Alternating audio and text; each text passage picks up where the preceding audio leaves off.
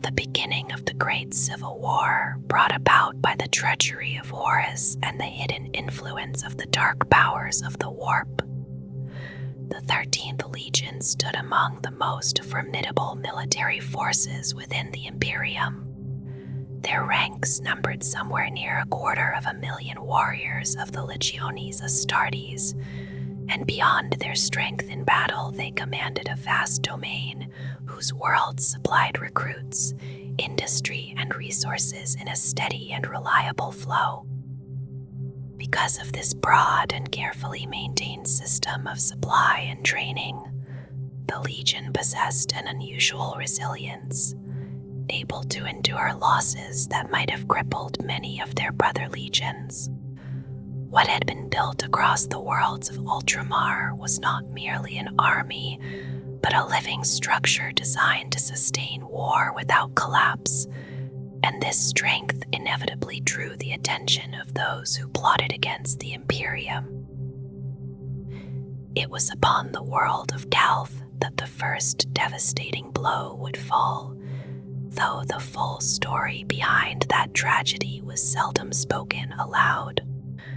Across the Imperium, the lapis blue hosts of Ultramar were already celebrated, and the strategic brilliance of their Primarch Roboute Guilliman had been widely praised by iterators and remembrancers throughout the Great Crusade. Yet the long path that had carried the Legion towards such power was far less commonly told, and some parts of that past were carefully concealed. The earlier years of the 13th Legion held complexities that did not easily fit the legend, including rivalries and tensions with other legions whose histories had intertwined with theirs. Much of that hidden past remained buried beneath silence, but it would later cast a long and difficult shadow.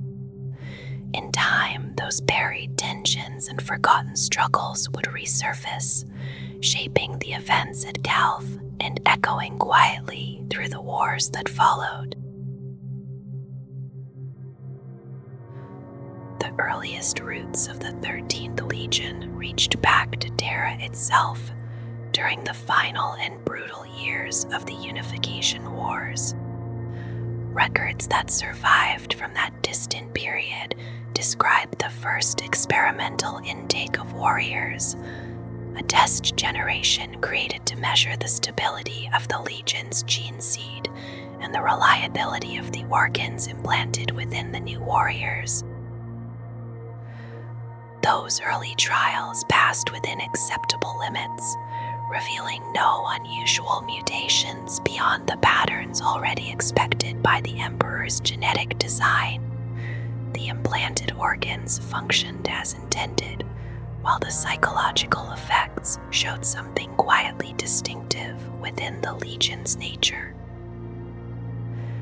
The initiates displayed aggression, as all Astartes were meant to do, yet alongside it grew a powerful instinct toward cohesion and structured hierarchy. Their minds gravitated naturally toward organized command and shared purpose, and they developed a striking determination to complete any task given to them, often pursuing a goal with a focus that bordered on obsession. These traits stood in contrast to the profiles recorded among some other early legions, whose warriors showed stronger individualism or more fractious tendencies after implantation. For the 13th, unity and purpose seemed to grow naturally from the same genetic roots that sharpened their capacity for war. Much of what followed in the Legion's early expansion remains obscured by layers of secrecy surrounding the Emperor's gene work, while other records were destroyed during the terrible siege that later engulfed Terra itself. Even so, fragments remain that allow some sense of how the Legion gathered its first warriors. Recruitment was drawn from many corners of Terra, from the Maglev clans of Bonpog to the hardened war families of the Saragon Enclave and the proud oligarchies of the Mid-Afric Hive domains. Later still, recruits were taken from the fierce and cannibalistic tribes that wandered the desolate Caucasus wastes. Though their cultures differed greatly, each of these peoples had one harsh element in common. They had resisted the Imperium's final campaigns of unification with bitter and violent determination, and their resistance had ended only after devastating defeat that left shattered communities and orphaned survivors scattered across ruined territories. From these remnants came the first generation of the Legion's warriors, sons born from peoples who had fought fiercely before their defeat. Among the soldiers who served beside them, the 13th gained an early name born from this shared history, and they were quietly known as the Warborn. It has long been suggested that the psychological qualities within their gene seed may have been chosen deliberately for such circumstances, allowing the Legion to absorb the strength of Terra's former enemies and redirect that same fierce resistance toward the Emperor's cause. Curiously, no records show the Legion fighting during the final bitter stages of the Unification Wars upon Terra itself, even though other legions, such as those later called the Imperial Fists and the Night Lords, were already deployed there in their earliest forms. Instead, the 13th first earned their formal battle honors beyond Terra during the first pacification of Luna and the harsh Sedna campaign at the edge of the Sol system. As the Great Crusade began to spread outward and the Segmentum Solar was gradually reclaimed, humanity encountered both allies and enemies among the scattered remnants of the Dark Age of technology.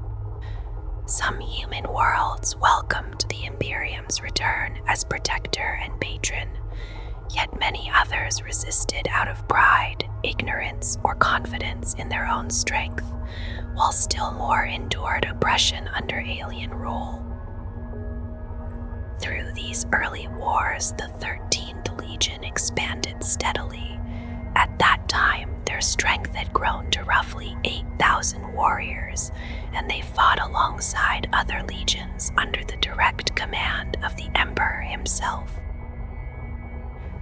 Their growing reputation formed through campaigns such as the liberation of Tyranids and the destruction of the Scorvidian Xeno Empire, while the Legion also conducted successful independent compliance actions on worlds including Lauren Sigma Seagull's Landing and the distant Netapole.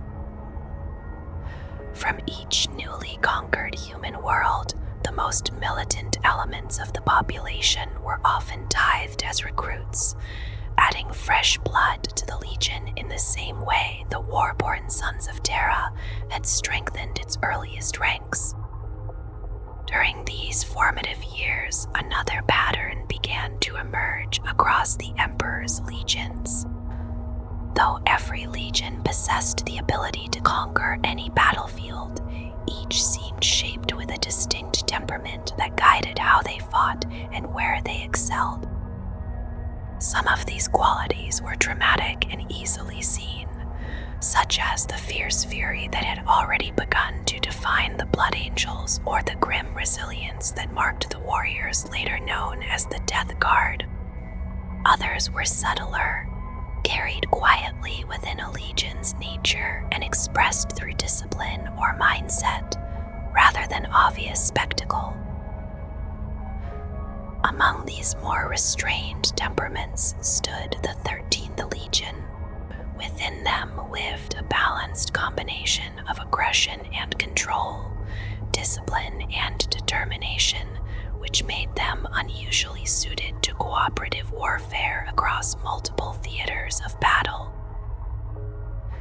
They proved capable of operating operating alongside diverse Imperial forces and often assumed command over large contingents of mortal troops from the Imperialis Auxilia, whether working with the elite Solar Auxilia, the ancient regiments known as the Old 100, or the newly compliant militia forces of conquered worlds.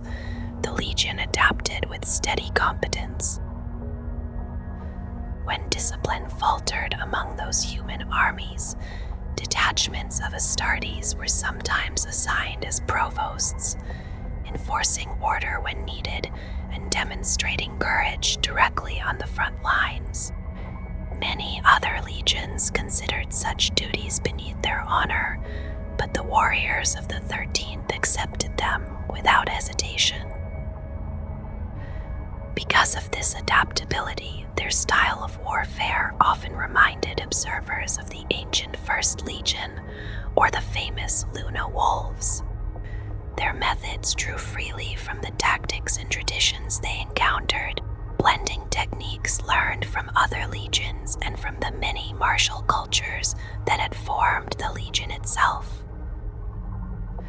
From the knife-fighting traditions of the Opaki gangs of Hive Core to the heavy armored doctrines developed by the Iron 10th, the Legion absorbed useful ideas wherever they appeared. Over time, imitation and adaptation became central pillars of the way the 13th Legion waged war. By the third solar decade of the Great Crusade, the 13th Legion had begun to reveal a character distinctly their own. Observers often described their demeanor as practical and direct, favoring swift action over elaborate theories of warfare or lengthy conjecture about distant possibilities. In battle, they pursued clearly defined tactical goals, adapting their plans according to the immediate conditions of the field, rather than following rigid doctrines prepared far in advance. Experience shaped their strategies, and success was measured through results achieved quickly and efficiently. Despite their pragmatic nature, the Legion also possessed a quiet pride in its accomplishments. Their loyalty to the Imperium remained unquestioned, yet among the legions they served beside, there grew a competitive spirit. An open rivalry of achievement, especially with those legions whose Primarchs had already been found and reunited with their warriors. Within the Legion itself, honor was expressed through visible signs of victory. Rather than adopting a single elaborate iconography for the entire Legion, individual companies marked their greatest achievements by adding distinctive elements to their armor. The core livery remained the storm gray and gunmetal that had been worn since the Sedna campaign, but honors gained in famous battles slowly layered new symbols upon that foundation. Companies that had fought beside the warriors of the 8th Legion during the brutal purgation of the ape-human corsairs within the Canceri Nebula later bore black gauntlets and midnight blue helms. Alongside these colors, they displayed the ancient Terran symbols of scales and a death's head, representing judgment carried out without mercy. From that campaign, those warriors adopted the title Nemesis as their own. Elsewhere in the Legion, the armored companies that halted a devastating orc advance upon the ash plains of Cipramundi marked their triumph in a different way. On the right pauldron of their armor, they mirrored the emerald glow of the blazing armor borealis that had illuminated the sky above the battlefield where they had fought. These marks of honor were meant to show the strength of the Legion made visible through its victories. Yet despite such displays, the Legion itself still rejected any formal name beyond its number. Their first Lord Commander, Gren Vasotho, spoke of this plainly, recalling that once the number 13 had been considered an ill omen by the superstitious. In the Emperor's service, he declared, the Legion would transform that number into a symbol of redemption and glory. Even as the Legion's identity grew stronger and its reputation spread across the Great Crusade, a far greater test of their resolve waited silently ahead. By the year 833 of the 30th millennium, the 13th Legion had grown to roughly 33,000 Space Marines, forming the core strength of the autonomous 12th Expeditionary Fleet. Their rapid growth had been shaped by several advantages that set them apart from many of their brother legions. The Legion's methods of warfare tended to avoid costly battles of attrition whenever possible, focusing instead on achieving decisive strategic goals while preserving the lives of their warriors. When fighting upon human worlds, they extended this same restraint towards civilian populations, seeking to limit destruction wherever a world might still serve the Imperium after conquest. A second advantage lay within the remarkable stability of their gene seed. Although the success rate for implantation remained close to the median among the legions, the genetic material of the 13th showed exceptional resistance to degradation during repeated replication. Only the First Legion displayed a comparable level of stability. Because of this resilience, the Legion could steadily increase its numbers, even without the stabilizing influence that usually came from the recovered gene code of a Primarch. During this period, the Emperor himself commanded the main thrusts of the Great Crusade, alongside Ferrus Manus and the warriors of the Iron Tenth, as well as Horus and his Luna Wolves. Their fleets drove outward into the distant void beyond the Segmentum Solar. The 13th Legion, strong and self-sufficient, was instead tasked with exploring the densely populated regions of the inner galactic disk that lay closer to Terra. It was during these operations that a sudden crisis erupted within the Osiris cluster.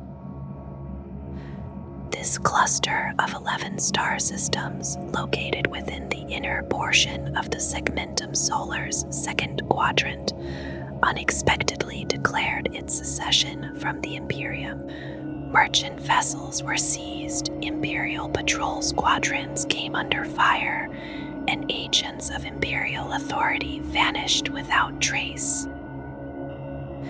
The rebellion was especially shocking because the worlds of the Osiris cluster had originally joined the Imperium peacefully during the early years of the Great Crusade. The campaign that secured their compliance had been considered a success, and the 13th Legion itself had played a role in bringing those systems into the Emperor's domain.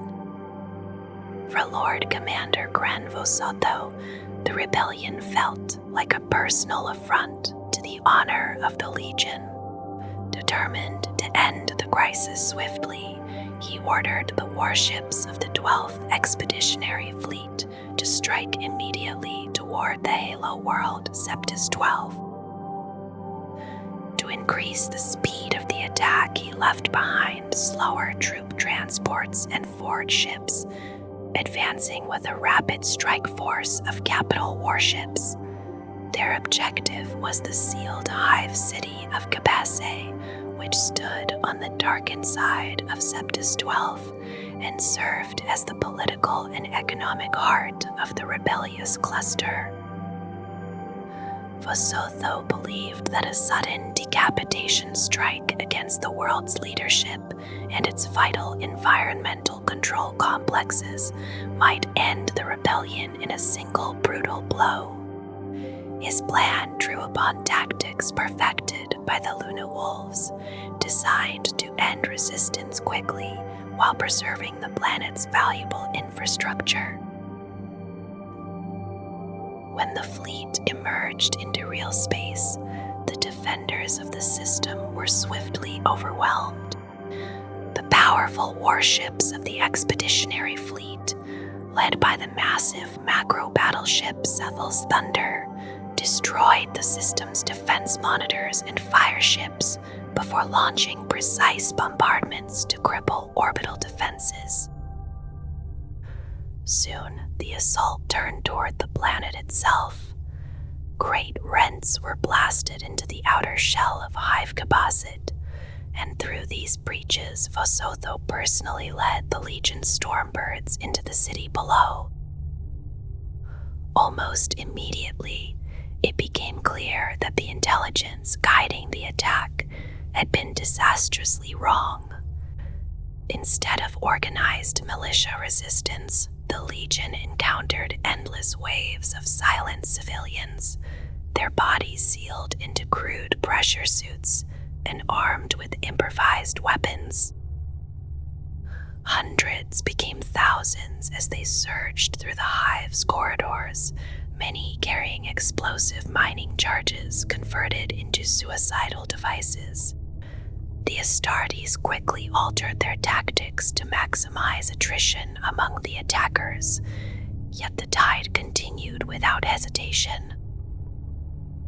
There was no rage or panic in these masses, only an eerie silence as they pressed forward regardless of casualties. It became clear that the Legion faced something far stranger than a simple rebellion. Refusing to allow the assault to stall, Vosotho called down reinforcements and ordered his warriors to press deeper into the Hive. Through speed and coordination, they fought forward, relying on their overwhelming superiority in close combat to seize the vital objectives scattered through the city. Slowly, they advanced through kilometers of corridors and chambers, defeating better armed forces that had once served as the personal guards of the Hive nobility. Yet just as the Legion became deeply committed within the Hive, the true trap was revealed. From within the blazing corona of the system's star emerged a fleet of alien vessels. 5 immense ships shaped like rotating hourglasses surged into the system, their shifting structures turning constantly like vast mechanical clocks. Vosotho immediately ordered a withdrawal from the surface, but by then the battle had changed. Fresh waves of controlled civilians rushed forward, attempting not to kill the Space Marines but to overwhelm them physically, clinging to armor and limbs in suffocating numbers. Above the planet, the fleets clashed in the void.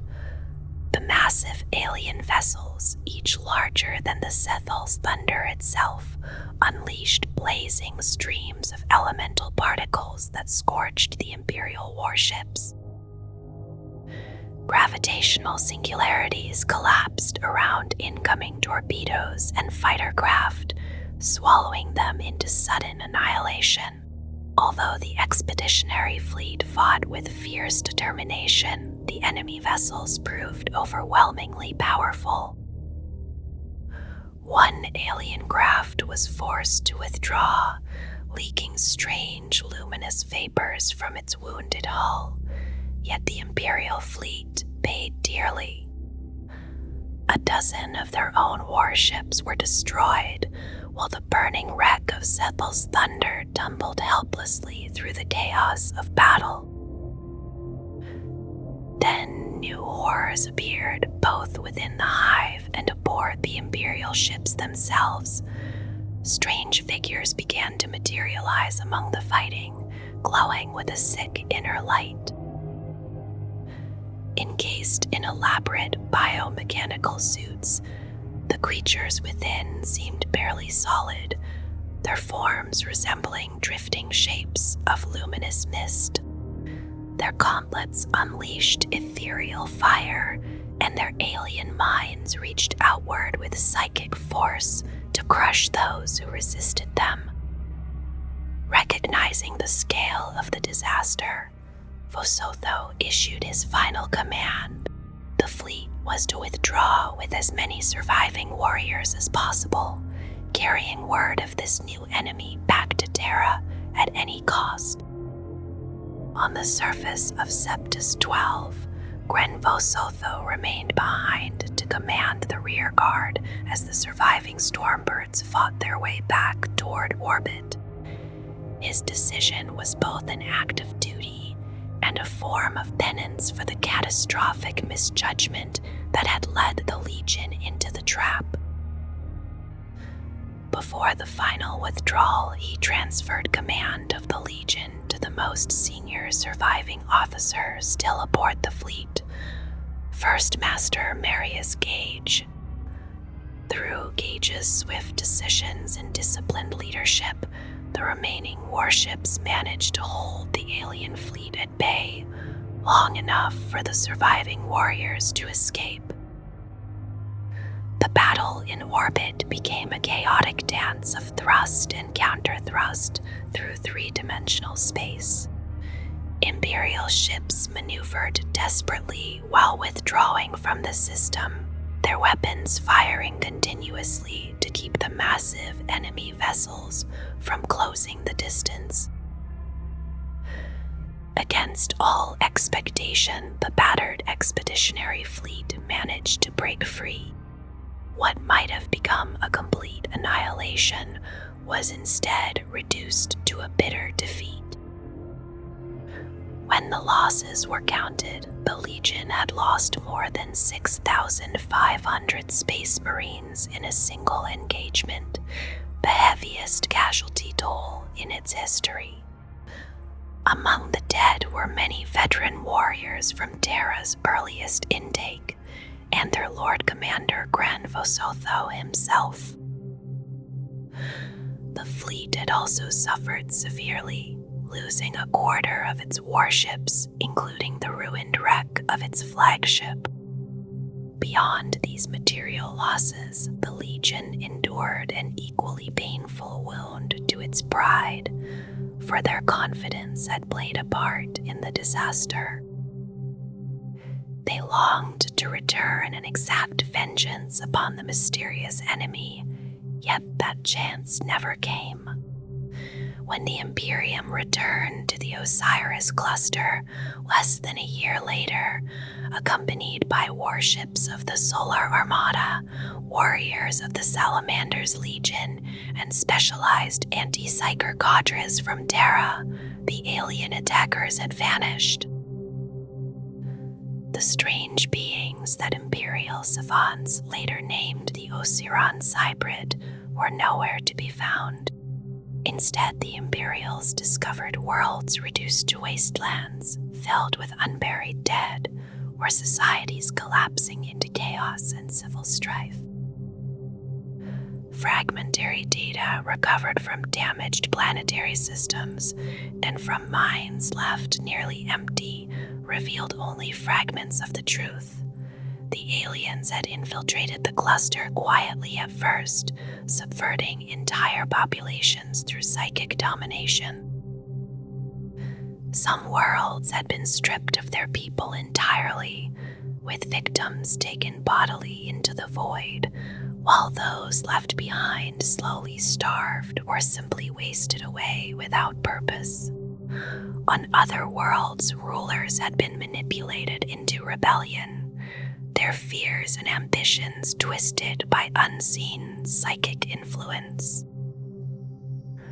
The enemy appeared to be few in number, yet possessed terrible power, and the Emperor himself declared them a threat that must be destroyed wherever they were encountered again. In the aftermath of the campaign, the 13th Legion swore a blood oath that one day they would find the mysterious foe again and avenge the losses suffered at Septus 12. Under the leadership of Marius Gage, the Legion began to rebuild its strength, gathering new recruits and restoring its shattered fleet. They threw themselves once more into the wars of the Great Crusade, conquering world after world with relentless determination. Yet their victories carried little joy. The Legion that had once celebrated triumph now moved forward with quiet intensity, speaking rarely of their defeat and avoiding mention of the fallen Vasotho. A lingering doubt had taken root among them, and beneath their discipline there grew a powerful desire to be reunited with their missing Primarch. They believed that only his presence could restore the sense of wholeness that now seemed lost. The irony of this longing was profound, for unknown to the Legion, their Primarch had already been discovered by the Emperor more than 2 Terran years before the disaster at Septus 12. Because of the unpredictable tides of the warp, however, the news had not yet reached them. During those long years, the sons of the 13th continued their campaigns with tireless determination, pursuing victory after victory, while waiting unknowingly for the moment when their fate would finally change. Thanks to the long work of Imperial iterators who carried these stories across countless worlds, the early life of the Primarch Roboute Guilliman has remained widely known, remembered in a way that few other Primarchs can claim. Over many centuries, these accounts were shaped by the needs of imperial teaching and propaganda, yet within the embellished versions, certain steady truths can still be quietly recognized. Imperial legend recalls how the Emperor of Mankind created the Primarchs through careful genetic artifice, drawing upon his own genome and shaping each child with unique and extraordinary abilities. According to the same doctrine, the ruinous powers of chaos intervened while these beings were still within their gestation capsules, casting them far across the galaxy through the shifting tides of the warp. During that long and uncertain passage through warp space, some of the capsules were damaged, allowing the energies of the Immaterium to seep inside and disturb the fragile lives developing within. It is widely believed that several Primarchs were touched by these disturbances, though the true nature of such corruption would only reveal itself much later during the distant tragedy of the Horus Heresy. After drifting through the darkness for many solar decades, and in some cases for hundreds of Terran years, the capsules came to rest upon human-settled worlds, scattered throughout the Milky Way. Each planet held its own culture and its own hardships, and by fate or design, each world became a crucible in which a superhuman child would grow and be shaped into the Primarch they were destined to become. One such capsule descended upon the world of Macragge, a stern yet enduring planet lying along the eastern fringe of the galaxy. Though bleak in its landscape, Macragge possessed the remnants of an ancient star empire, and its people had maintained industry and social order since the distant days following the dark age of technology. Despite the isolation brought by the Age of Strife, the inhabitants of Macragge preserved short-range warp-capable vessels and continued to construct sublight voidcraft, maintaining maintaining fragile connections with neighboring systems whenever conditions allowed. These tenuous links ensured that the people of Macragge never completely lost the knowledge that humanity still endured beyond their own lonely stars. When the fallen capsule was eventually discovered deep within a forest by a group of hunting magnates, they did not mistake it for some supernatural omen. Instead, they recognized the unmistakable signs of advanced technology and carefully broke the seal that protected the vessel. Within, they found a human child, perfect in form and striking in appearance, surrounded by a faint and luminous aura that shimmered softly around him. The infant was brought before Konor Guilliman, one of the ruling consuls of Macragge, who governed the most prosperous and ordered region of the world. Following the customs of his society, Konor adopted the mysterious child as his own son and gave him the name Roboute. The child grew with unusual speed, and as the years passed, his remarkable abilities became evident to all who observed him. By the time he had reached his 10th birthday, he had mastered every lesson his tutors could offer, displaying astonishing understanding of history, philosophy, and science, while demonstrating a memory that seemed nearly flawless. Yet it was within the art of war, long honored as a disciplined science upon Macragge, that his greatest talent quietly emerged. When he reached the age of legal majority, his foster father entrusted him with command of an expeditionary force tasked with pacifying the far northern territories of the world. Those lands were known as Illyrium, a harsh and fragmented region where scattered warbands and petty states survived through raiding and mercenary service. Roboute Guilliman conducted the campaign with remarkable skill, earning both submission and respect from the fierce warriors of the north. When the young commander finally returned southward from those distant frontiers, expecting the calm order of Macragge Civitas, he instead found the capital consumed by smoke, turmoil, and the first signs of chaos.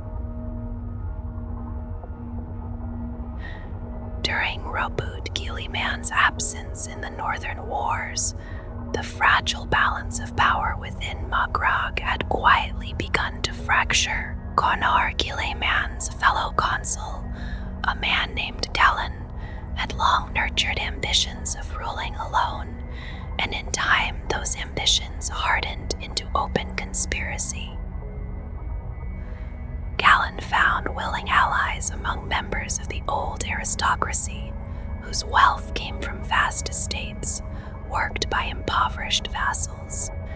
These nobles feared both Konor's growing popularity among the common people and the uncertain future represented by his brilliant adopted son. Konor Guilliman had challenged the old order with sweeping reforms that forced the aristocracy to grant greater rights and living standards to those who labored beneath them.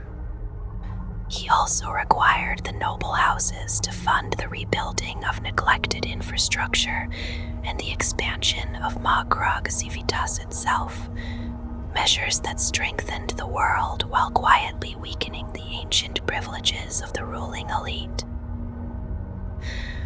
To the ordinary citizens, these reforms brought hope and stability, yet among many aristocrats, they stirred resentment that slowly grew into hostility. When Gallen finally moved against his fellow consul, he did so with the backing of those who feared that Konor's influence would only continue to grow. As Roboute Guilliman approached the capital with his victorious army, the horizon above Macragge Civitas was already clouded with smoke rising from countless fires. Along the roads leading toward the city, he encountered terrified citizens fleeing in panic, each recounting the same grim story. Galen's private army had stormed the Senate House while Konor and his loyal guards were gathered inside, and at the same time, drunken mobs stirred up by conspirators roamed through the streets, burning, looting, and murdering without restraint. Roboute pressed forward with urgency, leaving his soldiers to restore order among the rioters, while he forced his way toward the heart of the government district. Everywhere he passed the grim evidence of rebel firing squads and shattered authority. Yet when he finally reached the Senate House, he arrived too late. The once proud building had been reduced to ruin, its walls scarred by gunfire, and its halls abandoned by the rebels who had already scattered to join the chaos in the streets. Beneath the half-collapsed structure, Roboute found his foster father still alive, though the wounds inflicted during the attack had left him close to death. For 3 solar days, Konor Guilliman had directed the defense of the besieged Senate, while surgeons struggled to keep him alive after an assassination attempt had ignited the rebellion. In those final moments, he spoke quietly to his son, revealing the names of those who had betrayed him and the full measure of Galen's treachery. When Konor Guilliman's life finally faded, the grief that settled upon Roboute hardened quickly into a cold and relentless resolve. With the support of his army and the desperate citizens of Macragge, he crushed the rebels and scattered the mercenary forces that had supported the conspiracy. The rioters who had filled the streets with violence were seized and hanged in long rows that quickly restored fearful order across the city. Amid the crowds gathered before the shattered Senate House, Roboute Guilliman accepted the mantle of sole consul, now holding absolute authority over Macragge. The old aristocratic order was dismantled, its lands and titles stripped away as Galen and his fellow conspirators were captured and publicly executed. Those who survived the purge were sentenced to rebuild the damaged city through exhausting labor, a punishment few endured for long. In the new order that followed, loyal soldiers and industrious settlers received rights and positions once monopolized by the old nobility. Through tireless effort and a singular vision, Roboute Guilliman reshaped Macragge into a disciplined meritocracy where diligence and honor were rewarded and disloyalty was met with strict and impartial punishment. Under his rule, the economy was reorganized, knowledge and technology were spread beyond the elite, and the armed forces were rebuilt into a disciplined and well-equipped power. In the years that followed, Macragge flourished as never before, unified beneath the unchallenged authority of its new consul. Around the same time that Roboute Guilliman campaigned in Illyria, the Emperor's great fleet of the Principia Imperialis advanced through the eastern reaches of the galaxy. During that long progress of the Great Crusade, the fleet reached the world of Espandor, lying near the distant network of systems that still maintained faint contact with Macragge. From the people of Espandor, the Emperor learned of a remarkable young ruler whose abilities far surpassed those of ordinary men, the adopted son of Consul Konor Guilliman. The description was enough for the Emperor to recognize that the lost child could only be one of his scattered Primarchs.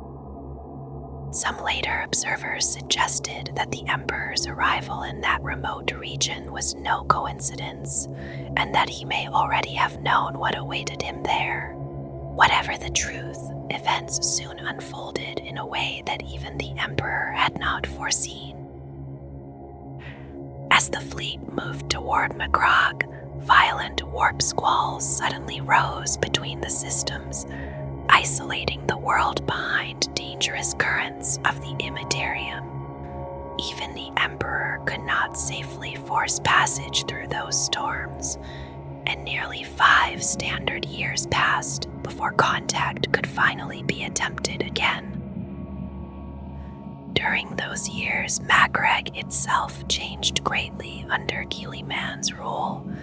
The world became orderly and prosperous, its cities rebuilt with marble and shining steel, while disciplined armies prepared for ventures beyond their own planet. Guilliman had studied fragments of ancient histories preserved by the fallen aristocracy, reading of humanity's forgotten interstellar realms, and dreaming of distant territories beyond the dark expanse between the stars. Within those quiet reflections, he imagined a new domain that ancient scholars had once called Ultramar. Driven by that vision, he began to expand outward from Macragge, sending ships along well-guarded trade routes to nearby systems, while short conflicts were fought to pacify troubled neighbors. Gradually, the foundations of a larger realm began to form, even before the Emperor's fleet could reach him. When the storms finally subsided and the Emperor arrived upon Macragge, he found a world transformed by the efforts of his lost son. Records say that he was pleased with what Guilliman had achieved, and that their meeting required none of the careful diplomacy needed with some other Primarchs of harsher temperament. Upon learning the truth of his origins, Roboute Guilliman immediately pledged his loyalty to the Emperor, whom he recognized as his true father. He had already begun to suspect the purpose behind his creation, understanding that he had not been born by chance, but shaped deliberately for a greater design.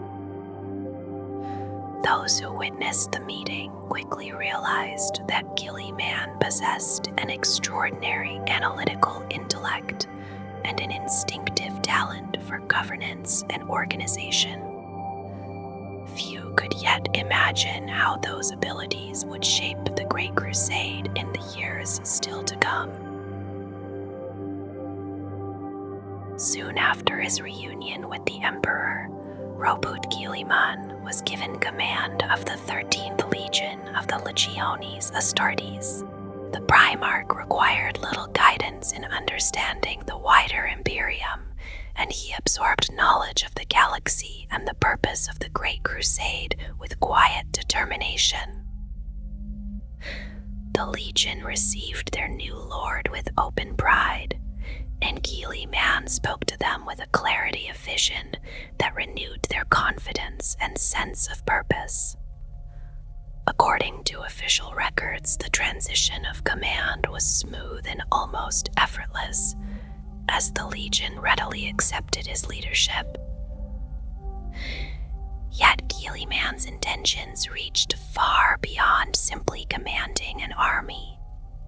He envisioned the Legion as a complete instrument of conquest and order, capable not only of fighting wars, but also of building the structures that would sustain the Imperium's expanding domain. To him, a military force was never limited to the warriors who carried weapons into battle, the ships that transported them, the manufacturita that forged their munitions, and the worlds that raised their future recruits, all formed parts of the same living structure. With that belief, he sought to guide every element that supported the Legion, ensuring that each component strengthened the whole and allowed his forces to prosper in service to the Emperor. Macragge would remain the heart of this system, yet Guilliman never intended it to stand alone as the Legion's sole foundation. Instead, he envisioned a wide network of allied worlds that would provide supplies, manpower, and stability to the growing power of his command. The nearby systems already linked to Macragge formed the first threads of that design, though Guilliman understood that the network would expand far beyond those initial worlds. Over time, it would become the foundation of a far greater political and military structure. In the years that followed, this vision slowly took shape as the realm of Ultramar, a domain that would continue to grow through the decades, leading toward the first treacherous blows of the Horus Heresy. While the foundations of Ultramar began to grow, Roboute Guilliman also turned his attention to the internal structure of his legion, drawing upon the traditions of Macragge and a careful study of every military force serving the Imperium. He reorganized the 13th Legion with meticulous precision. The structure that emerged was both complex and elegant, built upon merit and discipline rather than tradition alone. Guilliman examined every strength and weakness within the Legion, refining its systems until each part supported the others with deliberate efficiency. From this effort, a guiding doctrine gradually emerged, balancing practical warrior virtues with careful analysis and planning. Courage, discipline, skill, and adaptability stood alongside measured study, precedent, and reasoned assessment, forming two complementary paths within a single philosophy. Both approaches were considered equally vital, blending together like the metals that form a finely crafted blade. Through this balance, the Legion sought to become not merely strong, but enduring and adaptable in every conflict it faced.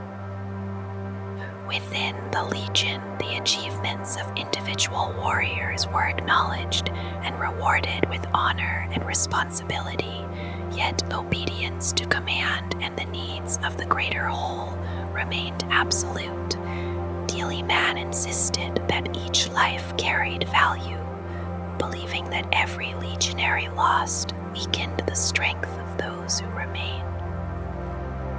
The transformation also appeared in the outward symbols of the Legion. Their armor was changed to a deep blue trimmed with gold, and the ancient Ultima glyph drawn from old stellar charts of the region became their emblem. From that time onward, the 13th Legion would carry a new name, the Ultramarines, a title that bound them to the growing realm they represented. One account attributed to the Remembrancer Fiddle would later suggest that Guilliman and his legion vowed to carry the Great Crusade beyond the stars themselves if such determination were required to see it completed. With Macragge established as the center of his growing domain, Roboute Guilliman received independent command of a crusade across the surrounding region. His 12th Expeditionary Fleet was reorganized under his leadership and strengthened with newly forged warships provided by Mars at the Emperor's command. The Ultramarines advanced rapidly outward from Macragge, seeking worlds that could be brought into Imperial compliance while identifying hostile Xeno strongholds that required destruction. Over nearly a full Terran century, their fleets traveled immense distances, reaching northward to the dead expanse near the Dominion of Storms and extending east and south toward the distant frontier known as Ultima Thule. During this long campaign, the Ultramarines liberated a remarkable number of human settled worlds, perhaps more than any other Primarchs' forces according to some accounts. Wherever Guilliman's armies arrived, they devoted as much effort to rebuilding and organizing those planets as they did to conquering them. Defenses were constructed, industries restored, and the teachings of the imperial truth were spread so that each newly compliant world would remain secure within the Imperium. This careful attention to governance strengthened supply routes and allowed the Ultramarines to maintain the remarkable speed of their expansion. At the same time, the Legion itself grew larger with every passing year. Even before Guilliman's return, the 13th Legion had shown unusual resilience in reproducing its gene seed, yet under his direction, its expansion accelerated beyond expectations. New recruits arrived in great numbers at the fortress of Hera on Macragge, where the Legion established its fortress monastery and central command. Candidates were chosen through strict meritocratic standards that demanded both physical strength and mental discipline. Because recruitment extended across many worlds within the growing realm of Ultramar, the number of initiates soon surpassed that of any other legion. Combined with Guilliman's preference for strategies that minimized needless attrition, the Ultramarines gained a powerful advantage in sustaining their numbers. Even when they faced brutal conflicts against powerful enemies, such as vast orc empires or strange and dangerous xenoforms like the Donaril, losses could be replaced within only a few Terran years due to the Legion's immense recruitment network. By the time Horus was named War Master during the triumph of Ullanor, the Ultramarines had become the largest Space Marine Legion by a considerable margin. Their strength had grown so fast that the 12th Expeditionary Fleet was divided into numerous smaller fleets, each capable of carrying thousands or even tens of thousands of legionaries across the stars. Before the atrocity of Istvan, the Legion's numbers exceeded 250,000 Astartes, a scale unmatched by any other force within the Imperium. Only in secrecy would the later expansion of the Word-Bearers approach similar numbers, while rumors persisted that the elusive Alpha Legion might rival them as well. The immense strength of the Ultramarines and the great realm that supported them, popularly known as the 500 Worlds of Ultramar, made them a power within the Imperium itself. Yet that same power also drew the attention of darker conspiracies. Separated from the core fronts of the Great Crusade and commanding a vast domain of their own, Guilliman's Legion became a threat that the traitors could not ignore. In time, those conspirators would turn their plans toward the world of Calth, seeking to destroy that threat before it could stand against them. Since the time Roboute Guilliman took command of the 13th Legion during the 4th solar decade of the Great Crusade, after the Emperor rediscovered him in 837 of the 30th millennium, the Ultramarines had slowly become a vast and finely ordered instrument of war. Under Guilliman's direction, the Legion fought compliance campaigns across the eastern reaches of the galaxy, liberating human worlds and weaving together the growing realm of Ultramar as their influence spread outward among the stars. For more than half a standard century, the Legion continued to grow in both strength and reputation, their successes in battle leaving few marks of defeat behind them. Though their numbers had not yet reached the immense scale that some other legions would eventually achieve, the Ultramarines of the 30th millennium already stood among the largest forces of the Imperium. Their ranks approached roughly 166,000 legionaries, placing them near the forefront of the Emperor's gene-forged armies. Other legions had paid dearly during those same years, and the Dark Angels in particular had suffered grievous losses during the terrible struggle of the Third Rangdan Xenocide. Tens of thousands of Space Marines had fallen while holding the line against the alien horrors that threatened the Northern Imperium, and their sacrifices had narrowed the difference in strength between the legions. While the Ultramarines expanded steadily across the Eastern Galaxy, their Primarch remained quietly troubled by a shadow lingering over his legion's past. That shadow had begun years earlier during the Osiris Cluster Rebellion, a defeat that occurred shortly before Guilliman's reunion with his legion and during the command of Legion Master Marius Gage. Though rarely spoken of openly, the memory of that loss weighed upon the Legion's spirit and seemed to echo even among recruits who had not yet been born when the battle was fought. Guilliman believed that the stain could only be erased in one way, through the final destruction of the strange Xenos known as the Assyrian Cybrids. From the moment he reviewed the ancient battle records, the Primarch began to study every fragment of surviving data. Gun-picked recordings, tactical logs, and even faint Auspex readings from damaged warships were examined again and again as he constructed endless theoretical battles against the elusive enemy. Years passed as the Ultramarines carried out their duties across countless war zones, yet the Cybrids did not return.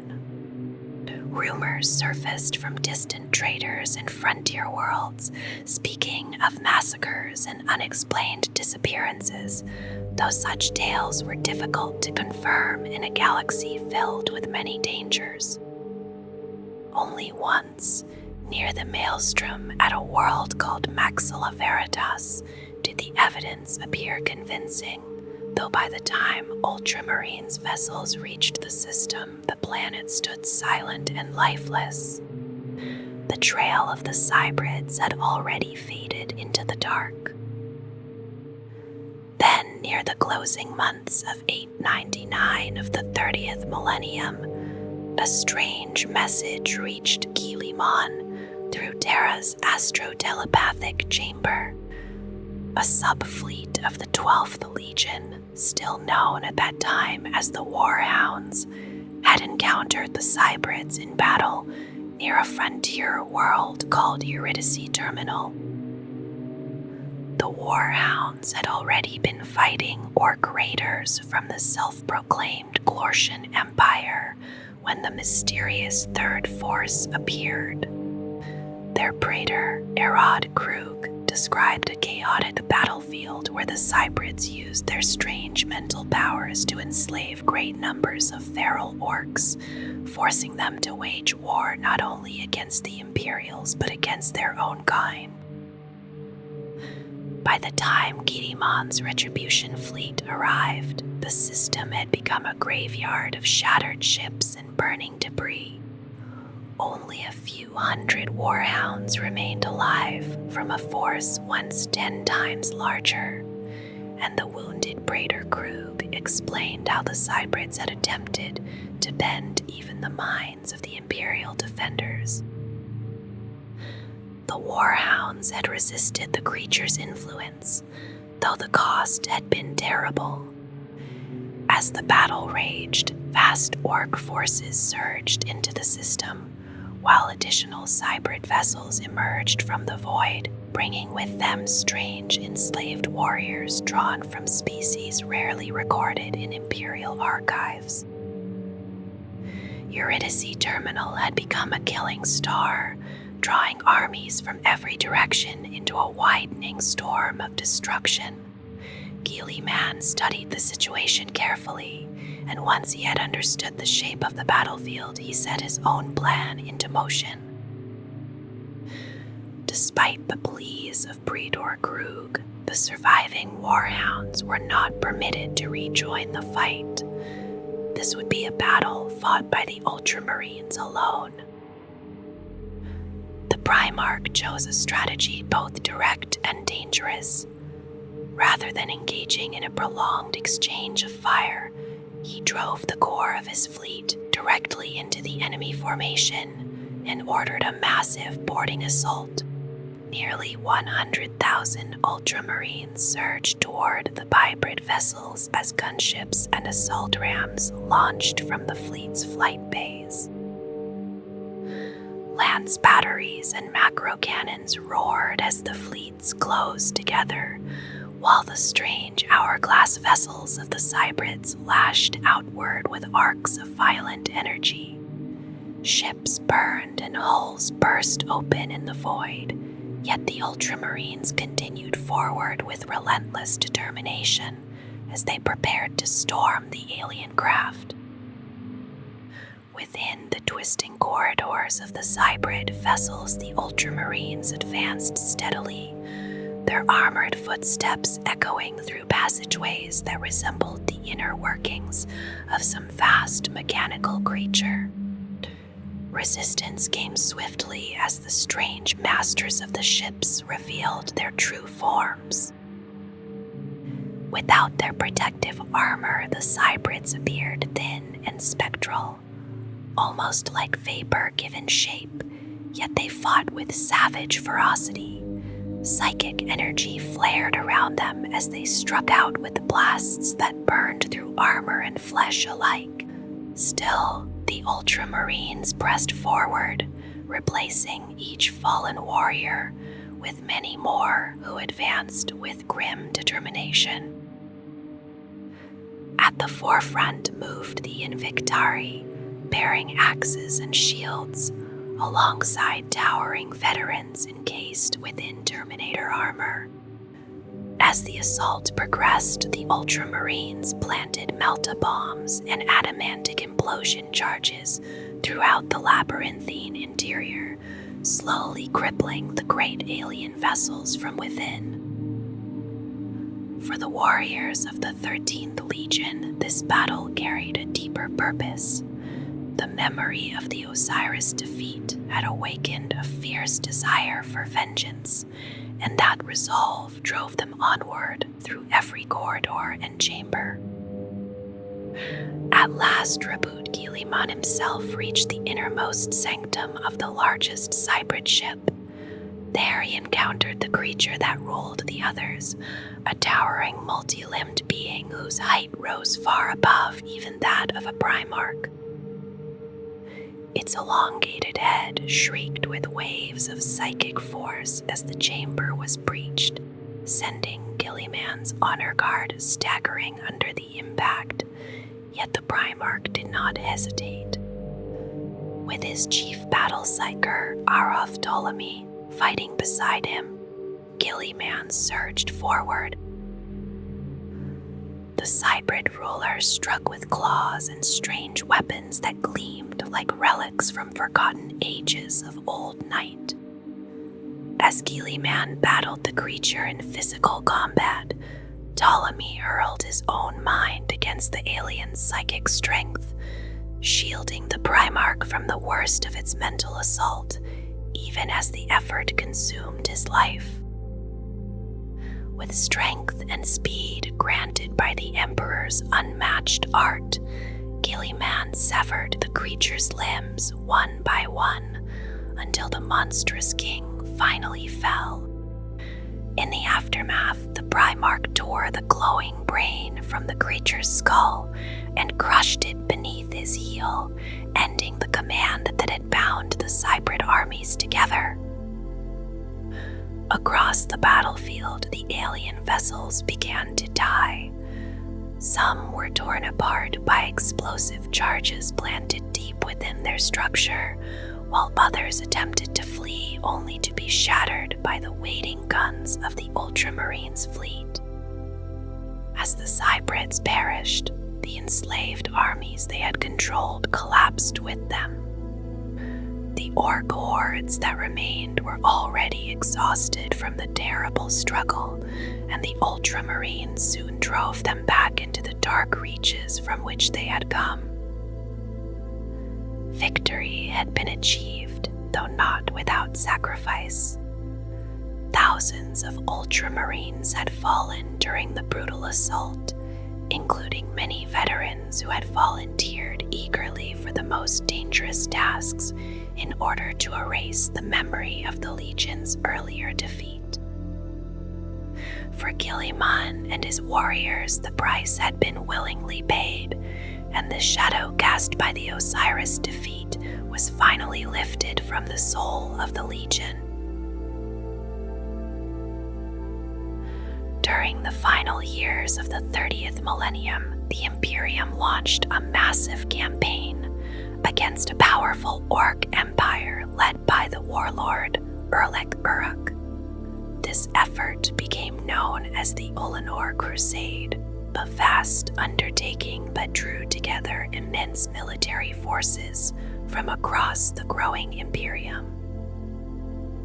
The Orc Empire centered upon the world of Ullanor, a planet that served as the capital of the Greenskin Dominion and the focal point of the final assault carried out by the Space Marine legions. Around 100,000 Space Marines joined the campaign, alongside millions of Imperial Army soldiers and thousands of warships that filled the system with the noise of battle. The defeat of the Ullanor Empire marked the height of the Great Crusade's long struggle to reunite the scattered colonies of humanity. Never before had such a large concentration of orcs been destroyed by the Imperium's armies. After the victory, the Emperor prepared to return to Terra, where he intended to begin work on a vast project that would open the ancient webway for the use of mankind. Before departing, he appointed Horus Lupercal, Primarch of the Luna Wolves, to command the Imperium's armies in his absence. Horus was granted the newly created title of War Master, giving him authority over the other Primarchs and the many expeditionary fleets still prosecuting the Great Crusade.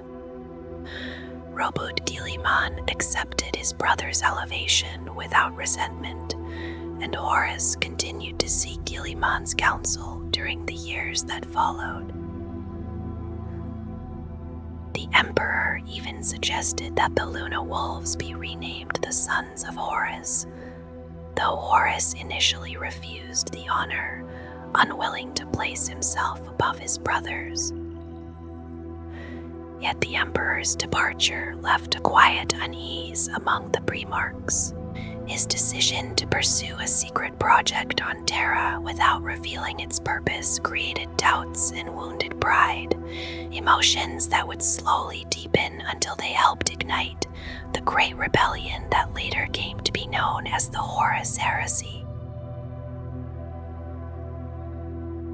When Horus Lupercal finally turned against the Imperium and pledged himself to the ruinous powers of chaos, his first efforts focused on isolating Terra from the loyalist legions that might defend it. One of his most carefully crafted deceptions involved sending Roboute Guilliman and the Ultramarines to the world of Calf within the realm of Ultramar. Horus claimed that a powerful orc war host was gathering on the distant frontier, and he instructed Guilliman to prepare for a campaign alongside the Word-Bearers Legion. Guilliman had no reason to doubt the order, unaware that the Word-Bearers had already turned to chaos many decades earlier under their Primarch Lorgar. When the Ultramarines gathered at Caltha, the trap was sprung without warning. The Word-Bearers struck suddenly, devastating the Ultramarines' fleet and launching brutal assaults across the planet's surface. Loyalist forces found themselves overwhelmed as former allies slaughtered them in the opening moments of the battle. The attack was fueled in part by the Word-Bearers' long bitterness toward Guilliman's legion, whose actions years earlier on the world of Gore had humiliated them before the Emperor. Yet Guilliman survived the initial ambush. His damaged flagship regrouped with the remaining Ultramarines vessels in orbit, and he quickly sent an astropathic distress call to Macragge while coordinating resistance across the planet. On the ground, the Ultramarines fought a determined defensive war, withdrawing into fortified positions and reorganizing their scattered forces. One such group, led by Captain Remus Ventanis, seized control of Calth's defense laser silos and used them to aid the struggling fleet above. Eventually, reinforcements from the rest of the Ultramarines Legion arrived and forced the Word-Bearers to withdraw from the system. Before leaving, however, the traitors committed a final act of devastation. They turned Calth's orbital weapons against its own star, destabilizing the stellar surface and flooding the planet with lethal radiation that rendered the world nearly uninhabitable. At the same time, the battle itself had been used as part of a dark ritual. Warp sorcery unleashed during the conflict summoned a massive storm known as the Ruin Storm, a violent disturbance within the warp intended to cut Ultramar off from the rest of the galaxy. The consequences were catastrophic. Guilliman's legion suffered enormous casualties, with well over 100,000 Ultramarines recorded as fallen, and tens of thousands more severely wounded. Nearly 40,000 legionaries were forced to remain behind on Calth, many choosing to stay and protect the civilians who could not be evacuated. The survivors carried the memory of betrayal deeply within them, and from that moment forward, trust would come slowly to the warriors of the 13th Legion. In the aftermath of the catastrophe on Caltha, Roboute Guilliman gathered what remained of his fleet and pursued the traitor Primarch Lorgar through the eastern regions of the Imperium. The Word-Bearers had joined forces with Angron and the World Eaters, launching a campaign of destruction that would later be remembered as the Shadow Crusade. World after world within the 500 worlds of Ultramar fell to the invading legions, leaving devastation in their wake. In time, Guilliman's Retribution fleet finally caught up with the traitors at Nuceria, the home world of Angron. The Ultramarines armada that arrived in the system appeared battered and incomplete, drawn together from scattered remnants of earlier battles. Yet Guilliman pressed the attack without hesitation, launching a brutal engagement against the enemy fleets. The Word-Bearers' flagship, Fidelitas Lex, became the primary target, while the World Eater's flagship, Conqueror, faced a boarding assault from Ultramarines' forces. Massive exchanges of fire filled the void as cruisers and battleships drifted dangerously close while trading broadsides. Even as the fleets clashed in orbit, Ultramarines vessels attempted daring descents toward the planet below, releasing waves of drop pods and gunships through the storm of enemy fire. Many of those craft were destroyed by the Conqueror's guns, yet enough reached the surface for the battle to spread across Nuceria itself. The Ultramarines who landed there bore the scars of Kulf, their armor cracked and blackened by earlier battles. These hardened veterans advanced methodically through the chaos, establishing strong points as they pushed toward the traitor forces. Yet the World Eaters fought with terrifying ferocity, driven by the agonizing implants known as the Butcher's Nails. The Word-bearers marched beside them, chanting dark hymns as their warriors carried icons fashioned from bone and corrupted metal. Meanwhile, the great hull of the Fidelitas Lux, already burning for repeated attacks, plunged slowly toward the atmosphere of Nuceria. Its immense mass dragged it downward until its engines struck the distant ocean far from shore. Amid the thunder of battle, Guilliman finally encountered Lorgar himself, and the two Primarchs met in personal combat, while their legions fought around them. The clash between Guilliman and Lorgar unfolded beneath a gray sky as their warriors battled fiercely around them. Lorgar's Crozius crackled with energy, while Guilliman's blows struck with the strength of a Primarch born from the Emperor's art. Their duel was suddenly interrupted when Angren burst into the fight, his armor shattered and his chainswords dripping with the blood of those he had slain during long hours of combat. The World Eater's Primarch hurled himself at Guilliman with unrestrained fury, forcing the Lord of Ultramar to fight both brothers amid the chaos of the battlefield.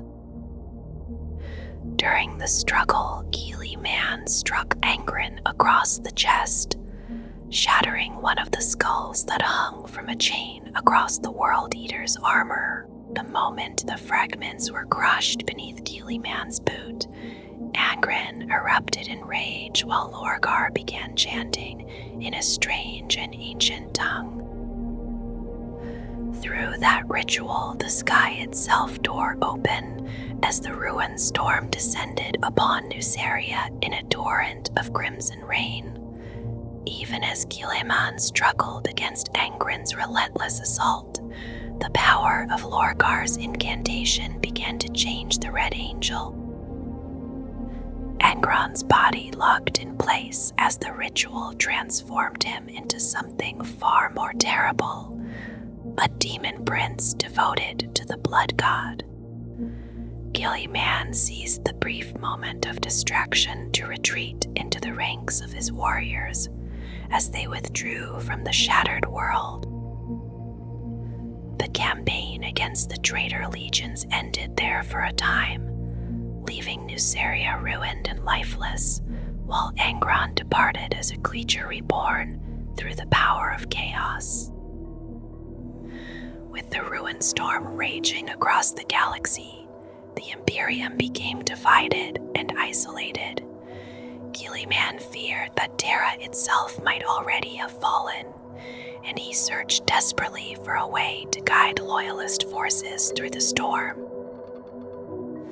On the world of Sotha, he discovered an ancient alien device known as the Pharos, and through its power, he created a beacon in the warp. That beacon guided the Dark Angels and the Blood Angels safely to Ultramar, where Guilliman joined with Lionel Johnson and Sanguinius. Together, the three Primarchs founded Imperium Secundus, declaring Sanguinius its ruler, while Guilliman and the Lion assumed command of its defense. Yet the fragile alliance soon faced turmoil when the captured Night Lords Primarch Konrad Cursi escaped and spread terror across Macragge. Though Guilliman and the Lion pursued him, Cursi escaped once again after bringing down a chapel in a deadly trap that only the intervention of the Iron Warrior's warsmith, Barabbas d'Antioch, prevented from becoming fatal.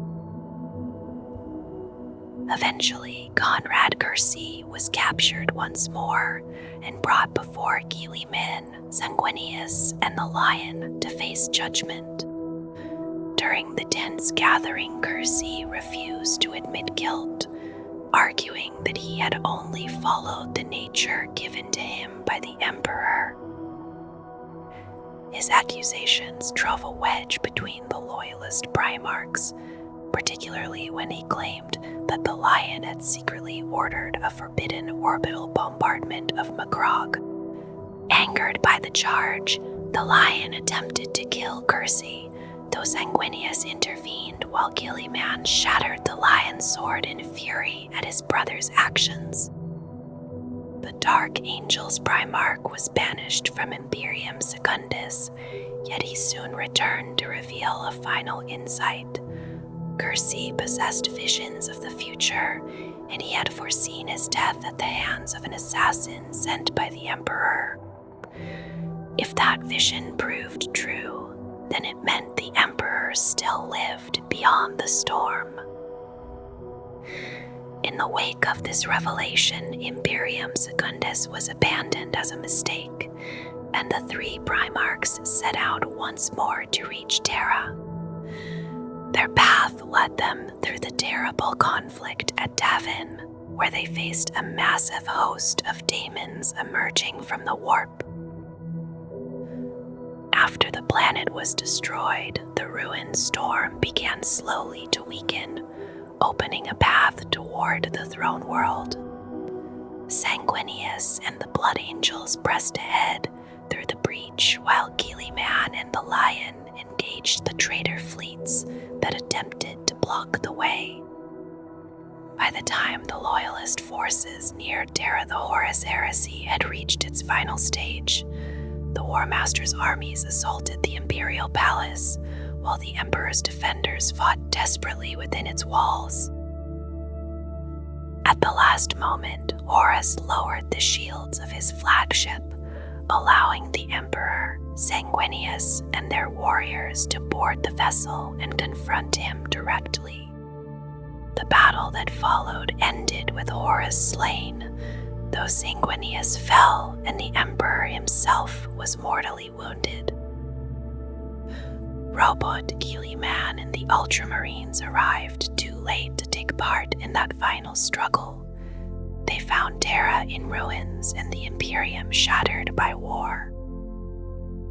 Refusing to allow humanity's realm to collapse, Guilliman sent the surviving forces of his legion across the galaxy to restore order and push back the traitor armies. After many long years of continued fighting, a fragile stability slowly returned to the Imperium. During most of the long years in which the Horus Heresy raged across the galaxy, the Ultramarines had been far from Terra, steadily bringing distant worlds into Imperial compliance along the southern edge of the Imperium. Their success carried them farther and farther from the core of the conflict, and while the traitor legions gathered in strength in the galactic northeast, the Sons of Ultramar continued their campaigns on distant frontiers, largely isolated from the opening devastation of the rebellion. Because of this distance, they were unable to take part in the earliest defense of the Imperium during the uprising of the War Master. Yet this same separation also spared them from the catastrophic losses suffered by many other loyalist legions. Aside from the terrible casualties endured at the Battle of Calth, the Ultramarines emerged from the heresy far stronger than most of their brothers. Across the Imperium, the situation had grown desperate. Entire legions had been shattered, while others had turned to chaos and joined the rebellion. The number of surviving Astartes had become dangerously small, and the Imperium itself was weakened, vulnerable and shaken by betrayal. In those uncertain years, enemies gathered everywhere, sensing weakness in the realm of mankind. Into that widening breach stepped Roboute, Guilliman, and the warriors of Ultramar. The Ultramarines had long been the largest of the Legiones Astartes, their numbers strengthened in the aftermath of the Rangdan genocides. Now they divided themselves into smaller forces and scattered across the Imperium, responding to threats wherever they appeared. These relentless campaigns would later be remembered as the Great Scouring, when the Loyalist forces drove the remnants of the traitor legions from Imperial space. During those turbulent decades, the Ultramarines played a crucial role in preserving what remained of the Imperium. Macragge continued to supply new neophytes at a remarkable pace, and before long, the Ultramarines alone made up more than half of all Space Marines still fighting in the Imperium. Across countless human worlds, their presence became a symbol of resilience, their actions helping to hold together an empire that might otherwise have collapsed into ruin. Gradually, order returned. The scattered hosts of chaos were driven back toward the Eye of Terror, and many worlds that had fallen during the rebellion were reclaimed for the Imperium. Yet even as the Ultramarines carried out these campaigns, Guilliman began shaping a new vision for the future of the Imperium's armies. Having assumed the mantle of Lord Commander of the Imperium and Imperial Regent, Guilliman set about reforming the vast bureaucratic and military structures of the realm. His purpose was simple, though the task itself was immense. Never again, he believed, should a single warlord command such overwhelming power as Horus once had. From this conviction came the great transformation of the Space Marine legions. Guilliman decreed that the mighty legions would be broken apart into smaller formations of roughly 1,000 warriors each. These new forces would become the chapters of the Adeptus Astartes, and the division of the original Loyalist legions became known as the Second Founding. At the heart of this change stood the Codex Astartes, a vast body of doctrine describing tactics, organization, and discipline for the future of the Space Marines. Under Guilliman's guidance, the Codex would shape the way Astartes fought for millennia to come, becoming the foundation of imperial military strength.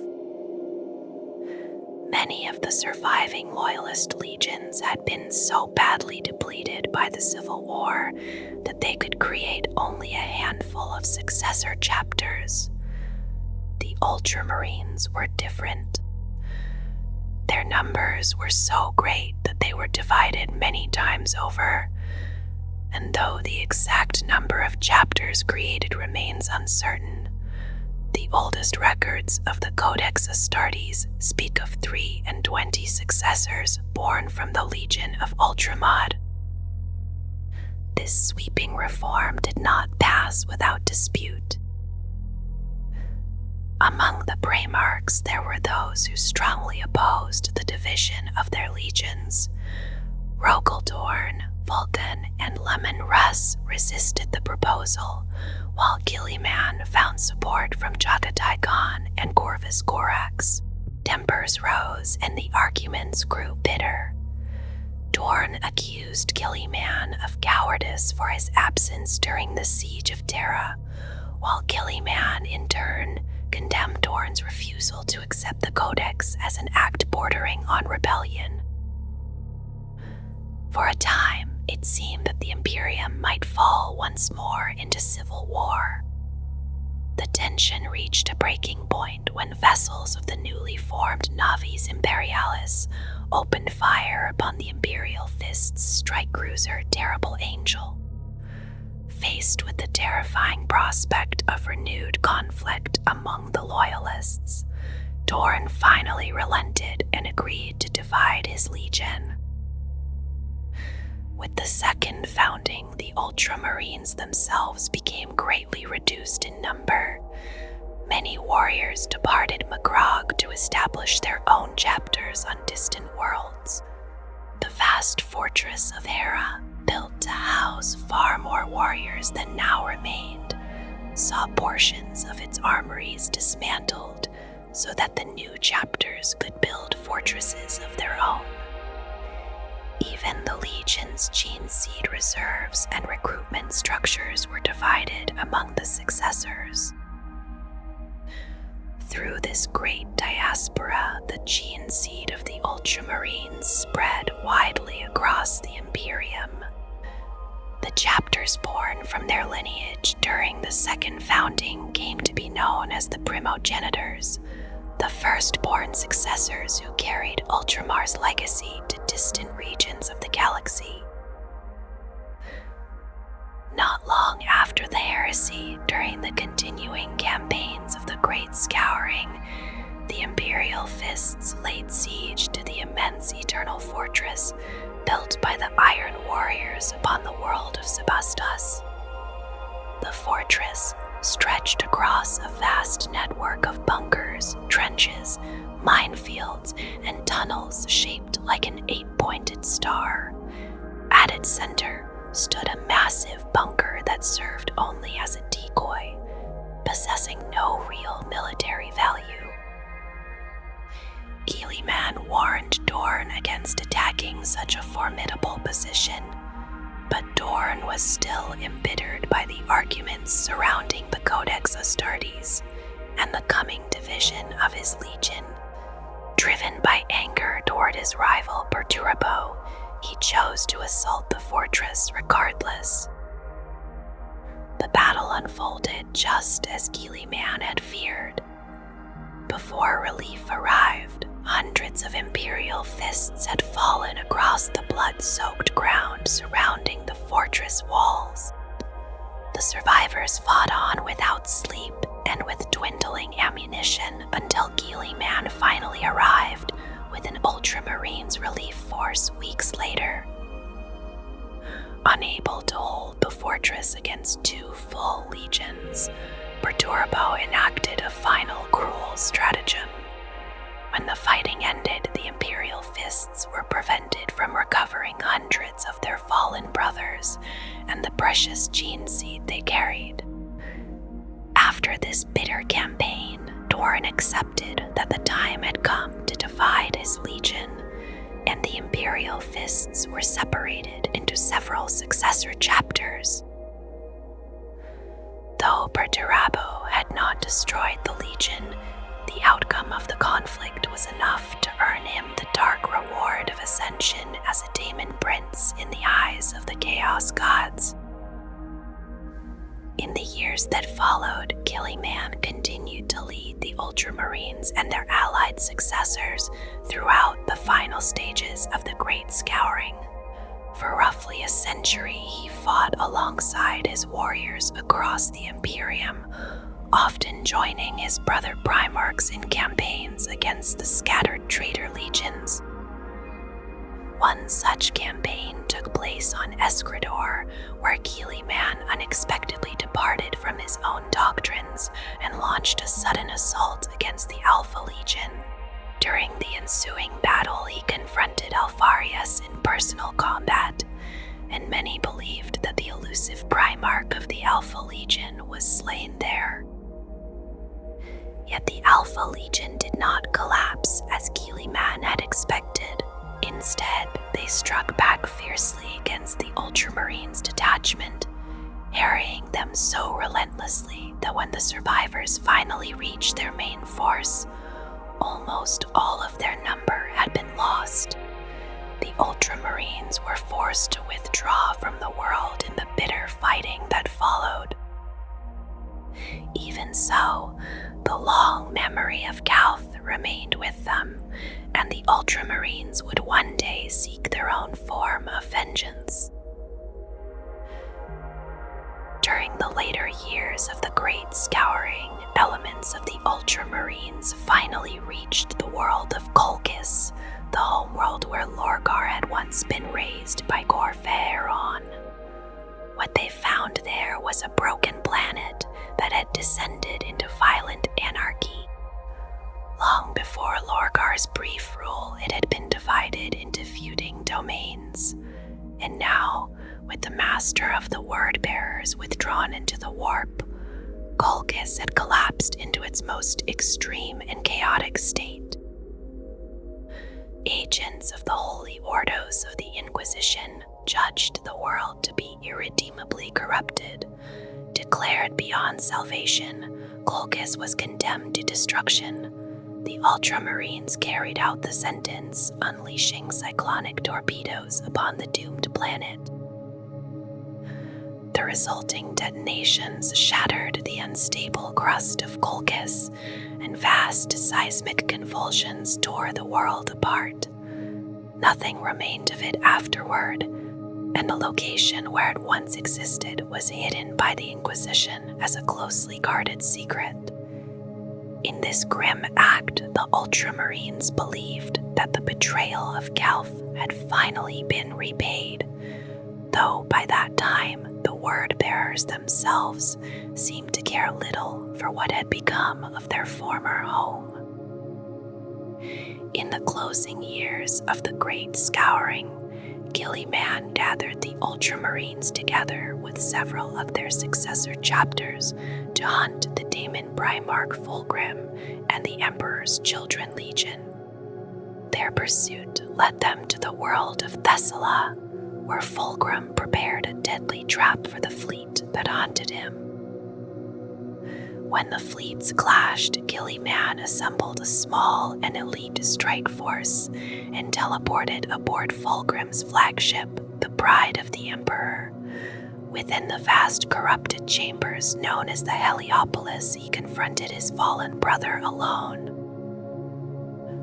Fulgrim sought to persuade Guilliman to embrace the worship of the Chaos Gods, speaking to him of power and transformation. Guilliman refused without hesitation, and the two Primarchs soon clashed in battle amid the warped hulls of the ship. It quickly became clear that Guilliman was no match for Fulgrim's new demonic strength. As the struggle intensified, Guilliman called for aid, and Ultramarines warriors surged into the chamber, only for Fulgrim to summon a waiting host of Emperor's children who had been hidden nearby. While their gene sons fought around them, the Primarchs continued their brutal duel. At last, Fulgrim struck a decisive blow, slashing Guilliman's throat with a poisoned blade. When Guilliman demanded to know how such a wound had been possible, Fulgrim explained that his warp-enhanced sight had revealed the old scar left by Gorfaeron's Athame during the battle at Calth. Guilliman collapsed soon afterward and was swiftly teleported back to safety aboard the Ultramarines' flagship Gauntlet of Power, along with the surviving warriors who had accompanied him. The Emperor's children then fell upon the Loyalist fleet with terrible fury, destroying many ships in the aftermath of the battle. Only a handful of vessels escaped the slaughter, among them the Gauntlet of Power, carrying their wounded Primarch. When Guilliman was returned to Macragge, he was placed within a stasis field that preserved him from the flow of time. A shrine was built to house his motionless form, and over the centuries it became one of the most sacred places in the Imperium. Pilgrims traveled to Macragge in vast numbers each year, seeking to behold the Primarch who lay suspended between life and death. The shrine stood within the Temple of Correction, a grand sepulchre forming part of the Ultramarines' immense fortress complex near the northern pole of Macragge. The temple itself was an astonishing work of construction, built on a scale that seemed almost beyond human comprehension. Its great dome of colored glass was said to be the largest ever created, and even the technomagi of the Adeptus Mechanicus traveled there simply to marvel at the structure. According to the traditions of the Ultramarines, the temple contained enough marble to form a mountain, while the quantities of adamantium and plasteel used in its foundations might have built an entire war fleet. At the center of this vast chamber stood the marble throne of Roboute Guilliman. Upon that throne rested the Primarch's body, perfectly preserved within the stasis field that held him outside the normal passage of time. Across 10,000 years, the wound on his throat remained visible, untouched by decay. Within the field, nothing could change, nothing could age, and nothing could heal. Yet rumors slowly spread among some of the more fervent followers of the imperial cult. They whispered that the Primarch's injuries had begun to change, that the wounds showed faint signs of recovery, despite the impossibility of such a thing within a stasis field. Others rejected these claims outright, pointing to the absolute stillness imposed by the field itself. Still, the stories endured, and generation after generation of pilgrims came to see the silent Primarch with their own eyes. For many of them, the hope of his return was reason enough to believe and hope, as Guilliman himself had once understood, remained one of the most powerful forces in the universe. Across the long millennia following the loss of Roboute Guilliman, the realm of Ultramar endured many wars and invasions. The Ultramarines fought against vast orc wags and rebellions among renegade worlds, while strange threats from distant regions tested their resolve again and again. Some of these enemies defied the understanding of ordinary humans, and yet the sons of Ultramar continued to stand guard over the Imperium. Their courage was shown many times during these ages, including wars against the Star Striders of Cryoth and the vengeance sought after the Heavenfall massacres. Yet among all the battles they fought during those 10,000 years, one conflict came to stand above the others in memory and sacrifice.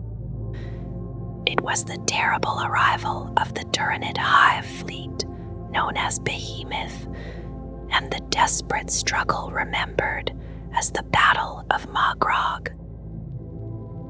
When the threat of this vast alien swarm was revealed by the warnings of Inquisitor Vitus Cryptman, the chapter master, Marnius Galgar, immediately began preparing the defenses of Ultramar. Believing the Macragge system itself to be the most immediate target, he ordered its formidable fortifications strengthened even further. A powerful fleet already guarded the planet, with warships circling in orbit and more vessels arriving from the warp each passing day. Massive strike cruisers moved among the civilian craft and the destroyers of the Navis Imperialis, while the towering battle barges of the Ultramarines loomed above them all. With such a fleet and the formidable orbital defense stations surrounding the planet, Macragge stood ready for war. Not many weeks passed before the first outrider vessels of the Tyranid swarm appeared. The alien bioships swept aside attacks launched by Ultramarines strike cruisers and descended upon the planet below. Soon the skies were filled with mycetic spores, and from them poured countless Tyranid organisms that spread rapidly across the surface of Macragge. Recognizing that the scale of the invasion was too great to confront with scattered forces, Calgar gathered his troops into 3 large armies. Veteran warriors of the First Company joined the planetary soldiers of the Ultramar Auxilia to reinforce the immense polar fortresses, while Calgar himself led the largest force in a series of delaying actions intended to slow the Tyranid advance. During the early stages of the war, these efforts proved successful. Calgar struck repeatedly at synapse creatures that directed the swarm, buying precious time for the defenders of the polar regions. Yet the Tyranids came without end, and every victory was followed by another wave of monstrous attackers. At the battle fought along Cold Steel Ridge, the Ultramarines' rearguard suffered terrible losses, and Calgar himself was gravely wounded in the fighting. Understanding that further resistance on the surface would only destroy what remained of his force, he withdrew to the battle barge Octavius and assumed command of the fleet above. Only hours later, the main body of the Tyranid High Fleet reached the system. With reinforcements still absent, Calgar launched daring attacks against isolated alien vessels as they spread out to descend upon Macragge. Between the relentless guns of the polar fortresses and the sudden strikes of the Imperial fleet, many Tyranid ships were destroyed, though countless others still advanced. As the battle continued, the swarm unleashed thousands of additional spores toward the polar regions. If those fortresses were taken, the planet's orbital guns would fall silent, leaving Macragge completely exposed. The Tyranids landed in enormous numbers, and the defenders of the fortresses soon faced an overwhelming assault. When the battered alien ships withdrew from orbit, Calgar entrusted the defense of the strongholds to his warriors and pursued the retreating fleet, determined to destroy it before it could threaten other worlds. Meanwhile, the battle on the ice fields of Macragge became a test of endurance unlike any the Ultramarines had known. Veteran warriors of the First Company fought alongside the lightly armed soldiers of the Ultramar Auxilia, defending every trench and wall while slowly retreating deeper into the fortress complexes.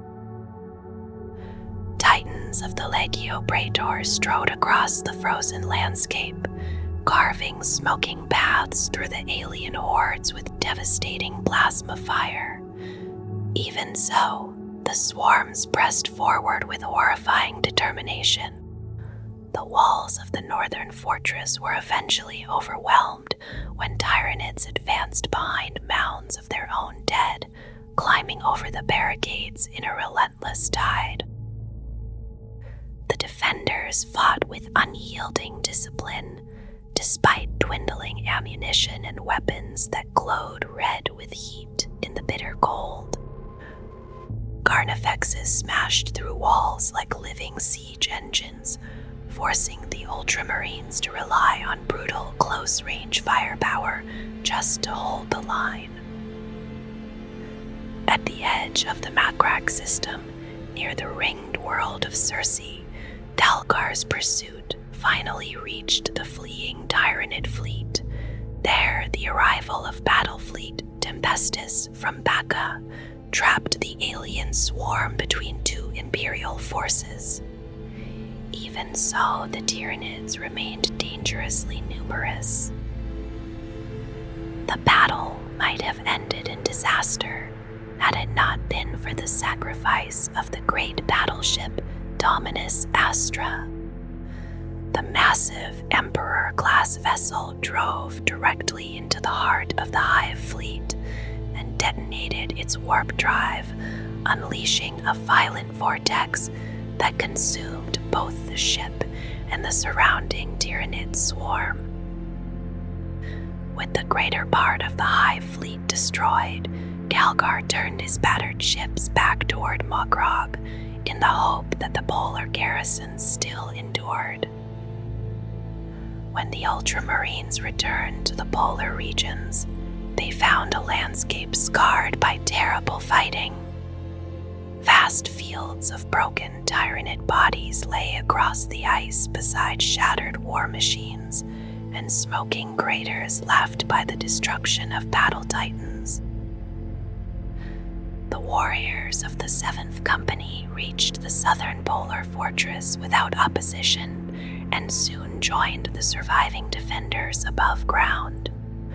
Together they began the grim work of reclaiming the tunnels beneath the fortress, where Tyranid organisms had burrowed deep into the complex passageways. Heavy weapon squads guarded the entrances while Thunderhawk gunships blasted the alien creatures back into the darkness. Meanwhile, the 3rd Company approached the northern fortress, where Captain Mikel Fabian chose to wait for the arrival of the company's dreadnoughts before advancing into the depths below. Within those tunnels, the presence of the Tyranids had transformed the corridors into something alien and oppressive. Mucus clung to the walls and ceilings, and the air carried a thick and musky scent. Strange cries echoed through the darkness, while the Ultramarines advanced slowly through the wreckage of earlier battles. Among the fallen defenders lurked camouflaged lictors, waiting in silence until the moment they sprang forward with bladed claws. Fighting through these ambushes, the Ultramarines used flamers to purge the passages, burning away the creatures that tried to strike from hiding, even as the flames consumed them.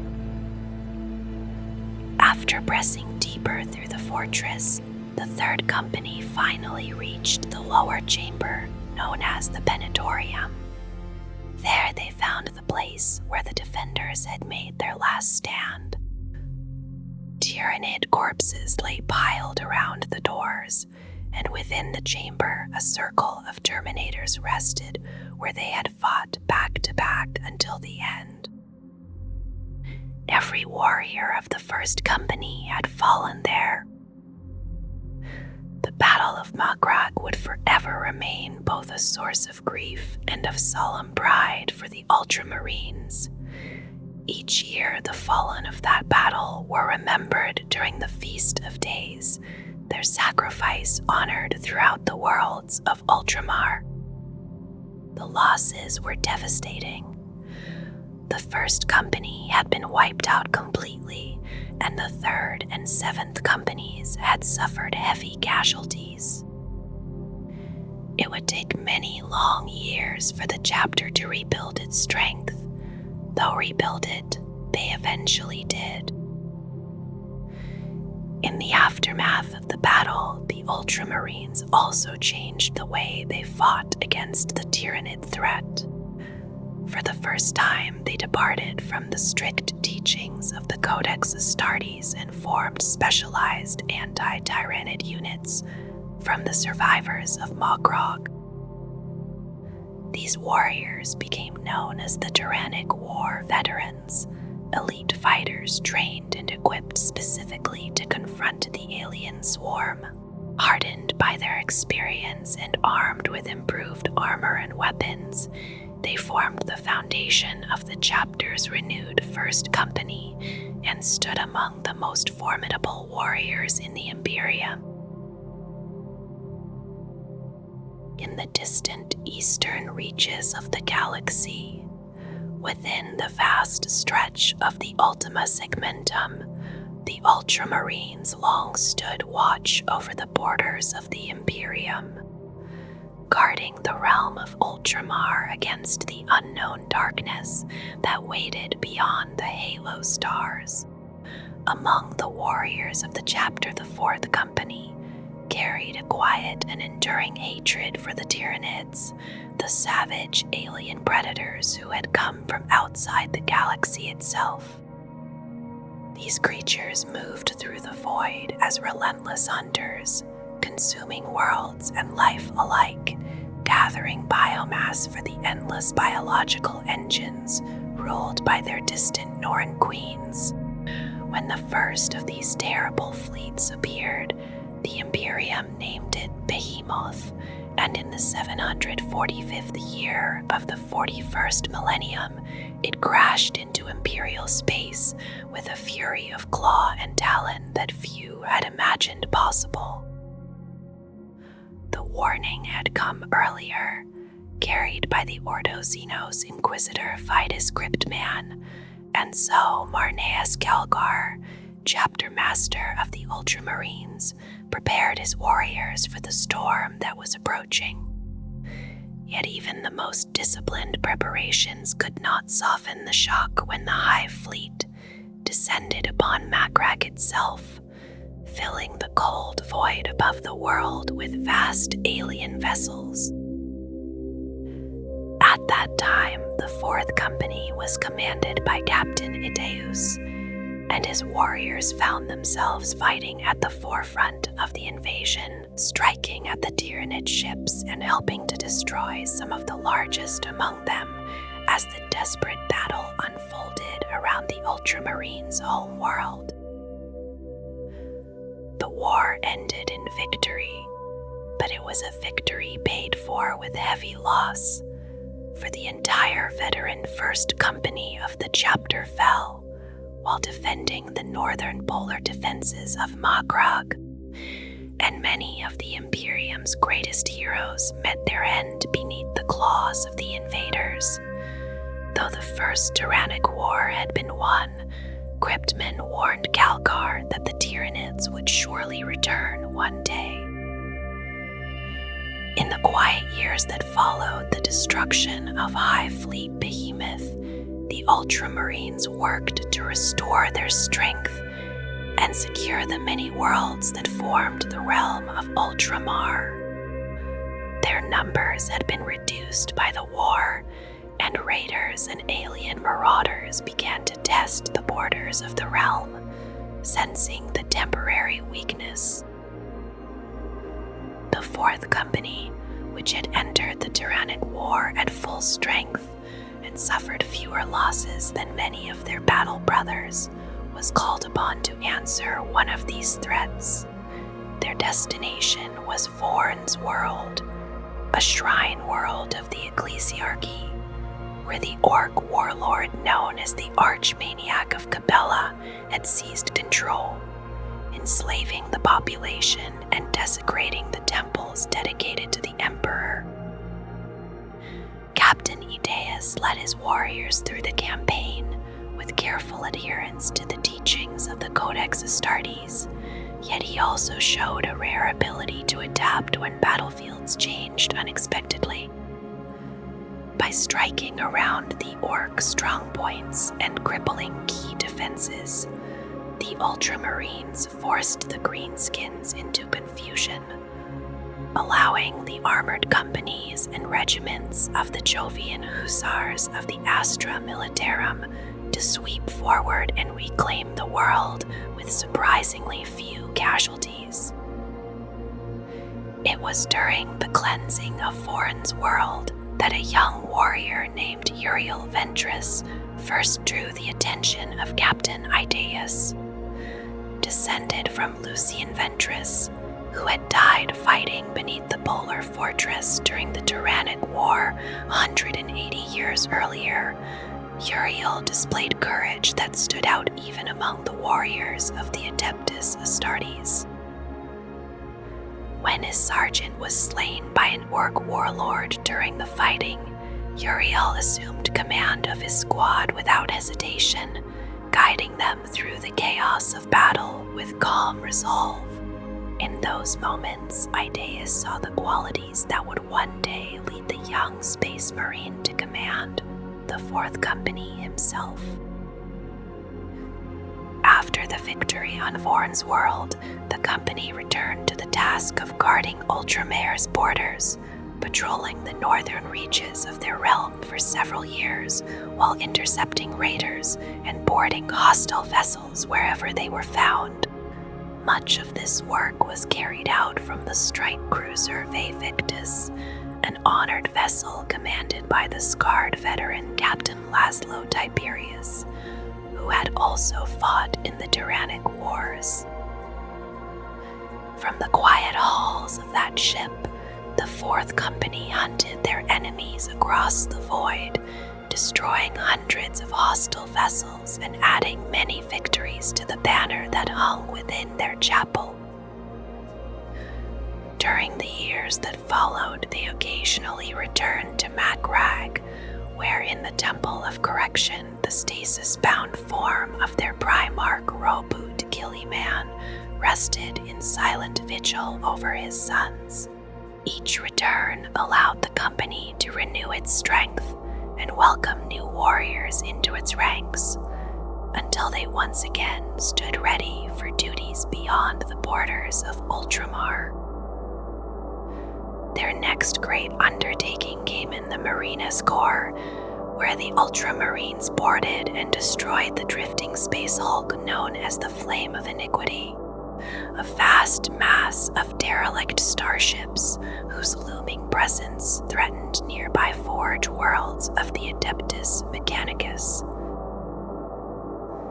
This victory drew the attention of the Inquisitor Markov, who required warriors of exceptional skill for a matter of grave importance.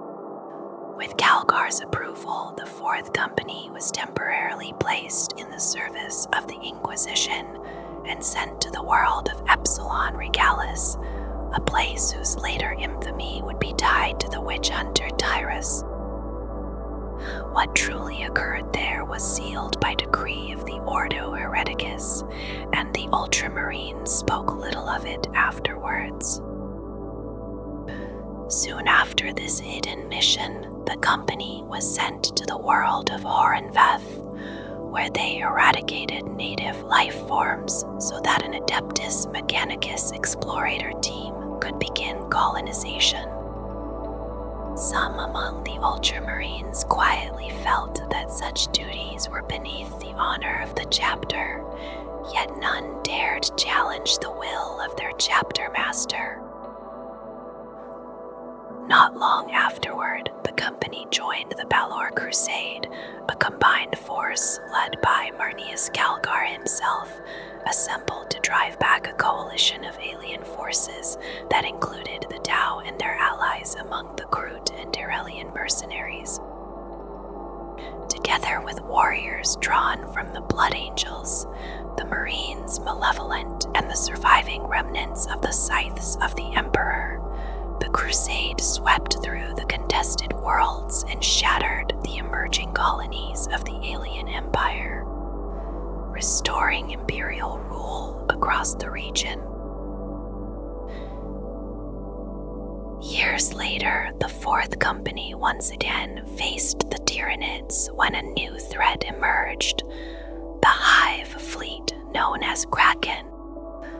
Unlike the brutal advance of Behemoth, this fleet spread itself into many smaller splinter forces, striking across a wide front and forcing the defenders of the Imperium to respond across many battlefields. Several of these splinter fleets were destroyed, driving the Tyranids to concentrate their strength upon the industrial world of Icar IV. There, the Ultramarines fought beside regiments of the Astra Militarum and warriors from 7 other Space Marine chapters as the war raged across the surface of the world. Captain Idaeus and Uriel Ventris stood among the warriors in the fiercest fighting, and both were awarded the Imperial Laurel for their bravery when the Tyranids were finally driven back. Even so, the remnants of High Fleet Kragans scattered into smaller groups that fled deeper into the galaxy, some reaching as far as the Segmentum Solar before being destroyed by the guns of the Imperial battle fleet. Yet whether every splinter fleet was truly destroyed remained uncertain, leaving the warriors of Ultramar watchful as the years moved onward. Soon after the war on Icar IV, the 4th Company was sent to the world of Thracia, where reports had spoken of the Night Lord's Chaos Space Marines gathering in strength. As Astra Militarum regiments advanced toward the planetary capital, the Ultramarines moved with them, preparing for the brutal battles that would soon follow. As the campaign on Thracia continued and Imperial forces pressed deeper toward the capital, their advancing lines stretched thin across the land, creating dangerous openings where an enemy could strike from the flanks and tear the formation apart. Recognizing the threat, the 4th Company launched a bold assault against the bridges that would allow such an attack, seeking to sever the routes an enemy force might use to outflank the Imperials. In the final moments of that battle, Captain Idaeus gave his life while destroying the last of those bridges, ensuring that the Imperial advance would not be undone. His loss weighed heavily on the warriors of the 4th Company as they returned to Macragge, carrying the memory of their fallen commander. There, within the halls of the chapter's fortress monastery, Veteran Sergeant Uriel Ventris was elevated to the rank of captain and given command of the 4th Company, taking upon himself the duty once carried by Idaeus. With their new captain at their head, the company soon departed on another mission, escorting Adept Barzano of the Administratum to the troubled world of Pavanis. The world lay upon the eastern fringe and had been shaken by pirate raids and internal unrest that threatened to erupt into a destructive civil war between powerful industrial cartels. When the Ultramarines arrived, they discovered that the turmoil had been carefully manipulated by a man named Casimir de Valtos, whose ambition was to release an ancient being imprisoned deep beneath the surface of Pavanis.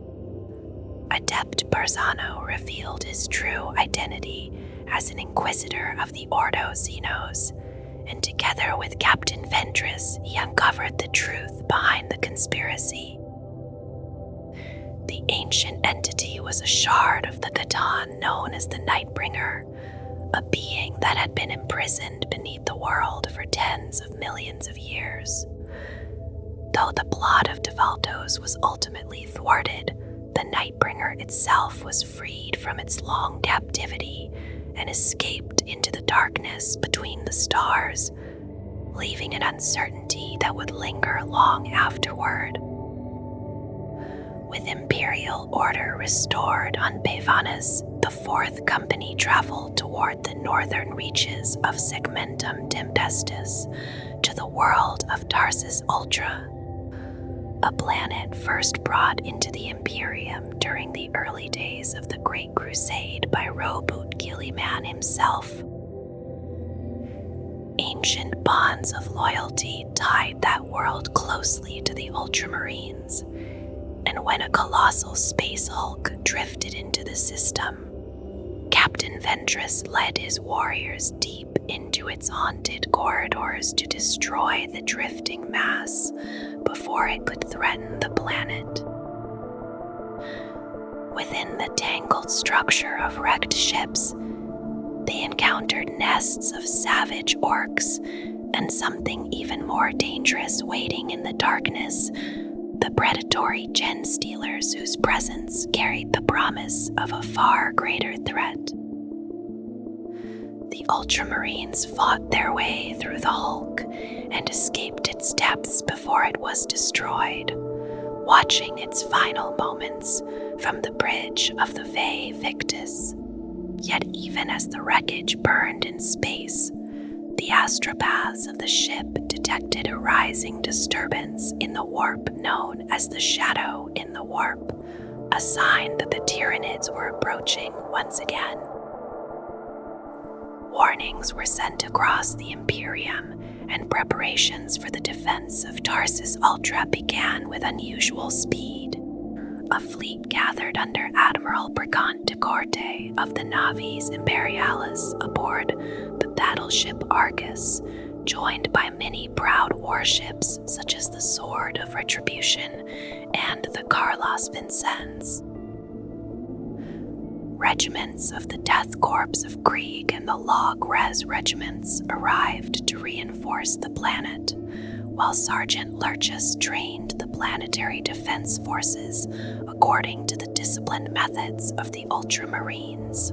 Inquisitor Lord Fidus Cryptman also returned to lend his knowledge of the Tyranids, bringing with him a Deathwatch kill team led by the renowned Watch Captain Bannon. When the Tyranids of High Fleet Leviathan arrived, battle erupted throughout the system, and although the world of Barbarous Prime was lost, the first elements of the alien fleet were destroyed in fierce fighting. The advance of the High Fleet could not be completely halted, and in a grim decision, Cryptman ordered the Mortifactors chapter to virus bomb the world of Cordelis before the Tyranids could harvest its biomass. Even as tensions grew among the commanders of the Imperium, the defenders of Tarsus Ultra continued to fight with stubborn courage against the endless waves of alien attackers. The cost of that defense was terrible, and many warriors of the Fourth Company fell during the struggle. Yet the battle turned when Captain Ventress chose to step beyond the strict teachings of the Codex Astartes. Taking command of the Deathwatch kill team, he led a desperate mission to deliver a lethal gene poison directly to the heart of the remaining Tyranid hive ship. Having once served among the Deathwatch, Ventress understood the risks and the necessity of the mission, even though Sergeant Lurchus warned him that his actions would surely reach the ears of Marneus Calgar. Through horrors of alien flesh and living corridors of chitin, the Space Marines fought their way to the Norn Queen that directed the hive ship. When the gene toxin was finally delivered into the creature's body, the effect was immediate and devastating.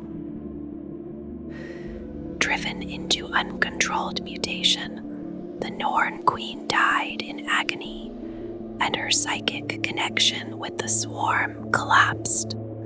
Across the battlefield, the Tyranid organisms fell into madness and tore themselves apart as the guiding will of the hive mind vanished. Tarsus Ultra was saved, though the scars left upon its lands and the memories of those who survived would never fully fade. When the Fourth Company returned to Macragge, expecting to rest after their victory, they instead found accusations waiting for their captain. Uriel Ventress had broken the doctrine of the Codex Astartes, and such a transgression carried the threat of execution and dishonor for both the captain and his company. Marneus Calgar chose a different judgment, giving Ventress and his loyal companion, Sergeant Pausanias Lysane, a death oath that would send them far from Ultramar. They were ordered to seek out a place of dark iron where twisted reflections of space marines were being created. Their journey soon turned dark when their vessel was attacked by warp entities controlled by a demon imprisoned within a monstrous engine called the Omphalos Demonium. The grotesque machine resembled a vast locomotive that could move between real space and the warp, and it carried the two Ultramarines deep into the Eye of Terror to the demon world of Medringard. There, the warriors found themselves among renegade space marines and escaped Imperial guardsmen who had once been slaves of the Iron Warriors. Together, they formed a guerrilla band that struck repeatedly against the forces of the Traitor Legion. Eventually, they were captured by the Iron Warriors' warsmith Hansu, who subjected Ventress to a horrific fate within the womb of a Damonculaba, a monstrous creation designed to turn human adolescents into new Chaos Space Marines using stolen Imperial Fist's gene seed. The twisted creatures known as the Damonculaba were the very abominations Ventress had been ordered to destroy, and their existence revealed the depth of the Iron Warriors' experiments. As conflict erupted around Hansu's fortress, Ventress and Pausanias managed to escape and destroy the laboratories where the experiments were conducted. To accomplish this, they released a captive demon prince, whose rampage shattered the fortress and drove away Hansu's rivals. Amid the chaos, the Ultramarines and a group of mutant survivors, known as the Unfleshed, fled from Medringard aboard the Omphalos Demonium, which had reverted to an ordinary starship after the demon within it was banished. The strange vessel carried them through the warp to a troubled world named Salinas, depositing them within a forbidden region whose air and soil carried the lingering presence of death. There, the two Ultramarines encountered a veteran Astra Militarum regiment that ruled the planet as a prize of conquest, governed by their former commander, who now served as the world's stern and suspicious ruler. Ventress and Pausanias asked only for assistance in reaching Macragge, but their astropathic message drew the attention of the Grey Knights, who were observing the world for their own hidden reasons. A squad of the secretive warriors soon arrived and took the Ultramarines into custody. Through exhausting physical, mental, and spiritual trials, the Grey Knights searched for any sign that the two Space Marines had been corrupted by their time within the Eye of Terror. In the end, they judged them free of chaos taint, allowing the truth behind the events on Salinas to emerge. A powerful psyker had drawn the Omphalos Demonium to the planet and used the mutant Unflushed as instruments of vengeance against the ruling governor and the regiment that served him. Their hatred was rooted in a brutal massacre carried out years earlier when the regiment had slaughtered tens of thousands of civilians, including the entire population of a town that had given birth to many leaders of a growing resistance movement. When the psyker possessed the Unfleshed, the creatures descended into a violent rampage across the Forbidden Zone, where the Ultramarines had first arrived. Ventress, Pausanias, and the Grey Knights eventually hunted them down and ended the bloodshed, bringing a grim end to the vengeance that had begun years before. After these events, the Grey Knights escorted the two Ultramarines back to Macragge, where their death oath was judged fulfilled. Even so, the trials were not yet over, for both warriors were subjected to further scrutiny by the chapter's chief librarian to ensure that no hidden corruption lingered within them. When the examinations were complete, Uriel Ventress was restored to his position as captain of the 4th Company and given the chance to prove his loyalty once more by returning to Profonus and defending it from a new threat posed by invading Tau forces. Sergeant Pausanias Lysane did not escape punishment so easily, for he was demoted and placed in isolation for 100 solar days. The discipline was imposed because he had concealed the strange regenerative abilities of his bionic arm, which had replaced the limb severed when the Nightbringer struck him during the earlier mission on Profonus. The bionic arm had become infused with the living metal of the Necrons, the substance known as necrodermis, and the chapter demanded time to judge the implications of such a transformation. When his isolation ended, Pausanias returned to the ranks as a line battle brother of the 4th Company, once again fighting beside Captain Ventress. Far away, however, the warsmith Hansu nurtured a deep hatred for the Ultramarines after the destruction of his laboratories on Midringard. Determined to strike back, he devised a plan to destroy the Ultramarines and especially Uriel Ventress himself. To lure them into battle, he used a stolen Mechanicus virus to turn Tarsus Ultra into a dead world, while gathering an enormous invasion force composed of Iron Warriors, Chaos Cultists, Traitor Soldiers, Drukari Pirates, Groot Mercenaries, and the servants of the Dark Mechanicum led by the traitor Magos Sycorin.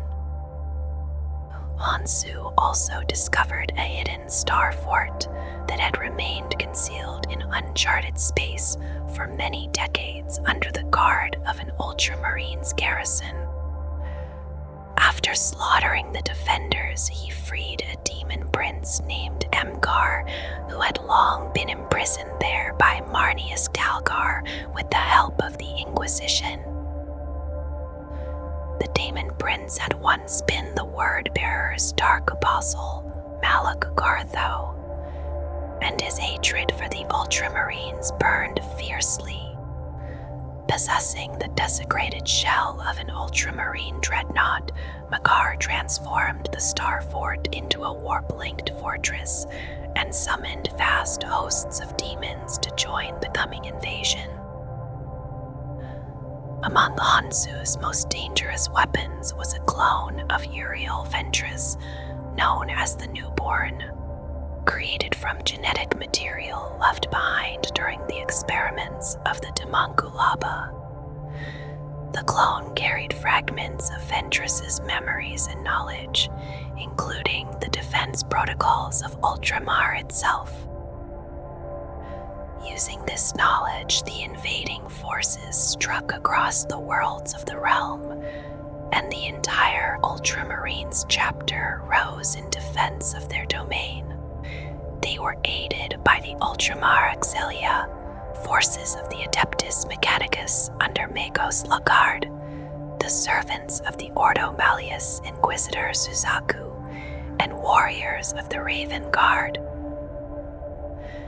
The war spread across many worlds of Ultramar, and at least one planet was destroyed as the conflict grew in scale.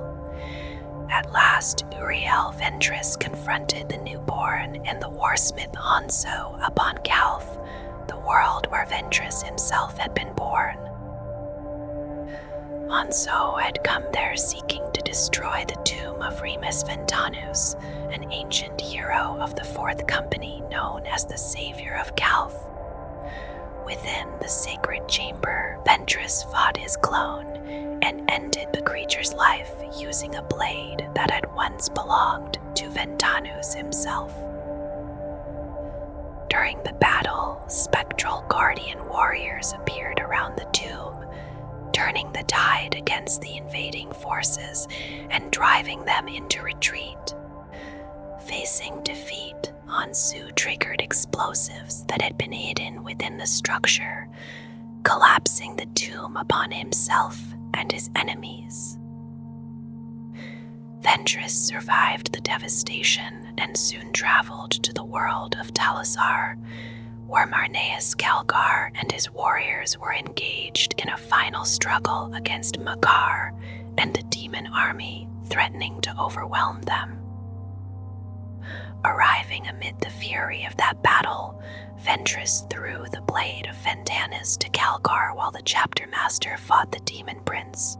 With the sacred weapon in hand, Calgar destroyed Macragge completely, breaking the power of the demon host. With the death of the demon prince and the defeat of Hansu's armies across the many battlefields of Ultramar, the Imperial forces began the long work of cleansing the realm. Within 6 months, the worlds of Ultramar were declared free of the taint of chaos, though one shadow lingered quietly in the aftermath. When the ruins of the tomb of Fentanus were searched carefully, the body of warsmith Hansu was never found. Soon after, the Iron Warriors' invasion of Ultramar was defeated near the closing years of the 41st millennium, a darker storm was already gathering across the galaxy. Abaddon the Despoiler had begun his 13th Black Crusade in earnest, and in the uneasy days that followed the fall of Cadia, troubling knowledge reached him through the warp-scrying visions of the Chaos Sorcerer Zerafiston. The sorcerer had seen that the Archmagos Dominus Belisarius Gaul had escaped the destruction of Cadia, carrying with him a device that might shift the long war between Chaos and the Imperium. Gaul had not fled alone. He had joined other survivors of Cadia, who now called themselves the Celestinian Crusade, a strange alliance that had slipped into the hidden passages of the Webway with the help of the Eldari Inari, and were traveling toward Macragge, home of the Ultramarines. Determined to prevent any threat to his coming triumph, Abaddon detached part of his Black Fleet and ordered an invasion of the realm of Ultramar. The Celestinian Crusade itself was led by Saint Celestine, the living saint who had stood beside Cadia's defenders in their final hours. At her side traveled Archmagos Gaul, Marshal Marius Amalrich of the Black Templars, and Inquisitor Katerina Greyfax of the Ordo Hereticus, while among their uneasy allies stood Ephraim, the Daughter of Shades, and the silent warrior known as the Visarch. Their first step back into real space came upon the shrine world of Lapis within the Macragge system. They soon realized they had emerged into a war zone, yet the forces of chaos that surrounded the Webway portal were quickly defeated. The Celestinians and their Eldari allies drove away the Helldrakes that harried a nearby Ultramarines fortress, and after tense negotiations, the Space Marines allowed the travelers' passage to Macragge. Ephraim and the Visarch soon sent most of their warriors back into the Webway for other tasks pressed upon the people of the Inari. The surviving company of the Celestinian Crusade reached Macragge aboard an Ultramarine strike cruiser, only to find the capital world already under full invasion. In orbit, Loyalist and Chaos fleets clashed in vast battle, while on the ground, the fortress of Hera itself faced the danger of falling to the Archenemy.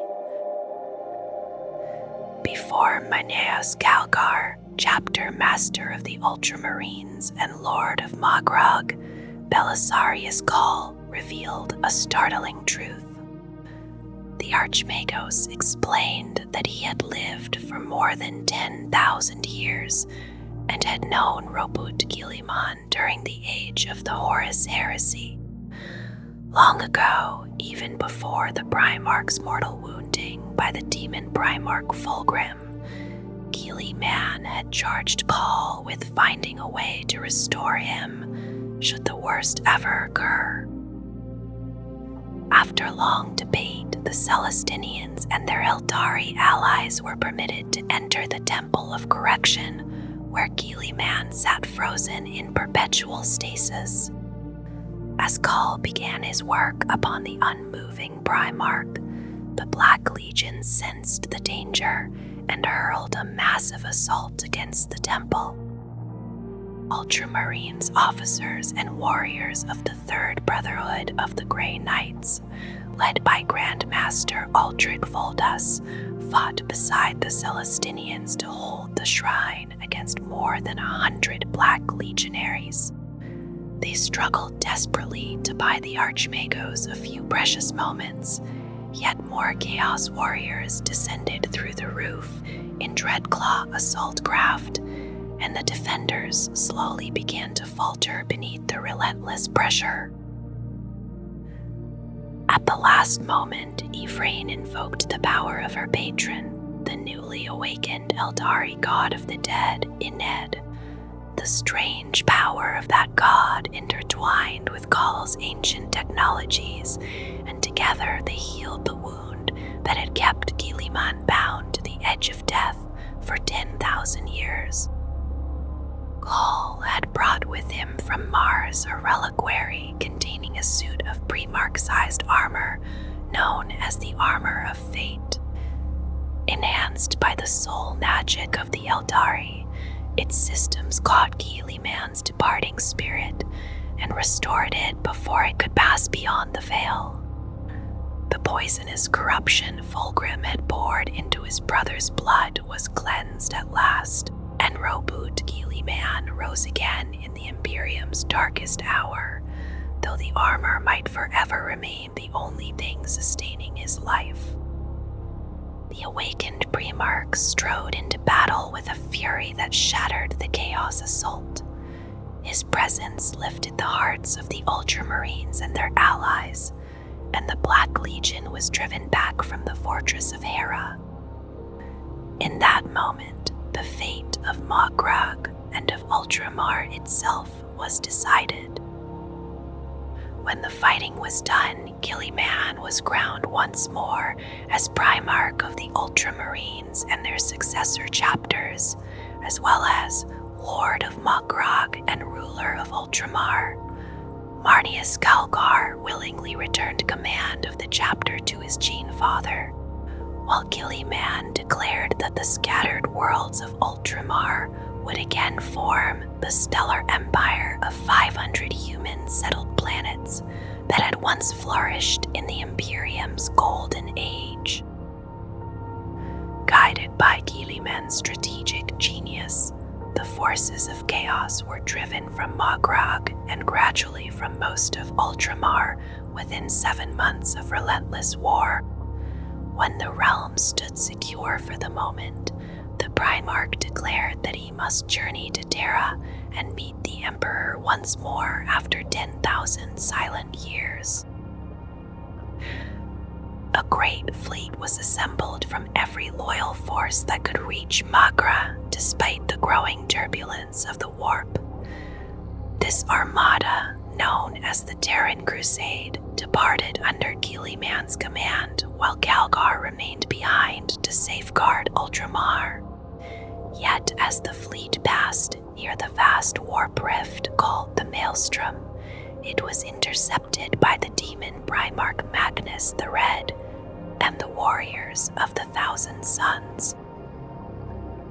Magnus had already risen from the planet of the sorcerers to strike at his ancient enemies in the Fenris system and restore his demon world beside the lost planet Prospero. Now he turned his attention to his resurrected brother. With a terrible sorceress ritual, Magnus hurled the Terran Crusade fleet into the twisting depths of the maelstrom, leaving them seemingly trapped within that wound in reality. Within the warp, time itself became uncertain.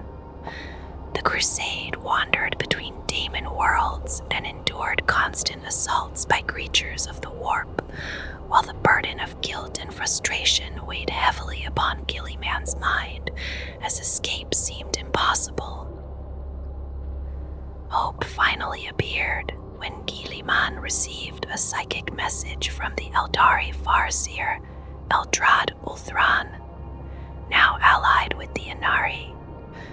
The Farseer described a path through the madness of the rift and guided the Imperial fleet toward a distant starship graveyard that marked the way back to real space.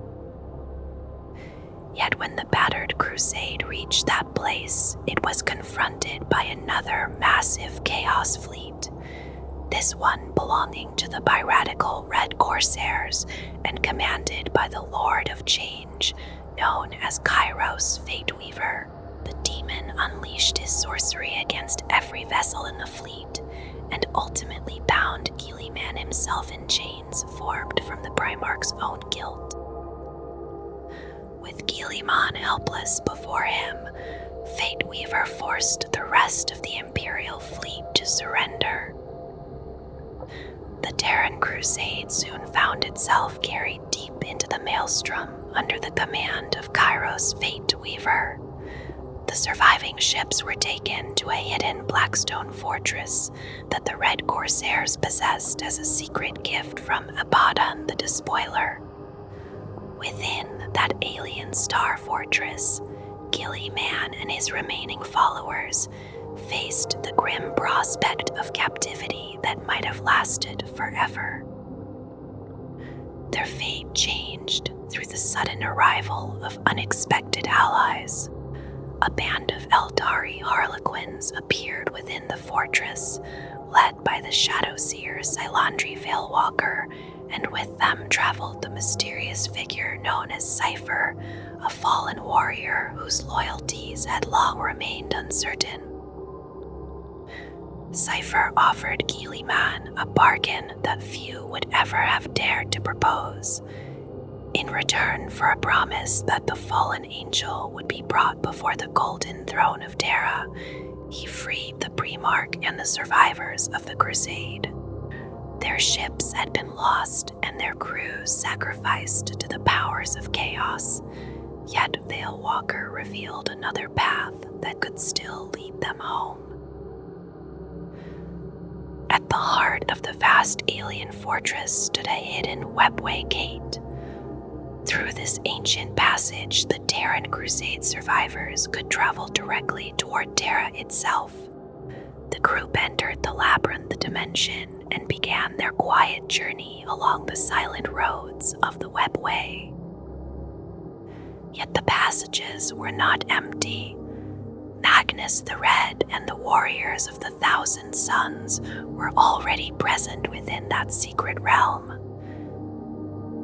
Veilwalker explained that a concealed webway exit had long existed upon Luna, the moon of Terra, and Guilliman quickly understood the danger.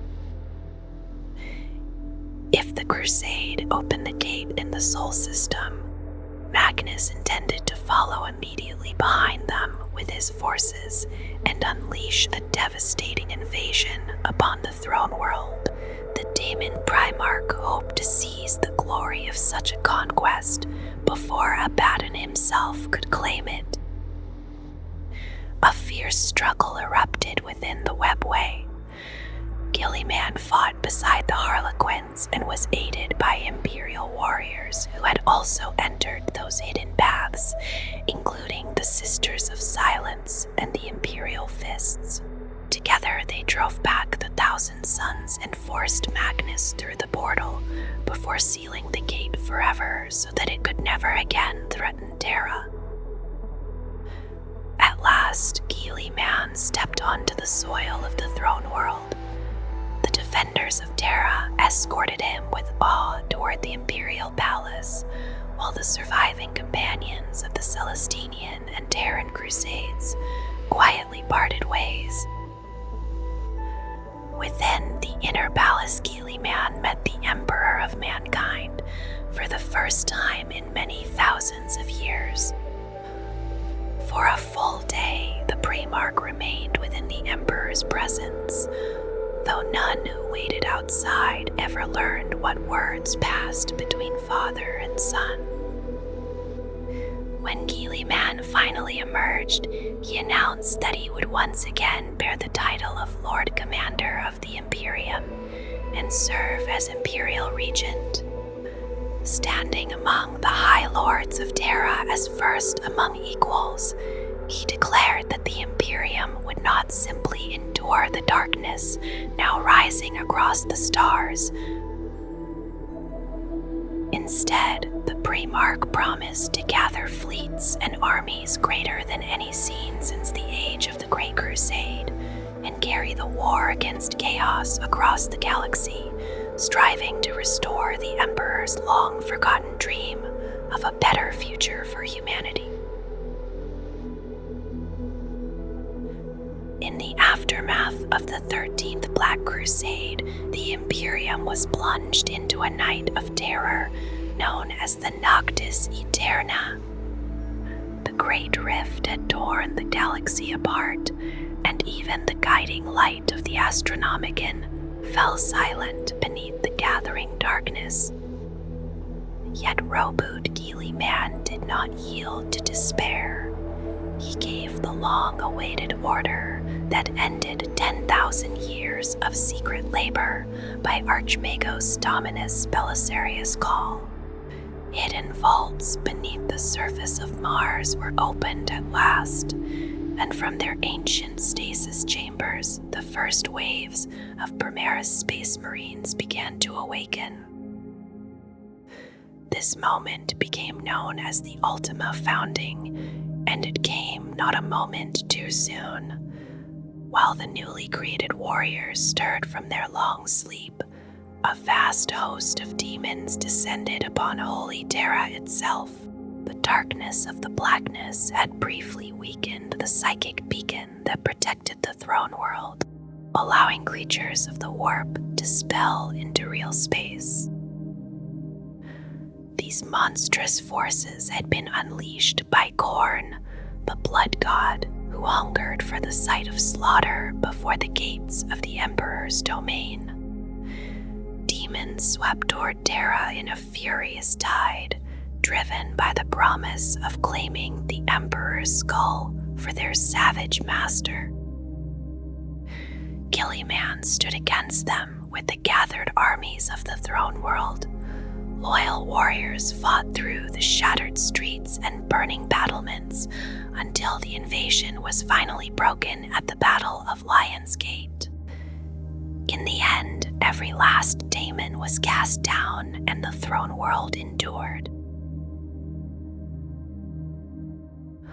While Guilliman prepared the vast undertaking that would become the Indomitus Crusade near the closing years of the 41st millennium, the Great Rift tore open across the galaxy. The sudden catastrophe left Ultramar exposed, and the Primarch feared for the safety of his home realm. To guard those worlds, he dispatched much of the Ultramarines task force that had accompanied him during the Terran Crusade. Alongside the veteran warriors traveled the first Primaris Ultramarines released from Belisarius Call's hidden vaults. The small armada that carried them was commanded by Captain Cato Sicarius and became known as Fleet Avenger. As the ships moved through the warp, they encountered storms of a scale not witnessed since the ancient age of strife. The violence of the warp scattered the fleet and battered many of its vessels. Sicarius ordered every surviving ship to attempt its own passage back to Macragge, fearing that the growing interference might prevent many from even receiving the message. His own strike cruiser, the Emperor's Will, remained within the warp when the Astronomicon suddenly dimmed and then vanished entirely, marking the beginning of the Noctis Eterna. Amid the surging tides of psychic energy that washed across the galaxy, one final transmission reached the fleet. The astropathic signal from the Emperor's will carried distorted images of terror, and only a single sentence could be understood clearly. The message simply reported that the hull had been breached and that something had already entered the vessel. Roughly half of Fleet Avenger eventually returned to Ultramar with the precious Primaris warriors they carried. Of the Emperor's will and of Captain Sicarius, there was no further sign. In his absence, command of the Ultramarines' second company passed to Captain Savasta Sakaran. Near the closing years of the 41st millennium, the Imperium stood shattered. The Great Rift, known in High Gothic as the Cicatrix Maledictum, had torn the galaxy into two separate halves. Across its vast span, a boiling storm of warp energy hurled demonic armies into real space in numbers never before imagined. Time itself seemed distorted within the chaos, and attempts to follow the sequence of battles across the stars often became an impossible task. Warp travel grew more dangerous than it had been since the distant age of strife, leaving countless Imperial worlds isolated and forced to defend themselves without aid. Beyond the rift, the situation became even worse within the region called the Imperium Nihilus, where the light of the Astronomicon flickered only faintly across the darkness. Yet even as the Imperium staggered beneath these blows, the Ultramarines did not abandon their ancient duty to defend the Emperor's realm. Many Imperial commanders chose to strike outward rather than hide behind failing defenses. Crusading fleets launched into the void with determination, though most vanished into the nightmarish storms that engulfed the galaxy. Among all these efforts, one undertaking rose above the rest. The Indomitus Crusade began from Terra under the leadership of Roboute Guilliman, echoing the great campaigns of the Imperium's earliest age. At the forefront of the crusade marched the newly created Primaris Space Marines, fighting beneath the Primarchs' banner beside the Adeptus Custodes, the Adeptus Sororitas, the Sisters of Silence, and vast formations of the Astra Militarum and the Navis Imperialis. These crusade fleets carried more than warriors. They also transported the technologies and the Magos Biologus adepts needed to help the scattered chapters of the Adeptus Astartes create their own Primaris battle brothers as the war continued. Guilliman himself commanded one of the many crusade fleets, known as Fleet Primus. Often at his side traveled the immense Archmechanicus flagship Sarquacidor, belonging to Belisarius Gaul, whose cavernous holds sheltered thousands of sleeping Primaris warriors awaiting their call to battle. The Indomitus Crusade spread outward through the Segmentum Solar and then toward the distant edges of several other segmentums. The fleets advanced in short and dangerous warp jumps, slowly pushing into war-torn space while Ultramarines and their Successor Chapters fought across countless distant battlefields against every enemy that threatened humanity. A prophetic vision guided Marnus Calgar to the fortress world of Vigilus. The planet stood at the mouth of the Nakmund Gauntlet, one of the few stable passages through the raging storms of the Great Rift between the Imperium Sanctus and the Imperium Nihilus. Chief Librarian Varro Degurius had foreseen terrible consequences should this vital world fall. When the chapter's greatest psyker spoke of the future, his warnings were never taken lightly. Dalgar was already traveling toward the world of Finantis when Degurius reached him through an astrally projected vision and delivered the dire message. Without hesitation, the chapter master gathered a strong strike force of Ultramarines and redirected his fleet toward Vigilus. The journey itself demanded a tremendous effort from the Librarians.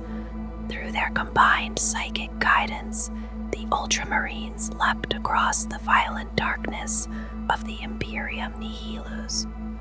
The strain proved fatal for several of the psychers who guided the fleet, yet their sacrifice ensured that the warriors arrived at Vigilus in time.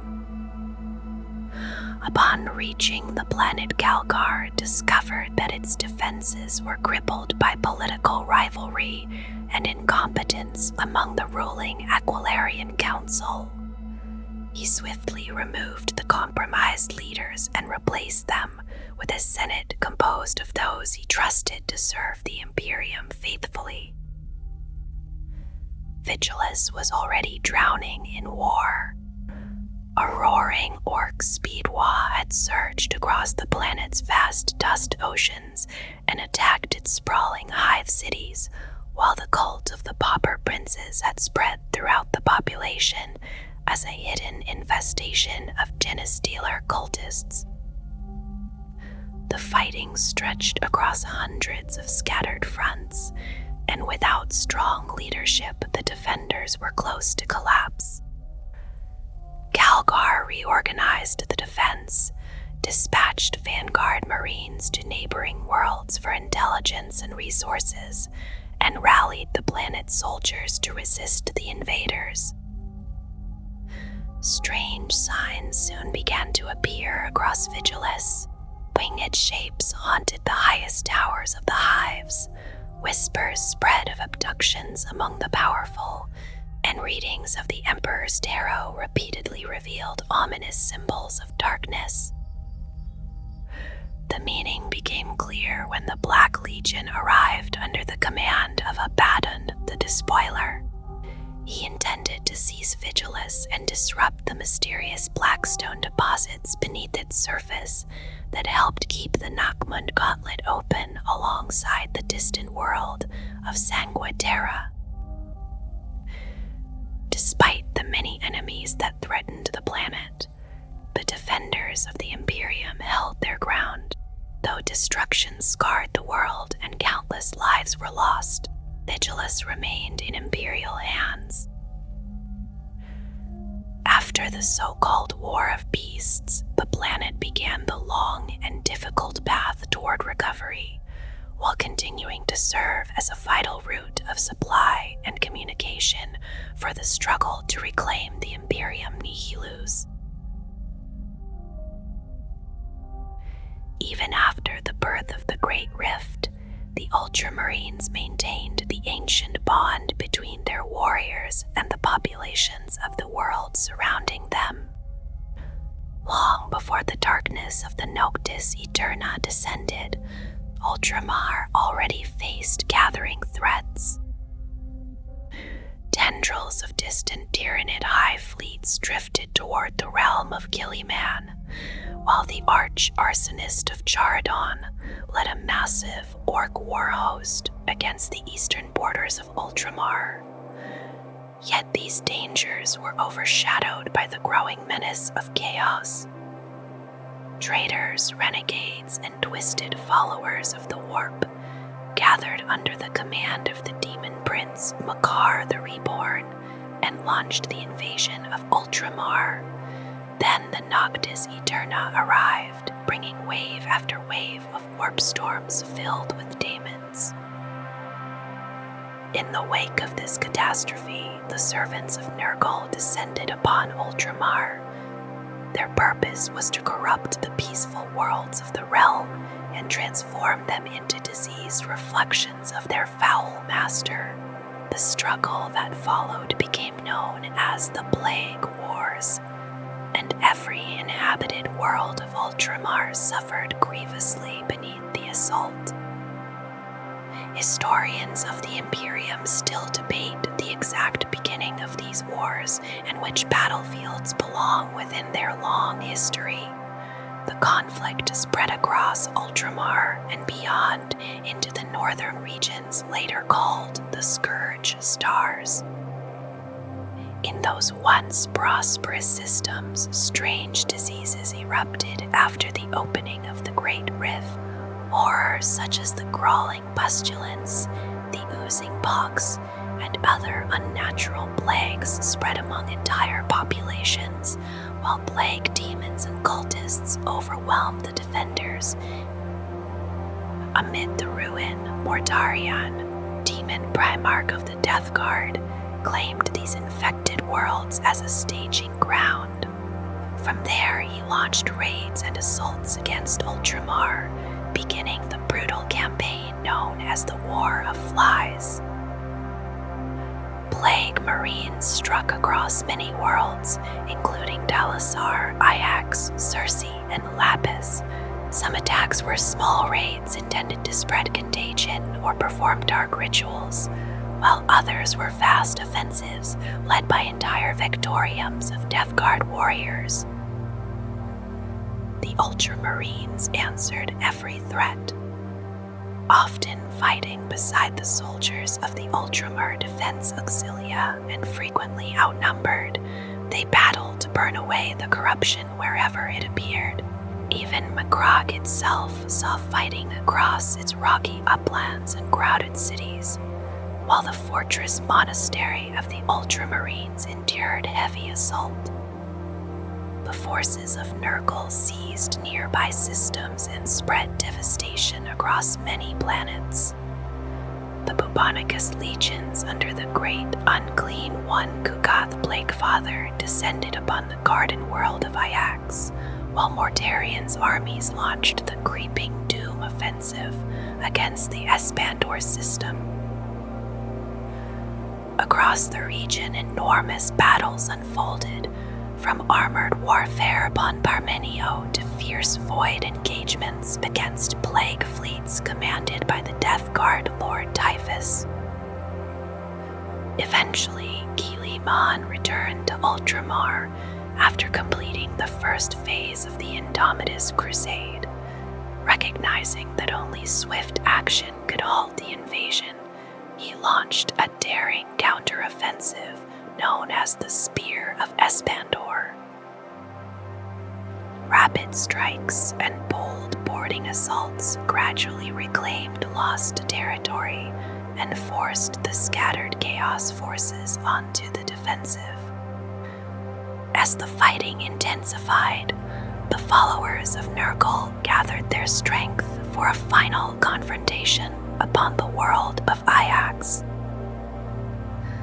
There, the armies of the Imperium fought the invaders to a standstill. Guilliman countered every stratagem until the Chaos forces were finally forced to withdraw back toward the Scourge Stars, covering their retreat with the devastation of a virus bomb dropped upon the planet.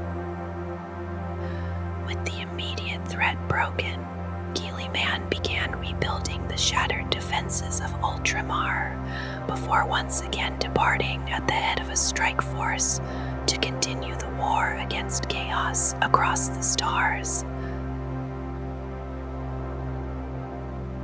When the warriors of the Ultramarines stand together in still ranks, their armor and war machines carry the calm, steady tone of ultramarine blue, a color that settles over their presence like the deep sky above distant worlds.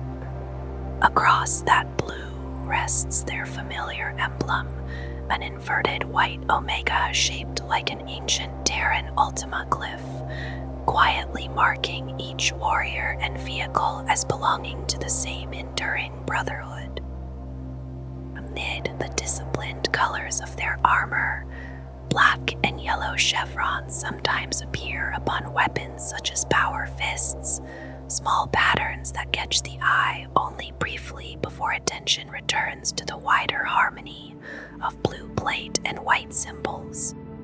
The double-headed aquila is also woven into their iconography, appearing on armor and vehicles alike, and when it is displayed by officers or elite squads, the symbol is usually edged with a trim of gold that reflects their elevated station. The trim of a warrior's shoulder plate carries a quiet signal of company affiliation, a detail that changes from brother to brother, according to the guidance of the Codex Astartes. Those who belong to the first company bear white trim upon their armor, while warriors of the second company display gold, each color speaking softly of order and structure within the chapter. On the right pauldron rests the symbol of a squad's battlefield role, marking whether the warriors move as battle line forces, close support, fire support, veterans, or members of command. Centered within that mark appears the squad number written in High Gothic, the characters resting calmly within the symbol that defines their purpose. Helm colors shift gently as rank and experience change, giving subtle visual cues across the quiet discipline of the chapter. Sergeants wear red helms, marked by a white skull at the center, while veterans are recognized by the clean presence of a white helm that sets them apart among their brothers. When a veteran also carries the burden of sergeant rank, the helm remains red, but gains a white stripe and the same white skull placed at its center. Lieutenants are marked by a stripe of white and red across the helm, with the skull still present, and captains are recognized by a blue helm that bears the white skull in a place of honor. Among the specialized roles within the chapter, the apothecaries still wear the familiar blue armor of their brethren, yet their gauntlets, pauldrons, and backpacks are painted white so that their presence is unmistakable when tending the wounded. Some choose instead to wear white armor entirely, though even then a single blue shoulder plate with white trim remains as a quiet reminder of their bond to the chapter. Librarians who walk the difficult path of psychic mastery carry their own subtle sign upon the helm. When they are not enclosed by a psychic hood, a white vertical stripe is painted down the center, leaving the face open and marking their role among the Ultramarines with calm, deliberate clarity.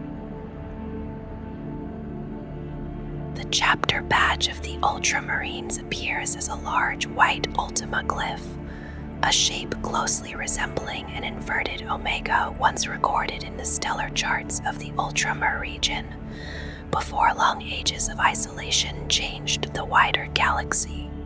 Its simple form rests clearly upon armor and banners, instantly recognizable among the many symbols carried by the warriors of the Imperium. The emblem became truly bound to the Legion after the reunion with their Primarch upon Macragge, when Roboute Guilliman assumed command of the 13th Legion and guided it into a new era. From that moment, the ancient Legion carried the glyph as its own mark, allowing the symbol to stand for both the warriors themselves and the domain that grew around them. Over time, the white Ultima became more than a badge worn upon armor, quietly sealing the Ultramarines to the realm of Ultramar they helped to shape and defend. The same symbol also came to represent the many successor forces known as the Shield Chapters of Ultramar, whose loyalty and identity remained tied to the same enduring mark. In the long memory of the Imperium, there remains a region of space where the bond between the warriors of the Adeptus Astartes and the ordinary people of their worlds has never truly faded. Around the cold world of Macragge lies Ultramar, a realm shaped long ago during the Great Crusade when nearby planets supplied recruits, resources, and ships to the Ultramarines Legion. Even after the great reorganization that followed the Horus Heresy, when the vast legions were divided into smaller chapters, the connection endured quietly across the surrounding systems. The Ultramarines no longer draw their warriors from a single world alone, but from many worlds scattered through the space surrounding Macragge, and together these worlds form the realm known as Ultramar. This region stands apart from most other domains held by Space Marine chapters, where many chapters rule only a single fortress world, or perhaps a wandering fleet. The Ultramarines preside over a wide and carefully ordered expanse of star systems. Long before the heresy, it was spoken of as the 500 worlds of Ultramar, a vast constellation of worlds divided into fiefdoms under the watchful authority of Roboute Guilliman. Within those ancient divisions, each region was guided by a tetrarch, a captain or chapter master, chosen personally by Guilliman. These leaders governed their territories while appointing military governors, champions of the Emperor, and trusted honor guards who ensured that each domain remained secure and prosperous. When the legions were broken into chapters, the 500 worlds were no longer bound together in the same way. Many gained autonomy, and some became the home territories of successor chapters descended from the Ultramarines. Yet the Ultramarines themselves retained the heart of the realm, a cluster of star systems whose governments remain loyal to Macragge and to the chapter that protects them. Across these worlds, the culture still echoes that of Macragge. Cities rise in similar forms. Traditions of governance follow familiar patterns, and the people share a sense of belonging to the same quiet inheritance that has endured for millennia. Life in Ultramar carries a rare stability by the standards of the Imperium. Citizens live in wide cities surrounded by fertile farmland and open seas rich with fish, and each world sustains itself with food and raw materials drawn from its own lands. Trade flows easily between planets, and every world is known for certain specialties that its neighbors welcome. Despite being primarily industrial societies, these worlds do not resemble the poisoned wastelands found elsewhere across the human galaxy. The ecosystems remain balanced, and the landscapes are not consumed by endless pollution or toxic ruin. Because of this quiet prosperity, many planetary rulers elsewhere in the Imperium regard Ultramar with open envy. The worlds of Ultramar form a feudal domain that exists within the greater Imperium of Man, yet they do not pay the usual imperial tithes. Instead, their wealth and labor support the Ultramarines chapter directly, and the rulers of each world serve as feudal lords beneath the authority of the chapter master, who bears the title Lord of Ultramar. Each world also raises regiments for its own defense, much as countless worlds do throughout the Imperium. Yet Ultramar's strength and prosperity allow it to maintain hundreds of regiments, ready to fight alongside the Astra Militarum when war calls them away from their home systems. These soldiers have marched across distant battlefields beside the Ultramarines themselves, carrying the reputation of their worlds into wars that are fought far beyond the borders of their home sector. At the same time, the worlds of Ultramar continue to offer young recruits to the chapter, and throughout many cities, statues stand in quiet public squares, honoring Ultramarines who once walked those same streets as ordinary sons of local families.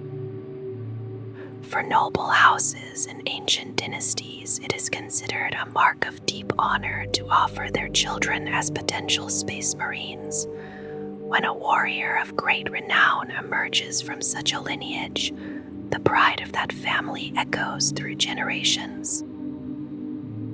At the center of this realm stands Macragge, a world of cold stone and harsh landscapes where towering mountains dominate most of the land. Much of its surface is barren upland, nearly devoid of life, though it can still sustain human settlements along its more temperate regions. High among the mountains rises the fortress of Hera, the immense fortress monastery of the Ultramarines, built upon a craggy peak surrounded by natural barriers of rock and ice. Within those walls once stood the Temple of Corrections, and there the body of Roboute Guilliman rested for 10,000 years upon an ornate marble throne, preserved in a field of stasis that held time itself at bay. Pilgrims traveled across the galaxy to stand before the silent Primarch, whose still form became one of the most sacred sights within the Imperium.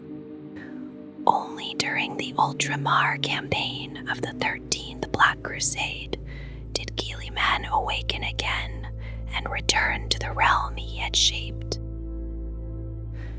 After his return during the Plague Wars, Guilliman restored the ancient office of the Tetrarchs and began the slow work of rebuilding Ultraman toward its former reach of 500 worlds, believing that reducing its size long ago had been a grave mistake. Ultramar lies along the galactic southeast, near the distant rim, where the borders of human space brush against other powers and lingering threats. The craft world Iandinus appeared within the region more than once. The expanding empire of the Tau draws nearer from neighboring space, and twice the worlds of Ultramar have stood in the path of ravenous Tyranid high fleets.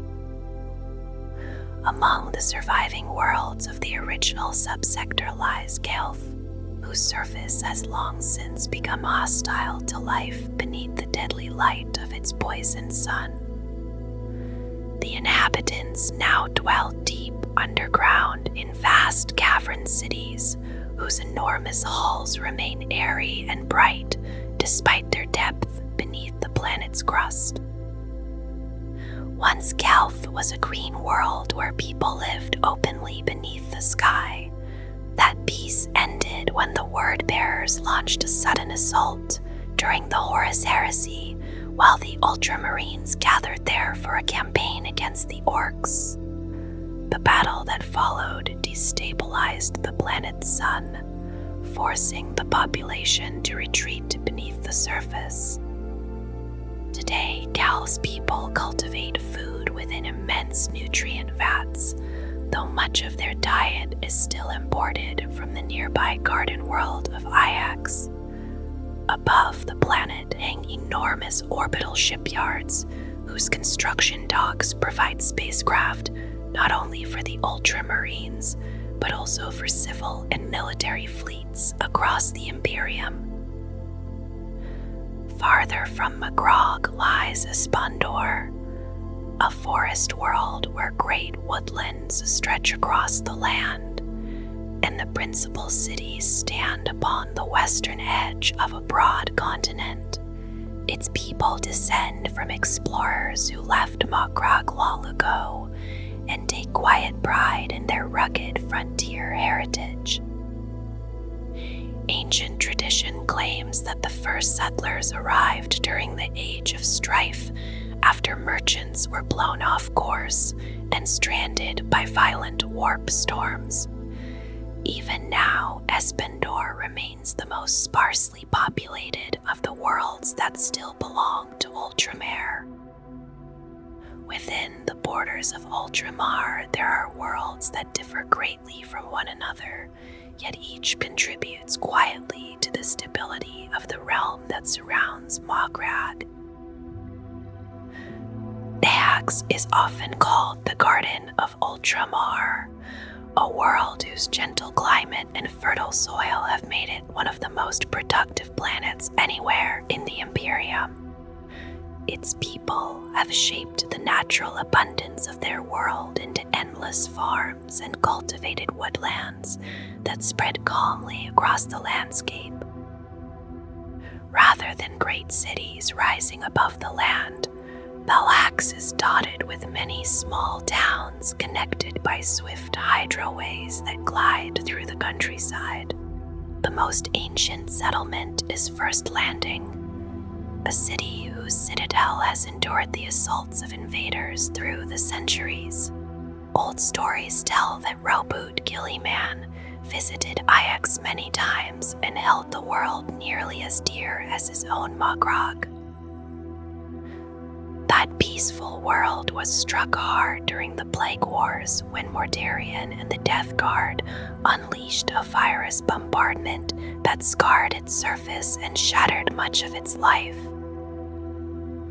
Konor stands apart from the other worlds as a forge world of the Adeptus Mechanicus, filled with manufactoria and engines of industry. Though its culture remains closely linked with Ultramar, its allegiance is sworn to the Fabricator General of Mars rather than to the Lord of Ultramar. Even so, the Ultramarines often defend Konor, and the machines and weapons forged there are produced largely for the chapter's use. Parmenio serves a quieter purpose within the realm, functioning as a training world where the neophytes of the Ultramarines refine their tactical judgment and learn the discipline expected of warriors of the chapter. Brandium once flourished as one of the most beautiful worlds within Ultramar. Settlers from Macragge built a thriving colony there after the Horus Heresy, and the mild climate together with a fertile landscape allowed its people to prosper. The planet became a jewel of the region, filled with life and rich with native creatures that moved through forests and open lands. All of that ended when Hive Fleet Behemoth descended during the First Tyrannic War. The attack stripped the planet down to bare bedrock, and the violence of the invasion hurled its atmosphere into space, leaving behind only a lifeless shell where a vibrant world had once existed. Talassa Prime holds a very different role within the Imperium. It is an Inquisition fortress world, and also houses a major watch fortress of the Deathwatch, standing as a vigilant outpost within the Ultramar region. Far across storm-driven seas lies Talassar, an ocean world where rocky islands rise between powerful tides and violent weather. A single continent upon this restless planet is known as Glodor, and there the Ultramarines once fought a major battle against invading orcs, shortly after the Horus Heresy ended. Not far away orbit 3 smaller planets that share a delicate gravitational dance around a common center. These are Quintarn, Tarentus, and Masali, often called the Triple Worlds. Their surfaces are devoted to agriculture and vast horticultural cities spread across the land, gathering water from the winds through towering traps and storing it within deep reservoirs below the surface. Enormous domes shelter forests and gardens that flourish beneath controlled climates, creating green landscapes as lush and ordered as any found elsewhere in Ultramar.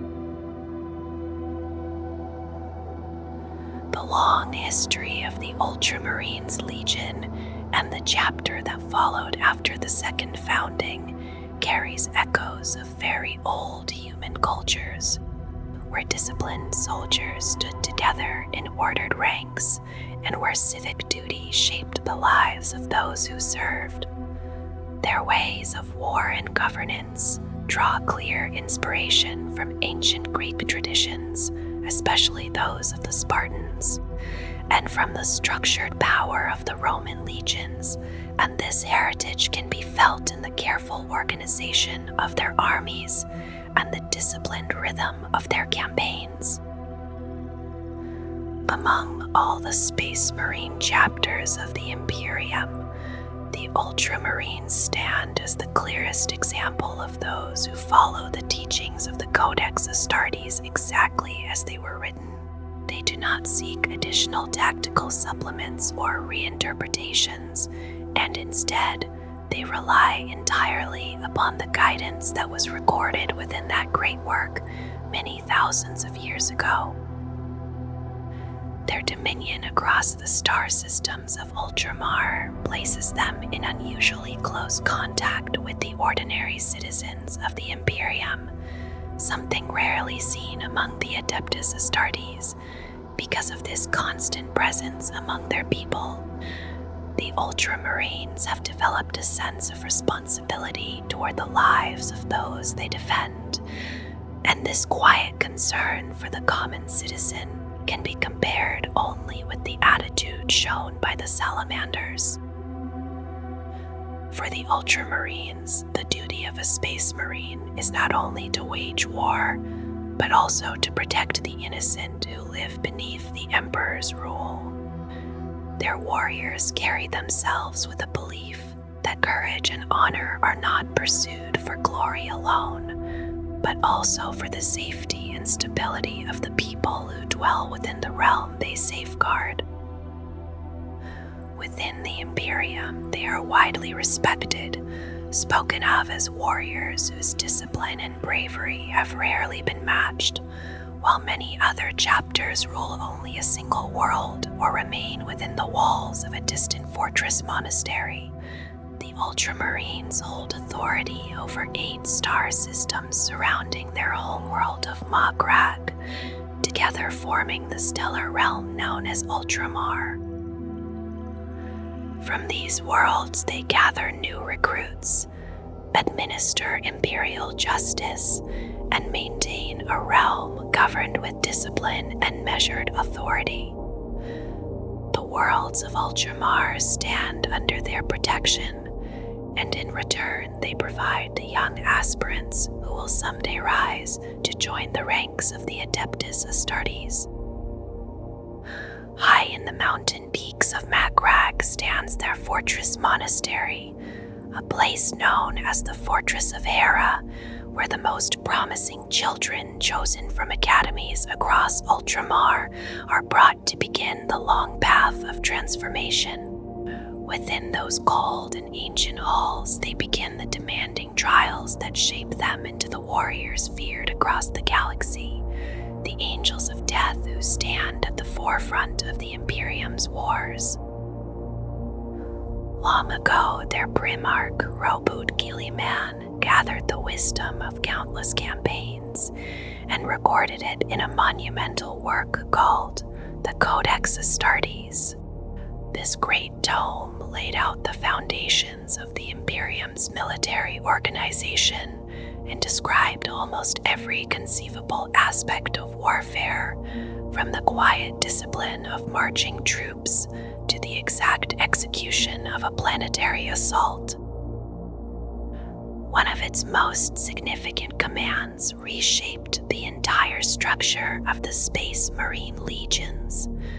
Guilliman decreed that the immense legions of the first founding should be divided into smaller chapters, each organized into 10 companies and each containing roughly 1,000 warriors, ensuring that no single commander would again wield the overwhelming power of a full legion. Since those distant days, the Ultramarines have followed the words of their Primarch with unwavering loyalty, holding to the same organization and doctrines that guided their ancestors 10,000 years before. Across Ultramar, these beliefs have also shaped the lives of the citizens themselves, and within that realm, the ideals of order, discipline, and stability have endured for millennia, creating a region often spoken of as the closest thing to a human utopia in a galaxy defined by endless war. For 10,000 standard years, the Ultramarines have conducted their wars according to the teachings recorded in the Codex Astartes, the great work left behind by their Primarch Roboute Guilliman. Within the chapter, these teachings are not treated as flexible advice or strategic suggestion, but as sacred guidance that has proven its worth across uncounted battlefields. To the Ultramarines, the Codex represents a flawless expression of Guilliman's military genius, a work whose wisdom has been sanctified through long centuries of loyalty and victory. Because of this belief, they do not reinterpret its lessons or adjust its principles to suit passing circumstances, and the idea of altering its guidance is regarded with deep unease. Deviation from the Codex is seen not merely as poor judgment, but as something approaching blasphemy, a rejection of the disciplined path that has guided the chapter since the age of the Primarchs. For the Ultramarines, there is no reason to abandon or weaken a doctrine that has preserved their strength and unity for so many generations.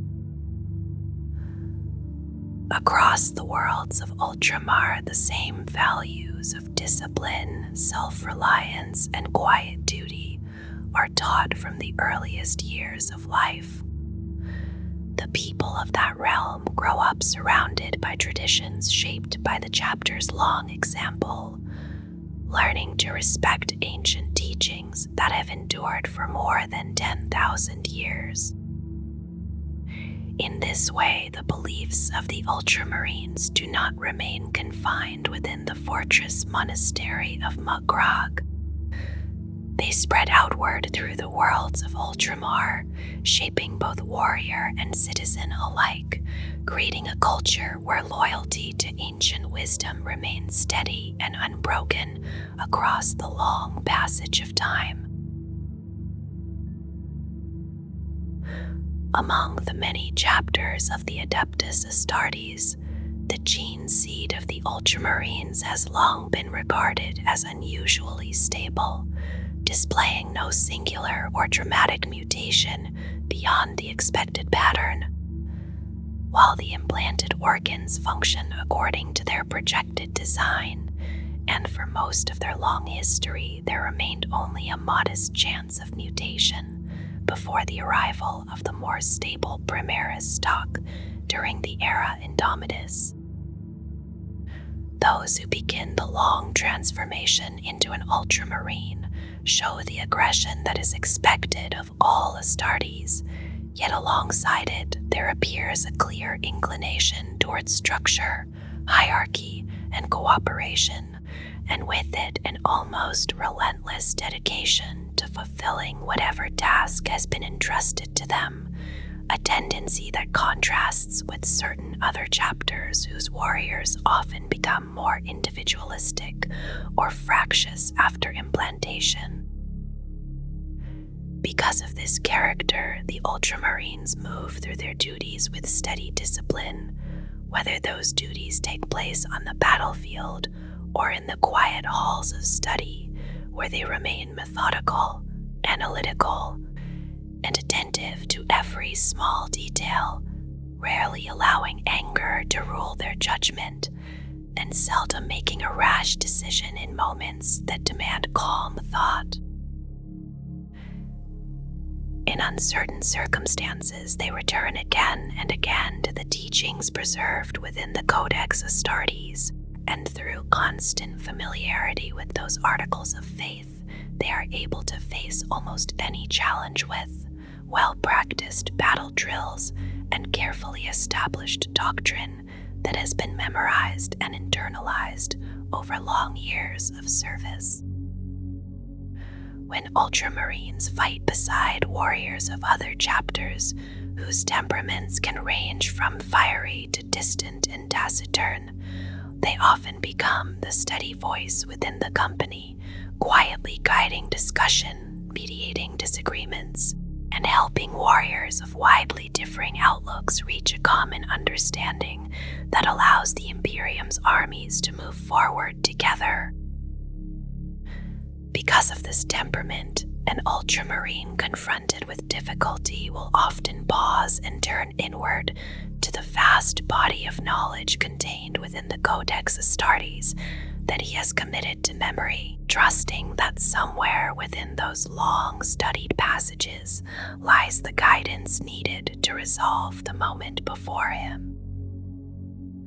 During the era Indomitus, the chapter Master Marnius Calgar chose to undergo a transformation that few firstborn Space Marines had yet attempted, volunteering to endure the painful and perilous process required to cross the Rubicon Primaris and rise again as one of the newly created Primaris Space Marines.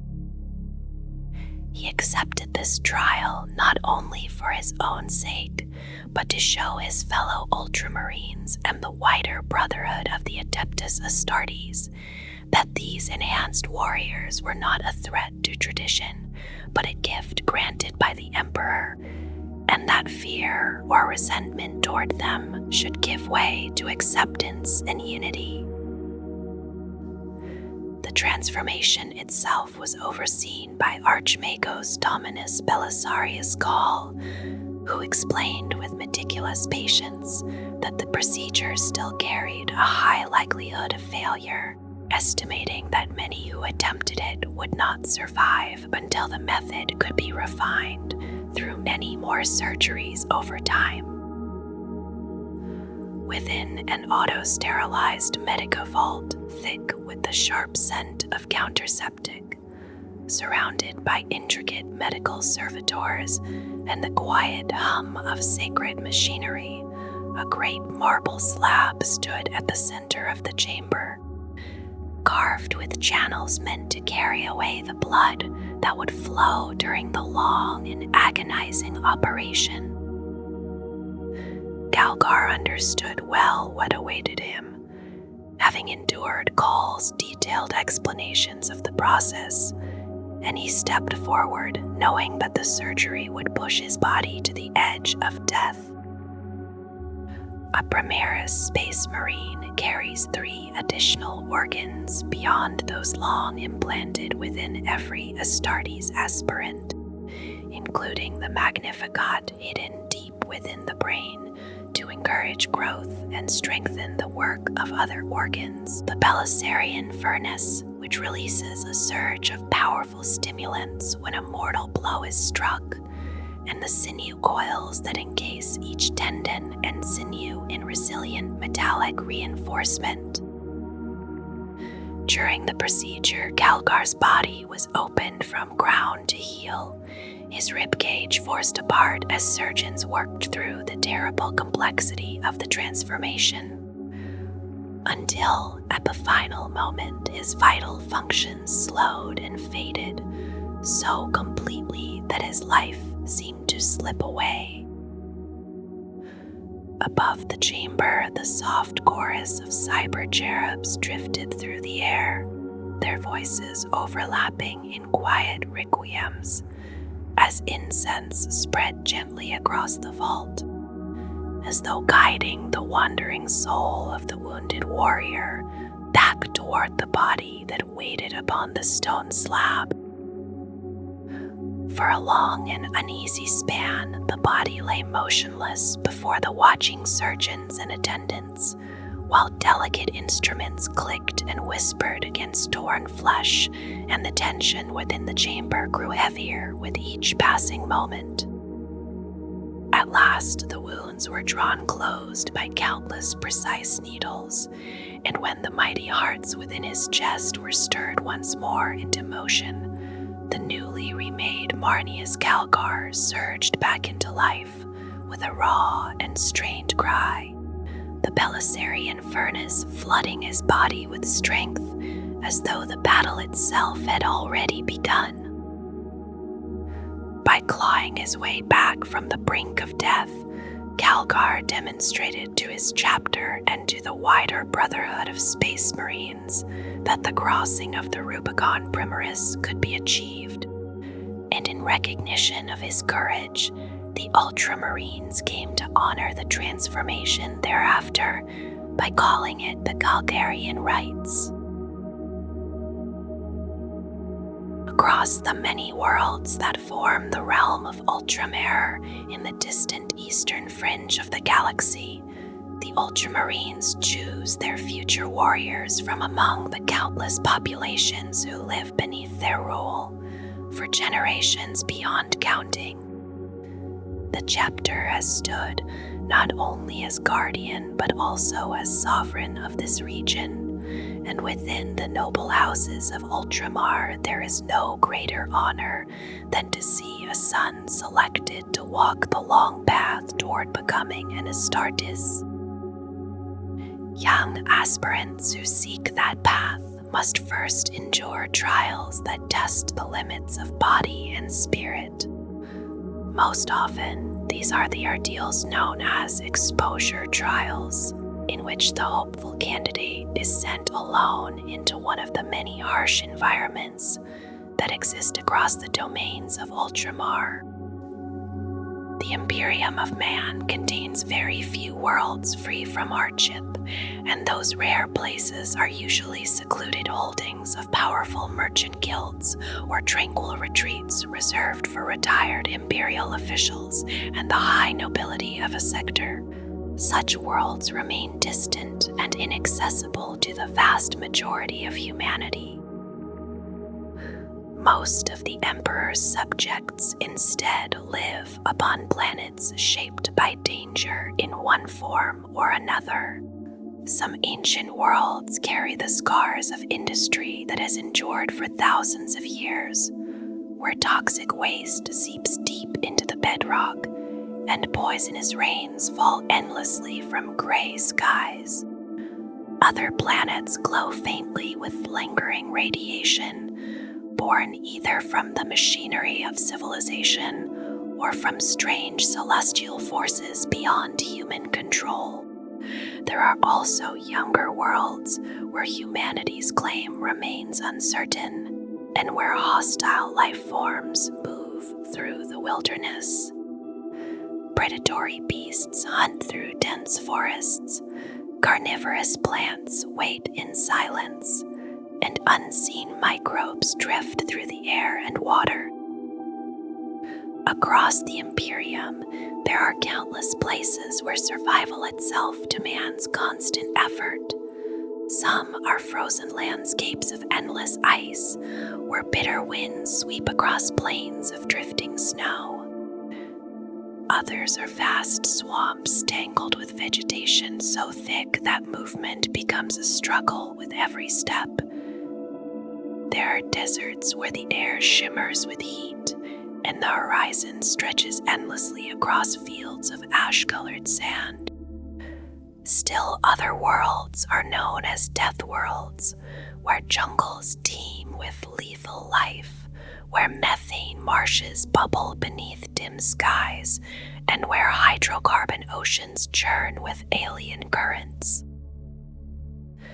During an exposure trial, the aspirant is sent into such a place and left to endure its dangers alone. he carries only the most basic tools of survival, stripped of the protection and guidance he once knew. If the young aspirant was born within that harsh environment, he may understand its rhythms and dangers, yet even then he must face them without the support of his community. On many death worlds, survival depends upon constant cooperation, where no one ever strays beyond the sight of others. When an aspirant is sent into such a wilderness alone, he must confront every threat with only his own strength and resolve. In frozen wastes, the trial may demand a long journey across empty plains, where hundreds of kilometers of snow and ice separate the beginning from the end.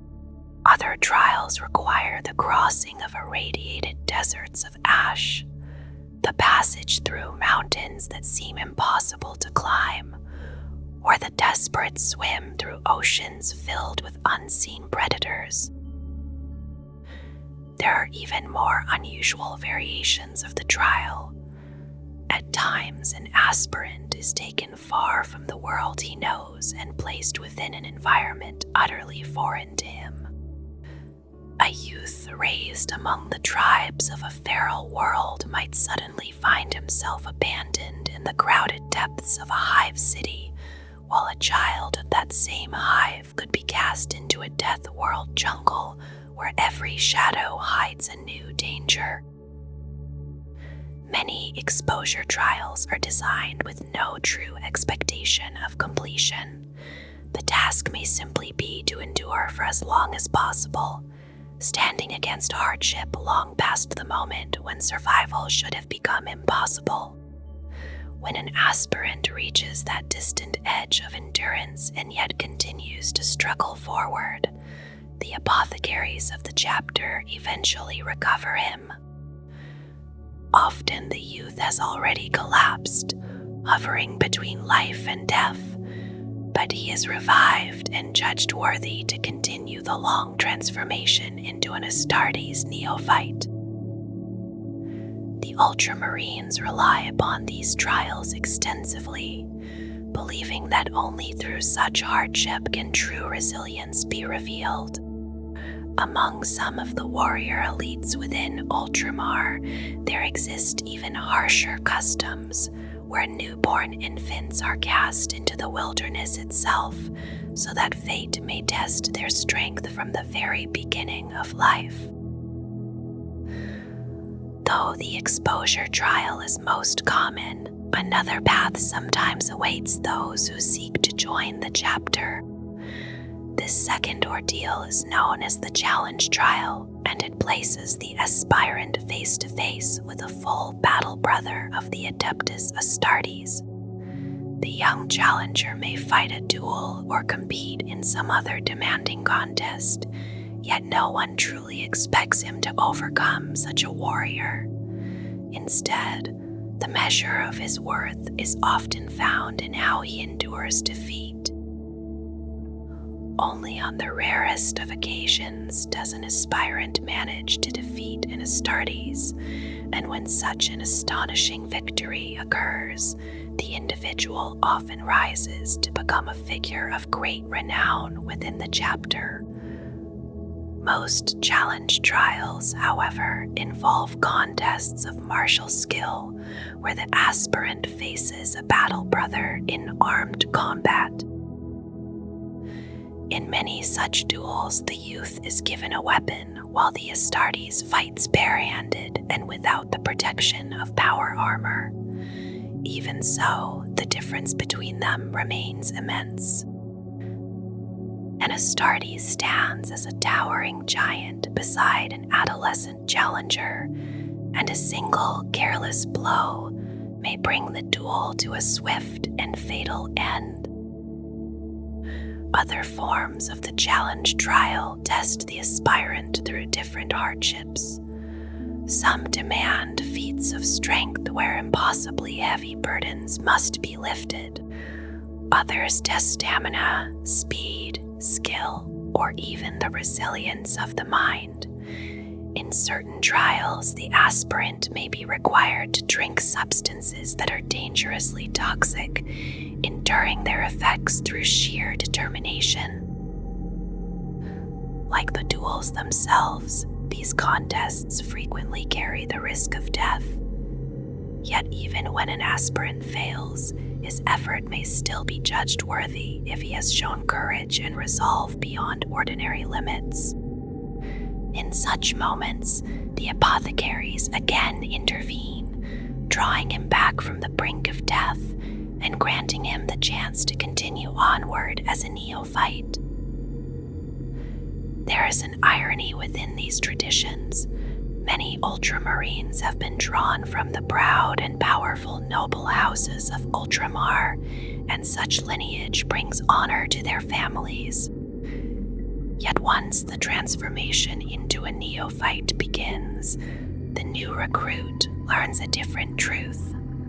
Within the ranks of the Ultramarines, birth and status hold no weight.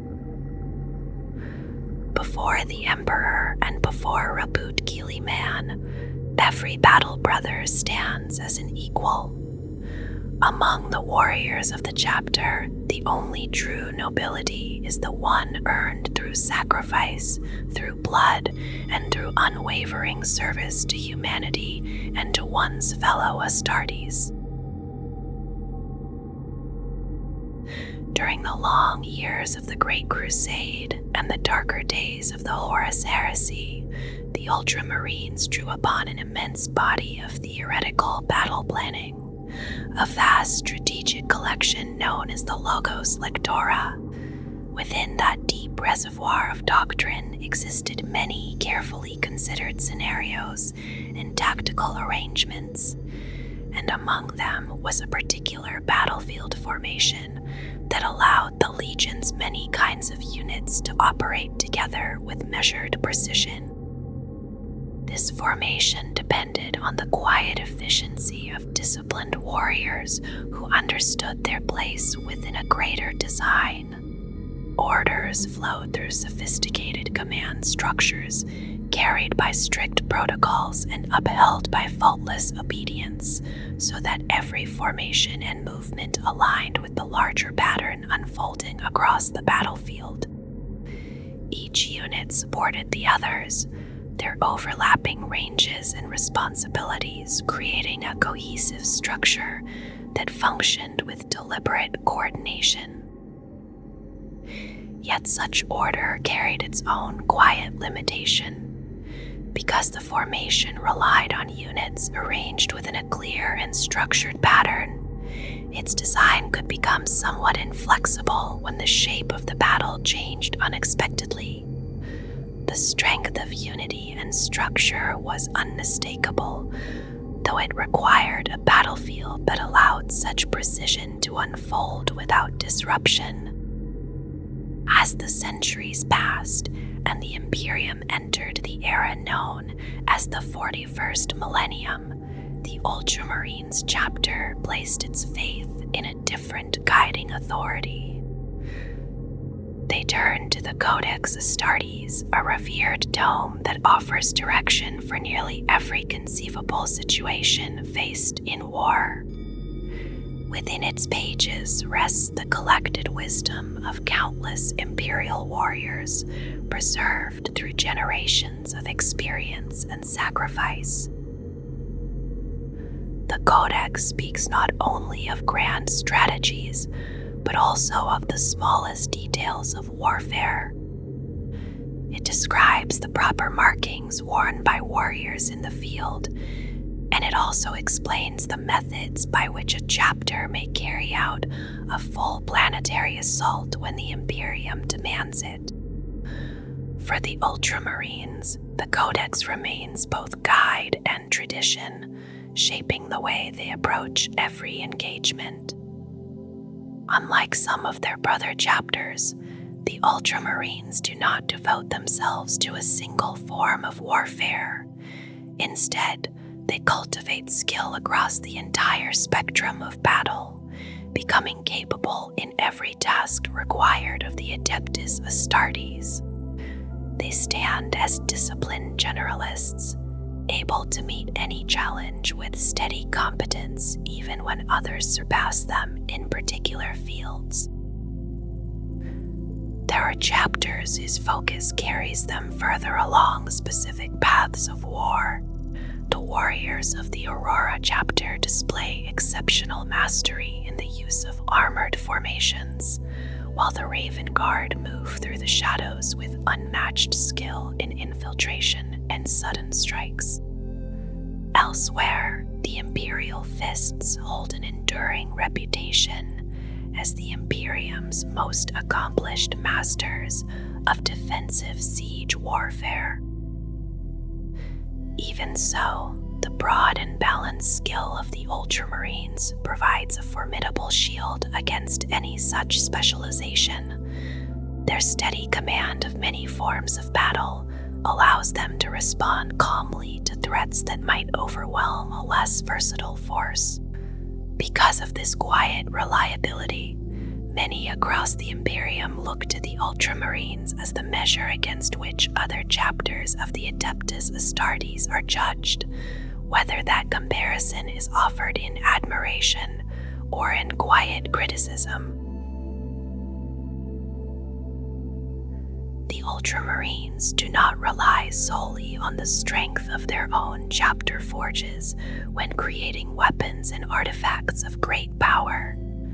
Across the many worlds of Ultramar, loyal vassal planets maintain their own forges and manufactorums, and through their craft, the chapter gains tools worthy of its long history. To carry one of these relics into battle is considered a rare honor, and those who bear them are expected to embody the highest ideals of the Adeptus Astartes, striving always to be living examples of discipline, courage, and duty. Among the most sacred of these artifacts is the Banner of Macragge, an ancient battle standard carried through countless wars and preserved across many thousands of years.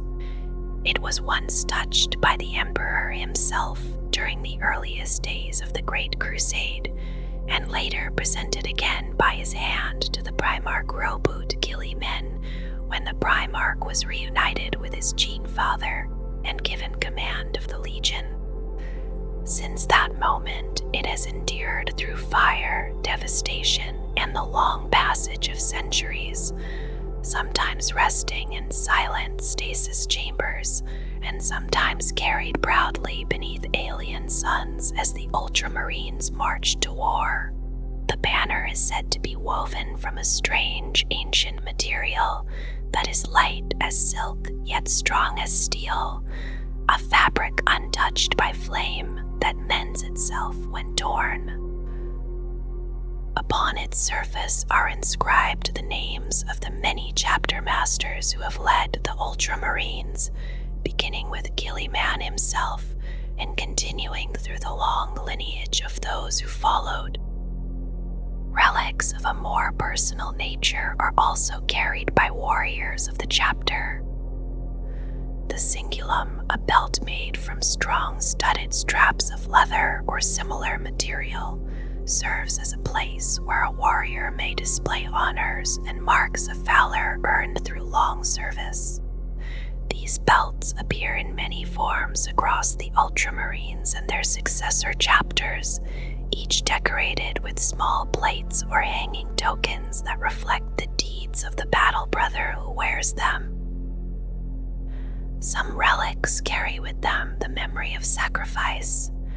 When the Ultramarines lost their first company during the defense of Macragge against the onslaught of Hive Fleet Behemoth, the loss struck deeply within the chapter.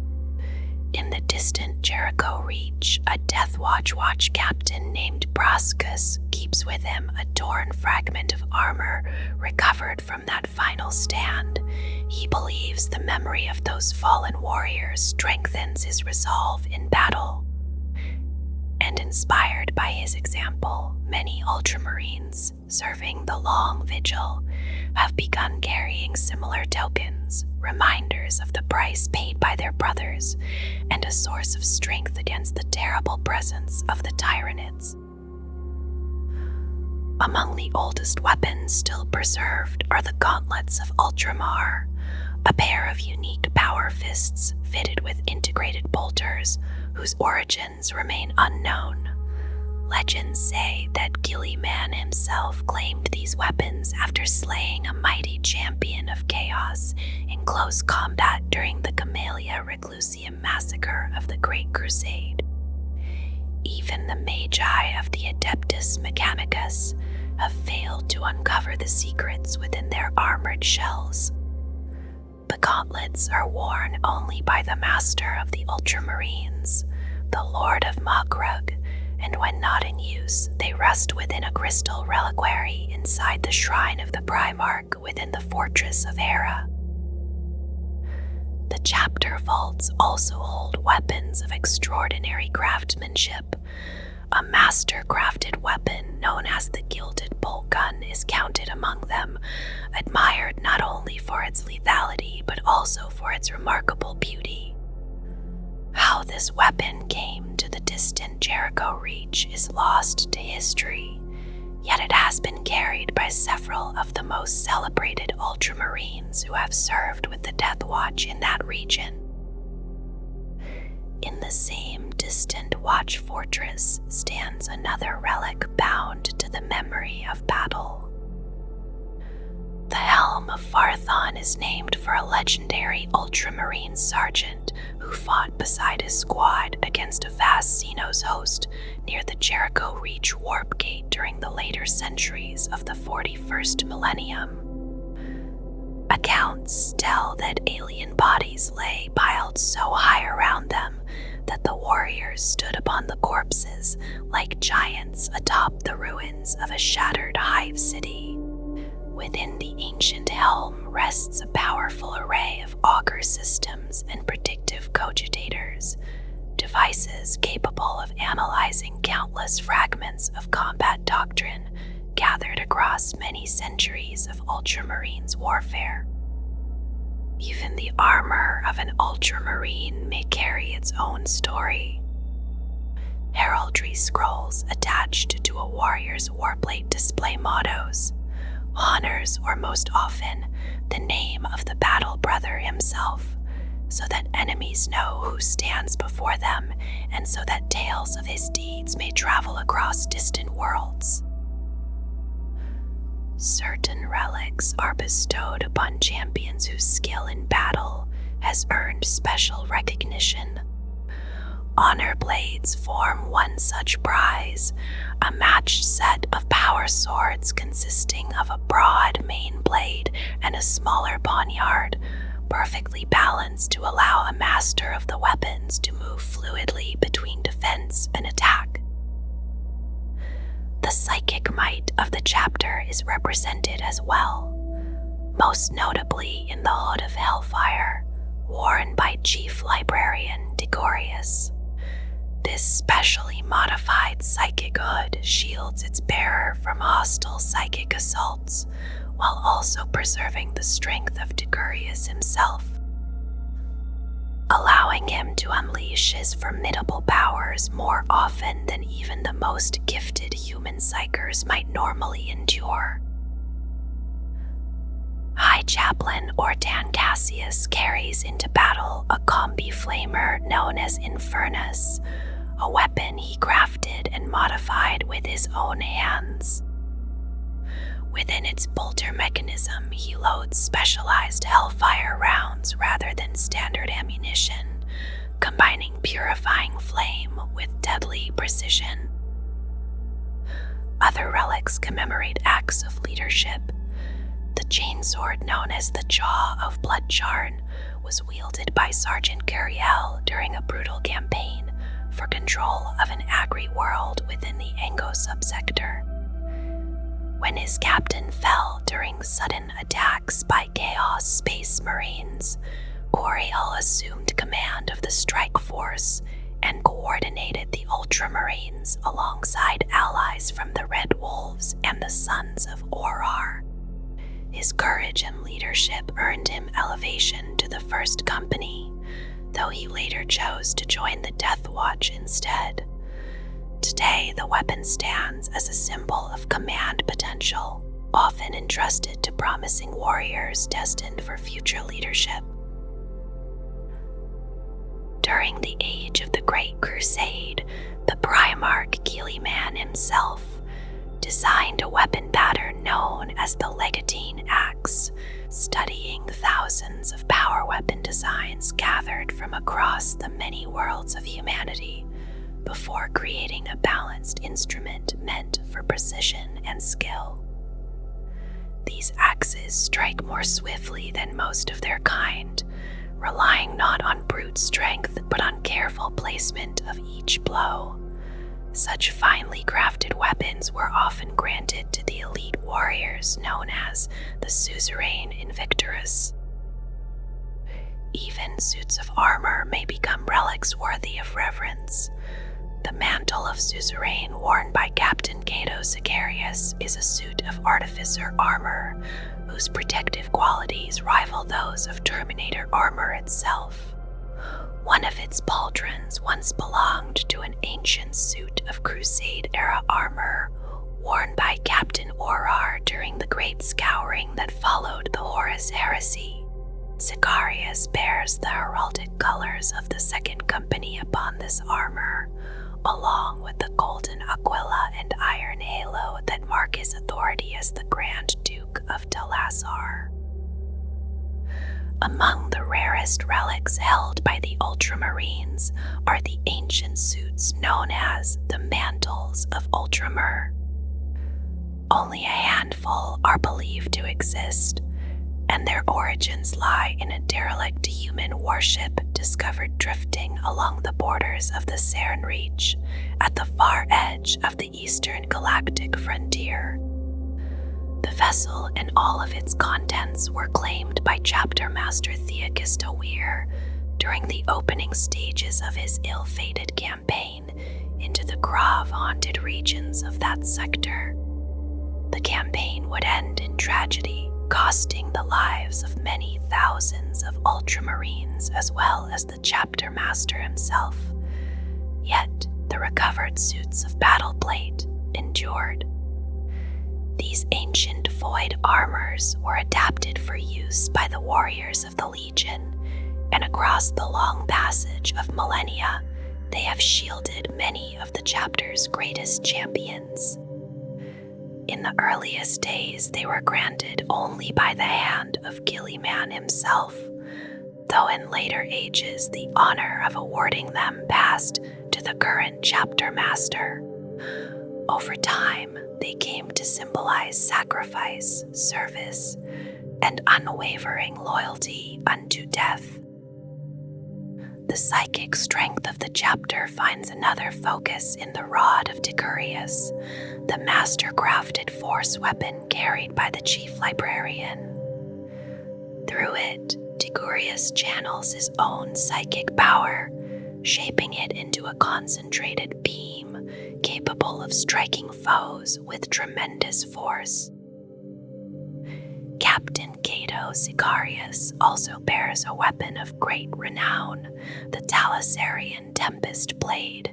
This power sword carries an energy field so potent that in certain moments it is said to cut down an enemy with a single decisive strike during close combat. Other relics preserve the memory of warriors who fought during the terrible invasion of Ultramar by High Fleet Behemoth. One such warrior was Urion of the First Company, who defended the northern polar fortress during the Battle of Macragge.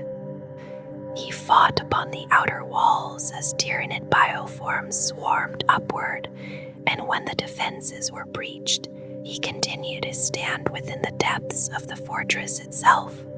Even as the surviving defenders retreated deeper into the catacombs, Urion fired his storm bolter again and again until his ammunition was gone, and only then did he charge forward into hand-to-hand combat before finally being overcome.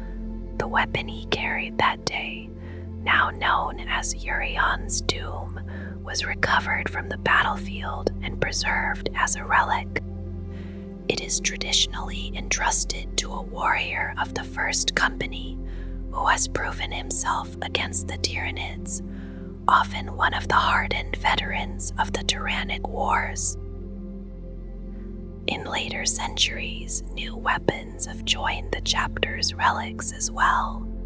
The Vengeance launcher carried by Lieutenant Demetrian Titus is a unique device capable of firing explosive mines that cling to their targets through a powerful gravitic field before detonating. Constructed on the Forge World Graia, the weapon remains a prototype, not yet formally approved by the Adeptus Mechanicus for use beyond that world. Some relics remain tied to the sacred halls of the chapter's warships. The Hammer of Macragge is a thunder hammer of immense age that has long rested within the reclusium of the battle barge belonging to the Second Company. For many centuries, warriors have sworn their battle oaths upon this weapon before departing for war. During one such campaign, when the shrine world of Mithran fell under assault from the forces of chaos, a battle brother named Proteus seized the hammer from its reliquary during a desperate confrontation with a demon aboard the warship. With it, he banished the creature back into the warp before it could exploit an artifact recovered from Mithran known as the Liber Mithras to open a warp portal upon Macragge itself. Not all relics rely upon complex technology. The Soldier's Blade appears almost simple when compared to other sacred weapons of the chapter, yet its monomolecular edge is forged so perfectly that it can cut through ceramite and plasteel with remarkable ease. Though it lacks the energy field of a power sword, it has endured across countless centuries without ever requiring sharpening. Defensive relics also exist among the chapter's treasures. The Sanctic Halo contains a sophisticated energy field projector capable of deflecting projectiles and turning aside blade strikes, while at the same time strengthening the resolve of the warrior who wears it and granting unusual resistance against psychic assaults during battle. Another banner of great importance is the Standard of Macragge Inviolate, which flew above the defenders when High Fleet Behemoth descended upon the chapter's homeworld. For every Ultramarine who beholds it, the standard embodies the strength of their world and the legacy of martial excellence passed down from their Primarch. The armor of Konor represents a masterpiece of craftsmanship, an ornate suit of Indomitus pattern Terminator armor built from countless microscopic layers of durable materials placed carefully one upon another. Through this painstaking method, the armor retains extraordinary resilience, even when subjected to the most destructive attacks. Within the chapter's relic vaults rests the Helm of Censure, an ancient red helm that contains the preserved teachings of Sergeant Teal. His studies from the era before the Horus Heresy once drew great censure, for they analyzed the methods by which an Astartes might defeat any opponent, even another battle brother. Across the long ages, those writings have endured, and they remain among the most comprehensive works of martial doctrine known to the sons of Guilliman. Another weapon remembered from the Tyrannic Wars is the storm bolter called the Vengeance of Ultramar. Within its mechanism resides a fierce machine spirit that drives the weapon to an unusually rapid rate of fire. Inside the firing chamber, a small forge coats each bolt with a reactive substance that burns through flesh and chitin with terrifying efficiency. Finally, there is the Terentian cloak, discovered upon the agri-world of Tyrannids and believed to date back to the lost age of human technology long before the Imperium existed. Threaded through the cloak are sanctified medica systems and rejuvenation devices that quietly mend the wounds of the warrior who wears it. During the Ultramarines' battles against demonic forces within the deserts of that world, the cloak proved invaluable, allowing its bearer to recover from injuries with surprising speed while the struggle continued. Across long Terran millennia of war, the Ultramarines and the many chapters that descend from them have gathered an unmatched wealth of sacred war gear within their armories, each relic quietly carrying the memory of battles fought across a restless galaxy.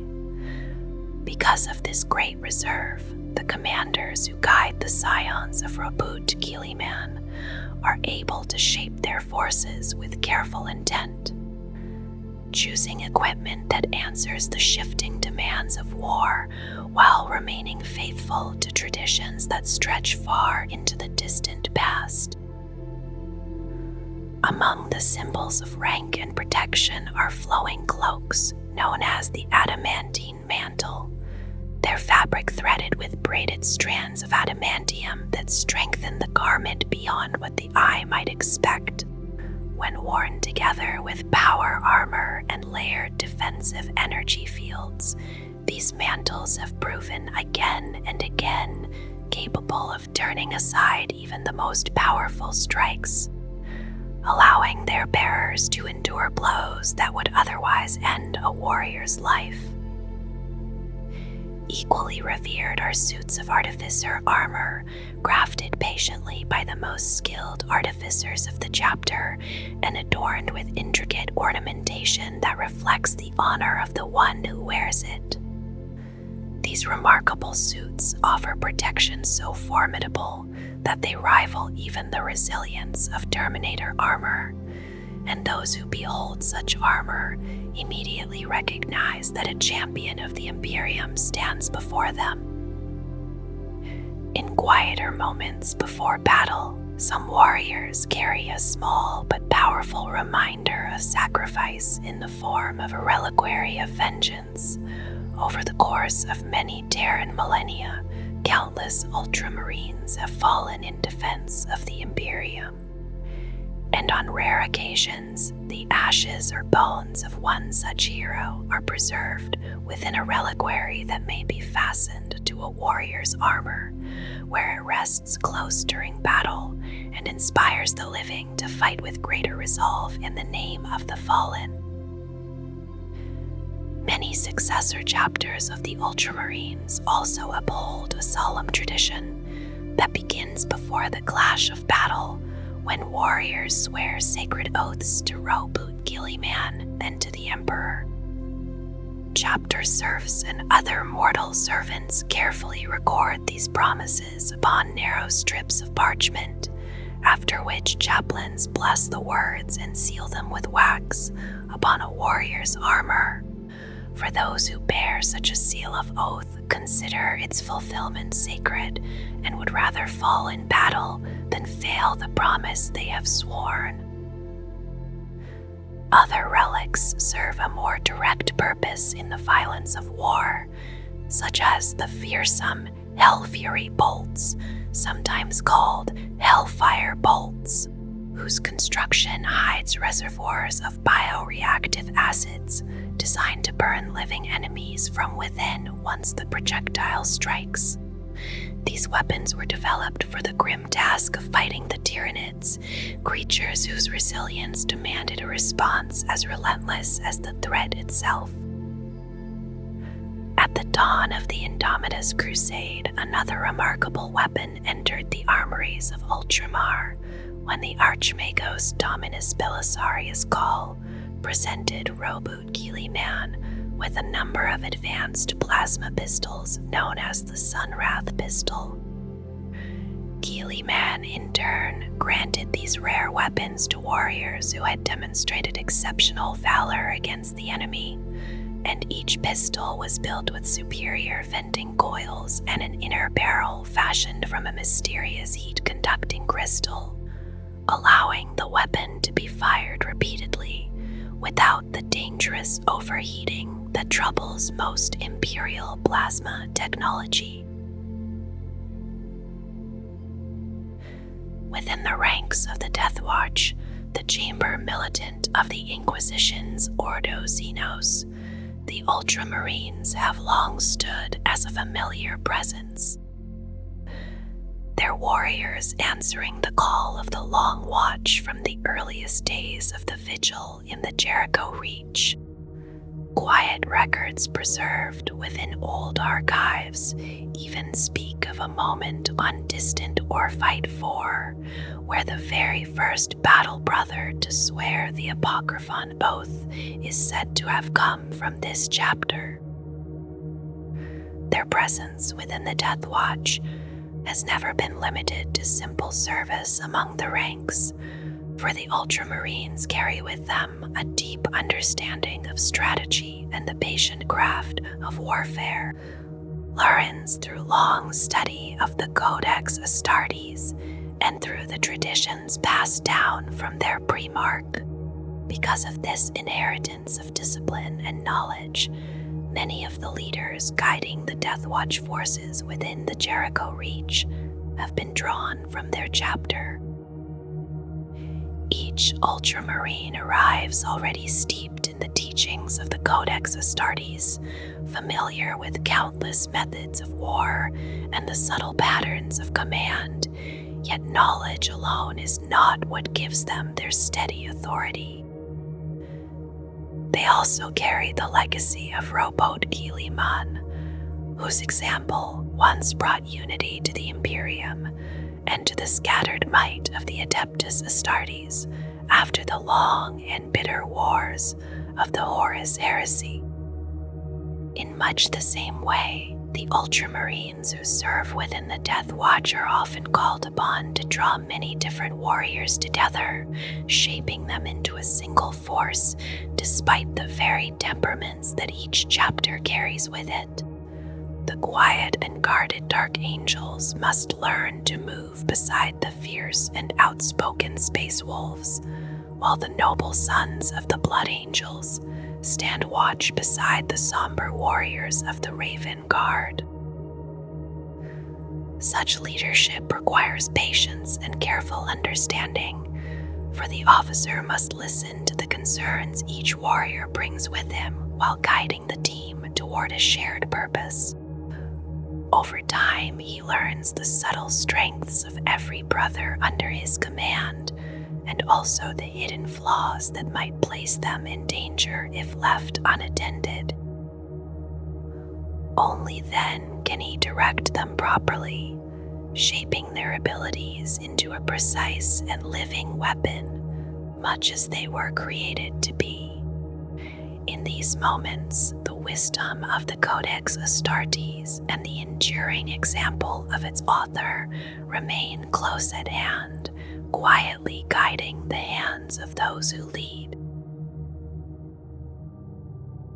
From the earliest days of its formation, the warriors of the 13th Legion remained closely bound to the ancient military doctrines laid down at the beginning of the Great Crusade.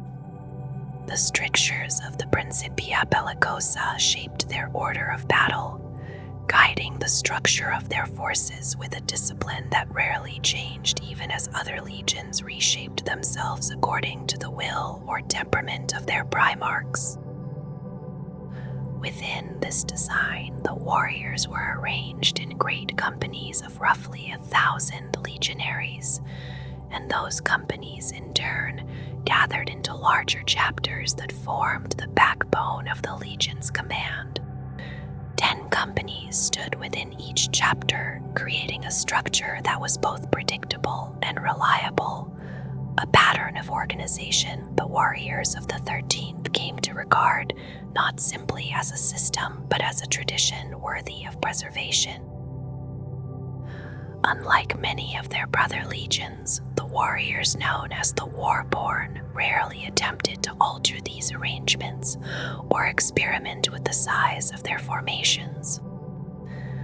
The structure endured largely unchanged even after the rediscovery of Roboute Guilliman, who studied the design with careful attention and saw within it a quiet strength that did not require replacement.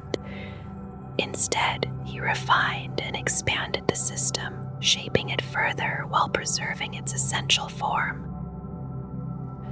Guilliman's mind was drawn not only to order but also to observation, and he encouraged the Legion to watch the conduct of their allies in battle with patient scrutiny.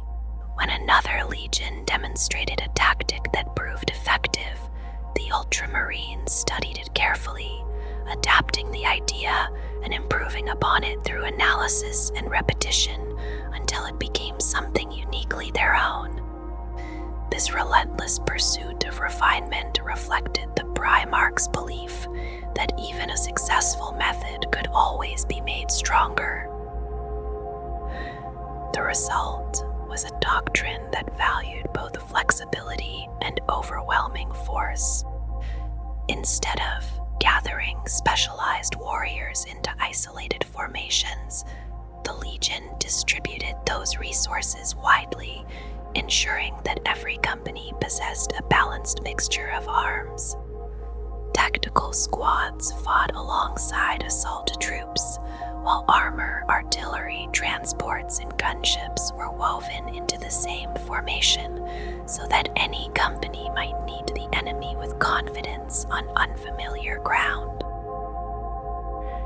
The aim was simple but ambitious. Each company was expected to stand ready for any battlefield, whether on barren plains, shattered cities, or alien landscapes, capable of fighting alone if necessary, yet even stronger when combined with the other chapters of the Legion.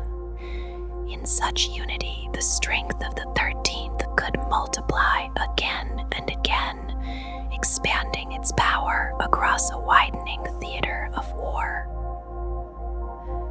As the later years of the Great Crusade unfolded, the Legion divided its vast forces into numerous expeditionary fleets, sending chapters across distant regions of the galaxy.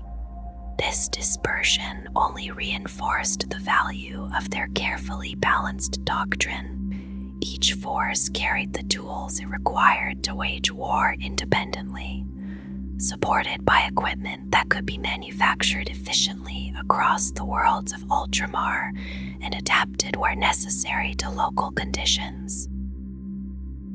Though the Legion favored consistency, a few chapters developed distinctive character over time. The 4th chapter, known among their brothers as the Aurorans, became renowned for operating far more armored vehicles than a typical formation. The 22nd chapter, remembered as the Nemesis chapter, preserved a strong contingent of Terran-born warriors and maintained large numbers of destroyer units who were sometimes assigned to grim duties such as extermination operations. Roboute Guilliman regarded the weapons used in such actions with a certain unease, believing that devastation of an entire world often undermined the purpose of conquest or liberation. Yet he did not forbid their use entirely, understanding that in some dire circumstances, only the harshest tools could end a conflict. Within the Legion's armories, therefore, remained the capability to deploy terrible instruments, such as Phosphex, oxygen destroyers, and carboxylic cascades when no other solution would suffice. Over time, the traditions of the earliest Terran warriors faded as recruits from Ultramar came to dominate the ranks. Older heraldry and substructures lingered in a few formations, reminders of the Legion's earliest origins, though the wider body of the Legion increasingly followed a unified pattern of organization and command. By the final decades of the Great Crusade, the 13th Legion had grown into a vast host of 25 chapters, numbering roughly 250,000 legionaries, those scattered across distant fleets and worlds. These warriors remained bound together by the same structure and discipline, able to gather as a single immense force or divide into smaller detachments that carried out their duties with quiet precision. The order that governed the 13th Legion extended beyond the arrangement of its companies and chapters, reaching into every level of command where each warrior understood his duty and his place. At the pinnacle of this structure stood Roboute Guilliman, Primarch and Master of the Legion, whose authority shaped both the strategy of the Legion and the direction of its countless campaigns. Guilliman determined where the Legion would strike, which fleets would travel to distant war zones, and how the vast strength of the Ultramarines would be brought to bear against the enemies of the Imperium. Wherever he chose to travel in person, he assumed direct command of the fleet or theater of war before him, guiding the Legion with the careful judgment for which he was renowned. Beneath the Primarchs served the chapter masters, commanders, entrusted with the leadership of entire chapters of the Legion. Each of these officers directed roughly 10,000 legionaries alongside a contingent of Ultramar's Void Fleet, their authority spanning both the warriors under their command and the ships that carried them across the stars. Supporting these leaders was a cadre of senior officers known as the Legati, experienced commanders who assisted the chapter masters in coordinating campaigns and maintaining the discipline of the Legion's vast forces. Their responsibilities extended across planning, logistics, and the steady management of the Legion's many operations. Within each chapter, the pattern continued in familiar form. 10 companies formed the heart of the chapter, and every company of roughly 1,000 legionaries was commanded by a captain responsible for the training, readiness, and tactical employment of his warriors. Through this layered command, the Legion could move with remarkable cohesion, even when its forces were spread across distant regions of the galaxy. While the chapter masters and captains directed the crusading armies abroad, another structure governed the realm the Legion protected. Within Ultramar itself, a parallel system of authority oversaw the defense of the 500 worlds and the administration of their military institutions. At the center of this structure stood the Tetrarchs, rulers appointed by Guilliman to govern the great king worlds of Ultramar. Each Tetrarch held the authority of a military dictator within his assigned domain, overseeing the defense and order of a vast subsector of the realm. Above them all remained Guilliman himself, Lord of Macragge and Master of the 500 Worlds. Though his duties as governor often fell in practice to his trusted seneschal while he led the Legion on campaign, the Primarch's authority over Ultramar remained absolute. During the early years of the 31st millennium, the Council of Tetrarchs included several notable figures. Ecos Lamiad governed the world of Konor, Tauro Nicodemus ruled Saramanth, Ebon Frayne held authority over Occluda, and Stolos Amintas commanded the troubled worlds surrounding Ajax. Among the Legion's senior commanders stood warriors of great reputation. Marius Gage served as the first master and chapter master primus of the Legion, leading the first chapter with distinction. Orfeo Cassander held the rank of legatus among the Evocati and acted as seneschal of Armatura, while Valentus Dolor served as legatus of the Vigil Operati and provost magistratus of Ultramar. Another figure of note was Dracus Gorod, first legatus of the Invictorous Assembly and fief commander of the Primarchs Guard, whose duties placed him close to the heart of Guilliman's command. Beyond the standard order of battle that guided the companies and chapters of the 13th Legion, several formations existed that stood apart from the usual structure. These organizations served specialized purposes, reflecting both the practical needs of the Legion and the careful innovations introduced by its Primarch. Among the earliest of these formations were the Evocati chapters, first created by the Lord Commander Gren Vosotho and later reorganized and expanded under Roboute Guilliman. The Evocati served as the Legion's training ground, consisting of 2 double-strength chapters formed from newly recruited warriors drawn from Ultramar and other worlds, supported by a core of seasoned veterans who guided their development. Under Vosotho, the recruits had been thrust quickly into battle at the forefront of campaigns, but Guilliman reshaped the system to provide a longer period of preparation. New warriors first underwent rigorous training that combined battlefield experience with intensive mental conditioning and mimetic implantation before serving in defensive duties within the borders of Ultramar. Through this process, the Legion ensured that its newest warriors matured within a structured and disciplined environment. Among the most celebrated formations of the Legion were the Suzerain Invictorous, an elite body of veterans known also as the Invictorous. Membership within their ranks marked more than courage or skill in battle, for those selected were warriors who had shown promise in leadership, organization, and governance, as well as martial prowess.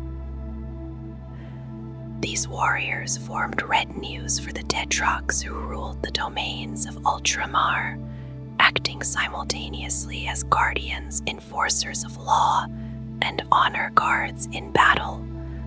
The size of each retinue varied widely depending on the needs of the domain. Around the troubled worlds of Ilox, Tetrarch Amintus maintained several thousand of these formidable warriors as peacekeepers, while in Konor the guard of Tetrarch Lamiad numbered only 100, their strength supplemented by the formidable warriors of the Mechanicum. Not all members of the Invictari remained within these retinues. Many were dispersed among the Legion's veteran units or placed within various layers of command, where they continued to gain experience in the art of war and leadership. Another innovation within the Legion came in the form of the Fulmenterus Terminator Strike Squads. After observing the Tyrant Siege Terminators of the Iron Warriors in battle, Guilliman judged the concept worthy of refinement. He ordered the creation of similar units within his own Legion so that the tactic could be studied and improved. These warriors fought within heavy cataphracti pattern Terminator armor fitted with advanced targeting systems that allowed their weapons to combine fire with remarkable coordination. armed with heavy weapons such as the Reaper autocannon or the Cyclone missile launcher first seen among the Iron Warriors, the Fulmentarus became a formidable heavy assault force whose potential future spread across the Legiones Astartes was halted only by the coming of the Horus Heresy. Within many chapters, another elite formation could also be found, the Locutarus Storm Squads. These warriors were drawn from the assault squads of the Legion, selected after demonstrating exceptional skill, discipline, and ferocity in combat. Unlike the wild fury often associated with assault troops of other legions, the Locutarus fought with careful precision, their mastery of sword and pistol honed through relentless training. In battle, they were often held in reserve, their commanders waiting patiently for the precise moment when their sudden charge could shift the course of the fight. When that moment arrived, the Locutarus advanced with decisive speed, each warrior carrying an artificer wrought power sword that served both as a symbol of honor and a deadly weapon. Less visible, but no less significant, was another organization operating quietly within Ultramar. The Vigil Operati formed a shadow arm of the Legion's military government, an agency responsible for addressing hidden threats within the 500 worlds and overseeing the defense militias of Ultramar's human armies. Its warriors were not space marines but augmented humans, individuals who had once aspired to join the Legion yet possessed minor imperfections that prevented their ascension. Though barred from becoming Astartes, they remained loyal servants of Guilliman and the Imperium, carrying out missions that required subtlety or secrecy beyond the reach of transhuman warriors. Their activities were overseen by the Invictorus, and their methods bore a distant resemblance to covert operatives used by certain other legions, though always bound by a strict code of conduct. The strength of the 13th Legion rested not only in its warriors, but also in the immense resources of Ultramar itself. Across the 500 worlds, vast stores of munitions and material had been gathered over many years, creating reserves that sustained the Legion during long campaigns across the galaxy. Among these assets stood the Legion's armored forces, a formidable array of vehicles maintained by each of its chapters. The Ultramarines had long studied the doctrines of armored warfare, and their formations were equipped with a wide variety of machines capable of operating across many types of battlefield. Rhino armored carriers formed the backbone of these forces, transporting squads swiftly across open terrain while shielding them from enemy fire.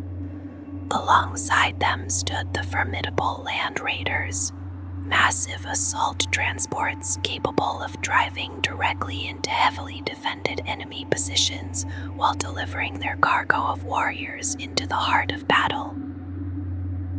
Supporting these vehicles were battle tanks such as the Predator and the Scouring, which provided mobile firepower to accompany advancing troops. Long-range bombardment was delivered by batteries of Whirlwind missile tanks and other patterns of mobile artillery that extended the Legion's reach across the battlefield. One chapter in particular developed a remarkable reputation for its mastery of armored warfare. The fourth chapter, known increasingly as the Aurorans, maintained an especially large number of vehicles and was famed for its deployment of powerful super-heavy tanks. Among the machines they operated were the mighty Fellblade, the devastating Falchion, and the imposing glaive, alongside other experimental or lesser-known designs that appeared only rarely in the wider Legiones Astartes. The armored strength of the Ultramarines also included some of the earliest vehicle patterns ever fielded by the Space Marine legions. Many of these venerable machines continued to serve through constant repair and maintenance, their hulls bearing the marks of countless campaigns across decades of war. At the same time, the Legion also introduced newer designs into its forces. One such vehicle was the Damocles pattern armored carrier, a command vehicle that sacrificed most of its transport capacity in order to house an advanced suite of communications equipment. Through the example set by the Ultramarines, this specialized vehicle began to appear among other legions toward the end of the Great Crusade, reflecting the influence of Guilliman's methods and the willingness of the 13th to share the lessons of their long experience. Although the 13th Legion commanded enormous numbers of Space Marines, its fleet of warships was comparatively restrained in scale. Roboute Guilliman had long cultivated close ties with the fleets of the Imperialis Armada that patrolled the Ultima Segmentum, and he frequently relied upon their support when campaigns required powerful capital ships or sustained orbital bombardments. The Primarch himself showed greater interest in the direct assault of worlds than in distant exchanges of fire between massive vessels in the empty void.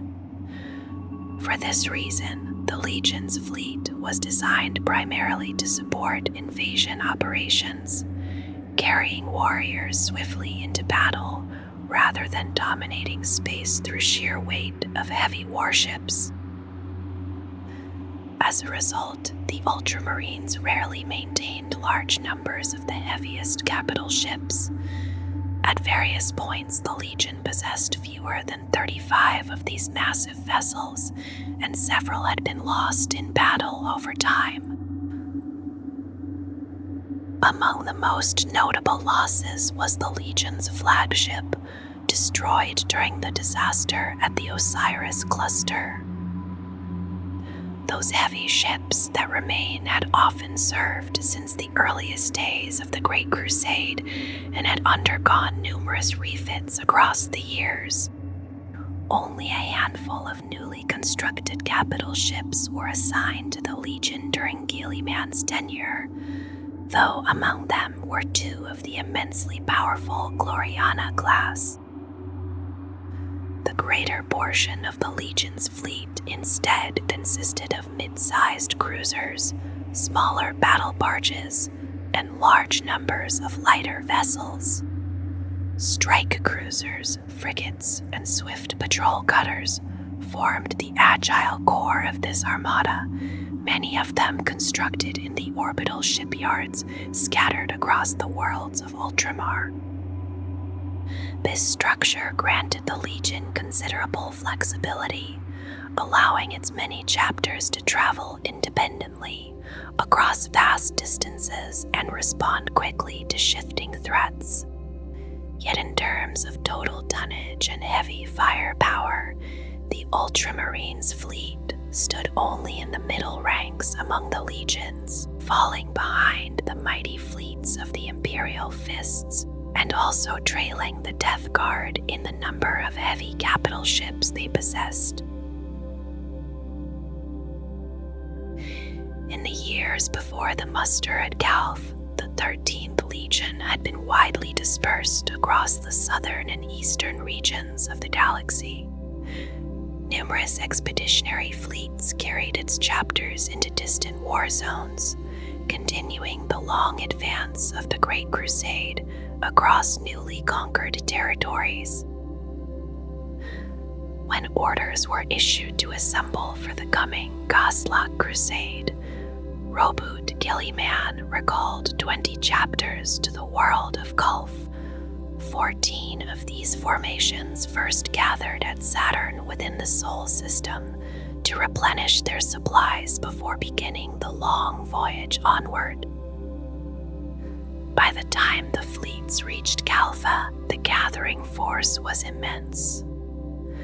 Roughly 200,000 legionaries stood assembled alongside vast numbers of mortal soldiers from the Imperial army, forming a host prepared for the campaign that was expected to follow. What unfolded instead was catastrophe. During the Battle of Calth, the Legion suffered losses on a scale that defied easy calculation. When the fighting ended and the surviving vessels departed the system, it was believed that no more than 40,000 Ultramarines had escaped the disaster, many of them wounded. Beneath the shattered surface of Calth, countless others remained trapped, continuing a desperate struggle that would later be remembered as the Underworld War, fought within the irradiated depths of that ruined world. The Legion's own records later counted 119,422 legionaries slain in combat during the battle. A further 28,392 were left unable to fight due to injuries and trauma sustained during the conflict. The devastation was so severe that many chapters could muster barely a quarter of their intended strength afterward. Some were reduced to such small numbers that they faced the possibility of being merged with other formations and losing their historic designations within the Legion's order of battle. Most of the wounded were carried aboard the surviving ships of the fleet and returned to service as quickly as possible, for the crisis spreading across Ultramar demanded every available warrior. Guilliman was forced to make harsh decisions during the brief evacuation from Calth, prioritizing military forces over the civilians who remained stranded on the devastated world. Nearly 40,000 Ultramarines, both wounded and able to fight, remained behind on Calth when the fleet departed. Some chose to stay willingly to protect the civilians who could not be evacuated, while others were left by the brutal necessity of circumstance. Losses among the mortal armies were even more difficult to measure. It was believed that at least 500,000 soldiers of the Imperial army perished in the conflict, along with the entire fighting strength of the Titan Legion known as Legio Praesagius. Not every chapter of the Legion had been summoned to Calth. The 7th chapter was engaged in a costly campaign along the eastern fringe, fighting to contain a spreading Macragge infestation that threatened Imperial colonies and could not be abandoned. The 10th chapter was scattered across the far northeastern reaches of Imperial expansion, too distant to be recalled in time. Other forces remained behind to defend Ultramar itself. The 19th chapter and elements of the Evocati drawn from the 24th and 25th chapters were stationed across the realm's most important worlds, while Guilliman led the majority of his legion to the muster. When the traitor attack came, the bulk of the Ultramarines fleet was caught at Calth alongside numerous vessels of the Imperialis Armada and hundreds of military and mechanicum transports. The surprise assault shattered the Armada with brutal efficiency, leaving many capital ships and cruisers destroyed, missing or crippled beyond immediate repair. In the aftermath, Ultramar's defense depended heavily upon the smaller vessels that remained. Shipbuilding across the surviving worlds of the realm became a vital priority as Guilliman sought to restore the strength of his fleet. To strengthen his position, he attempted to acquire additional warships wherever possible. Some were drawn from the Imperialist Armada and modified for Space Marine use, while others were captured from enemy fleets through determined boarding actions. The speed and efficiency with which these operations were carried out was remarkable, and the results would play a significant role in shaping the later struggles of the Horus Heresy. In the long years that followed the terrible civil war of the Horus Heresy, the great Space Marine legions were broken apart into smaller brotherhoods of warriors known as chapters, each shaped according to the organizational teachings laid down by the Primarch Roboute Guilliman. His doctrines, preserved within the Codex Astartes, became the foundation upon which the newly reformed Adeptus Astartes would build their structure and conduct. Though some chapters in later centuries drifted from these precise prescriptions, most continued to honor them with careful devotion. Among these loyal sons, the Ultramarines of the 41st millennium remain deeply faithful to the word of their Primarch. They follow the organizational pattern established during the Second Founding with an almost religious dedication, holding closely to Guilliman's teachings and departing from them only when circumstance leaves no other path open to them. Such rare departures stand out all the more because the chapter ordinarily clings so firmly to the Codex and its guidance. One such moment came during the terrible advance of High Fleet Behemoth, when the Ultramarines were drawn into the desperate battles that raged across their home system. Beneath the northern polar fortress of Macragge, the chapter's elite First Company made a heroic last stand, fighting until the last warrior fell. These veterans were the finest soldiers the chapter possessed, warriors clad in the precious and increasingly rare suits of Terminator armor, and their loss was both grievous and difficult to replace. The aftermath of that catastrophe left the chapter facing a harsh reality. Replacing such experienced warriors and such ancient war gear could not be done swiftly, especially in the Galactic East, where successive Tyranid hive fleets pressed their relentless assaults. It was against this grim backdrop that the surviving warriors gained their hard-won experience, learning the bitter lessons of combat against the alien swarms.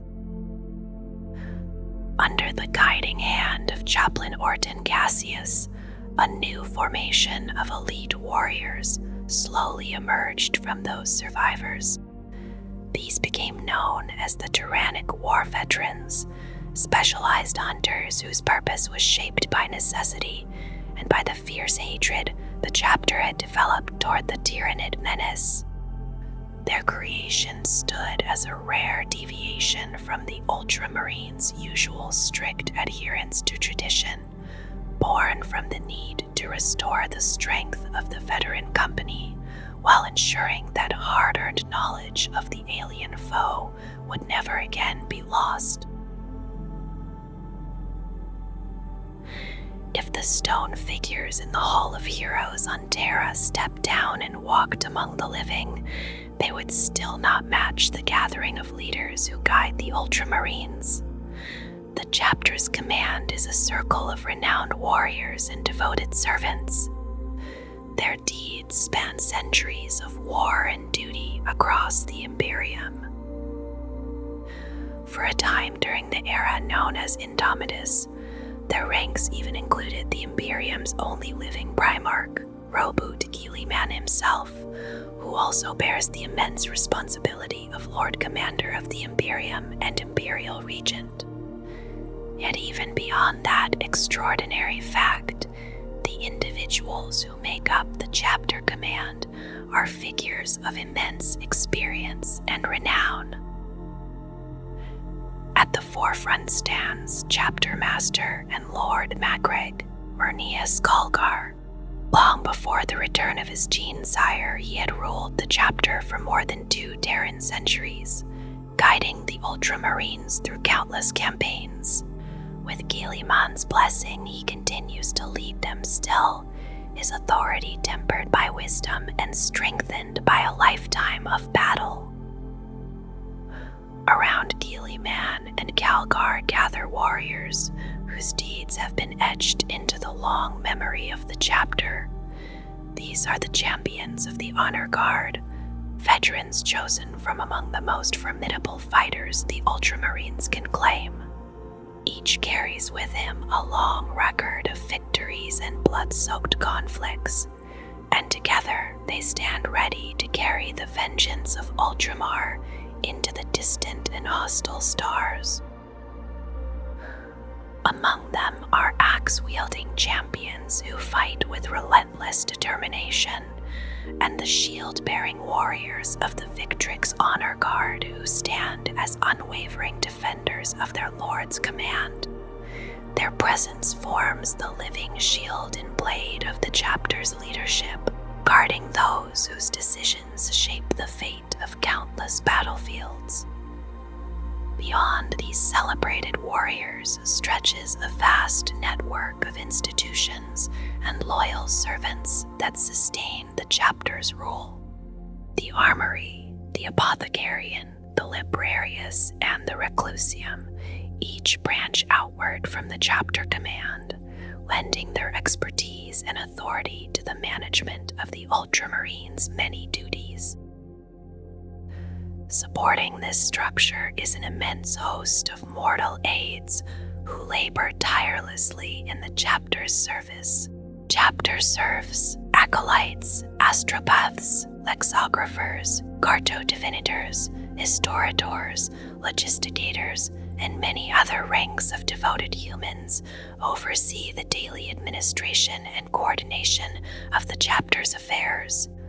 Across Macragge and throughout the wider realm of Ultramar, these individuals are treated with deep respect, for the Ultramarines themselves acknowledge the dedication and honor with which their mortal servants carry out their work. Deep within the immense structure of the Fortress of Hera on Macragge lies the Ultramarines Chapter Armory, a vast and solemn place where the weapons and war gear of the chapter are carefully tended. Within these cavernous halls, the vehicles and artillery of the Ultramarines are restored after battle, and ancient dreadnoughts rest in quiet slumber through long decades until war once again calls them to wakefulness. The Armory serves not only as a location, but as a powerful organization within the chapter itself. Behind towering adamantium blast doors and beneath arches lit by flickering sconces, the authority of the chapter's tech marines is absolute. Their domain is alive with the constant rhythm of industry, where forge furnaces roar softly in the background, and the steady ringing of tools echoes through the vast chambers. Within this realm, the air carries the scent of engine oil, sanctified incense, and the metallic tang of worked steel.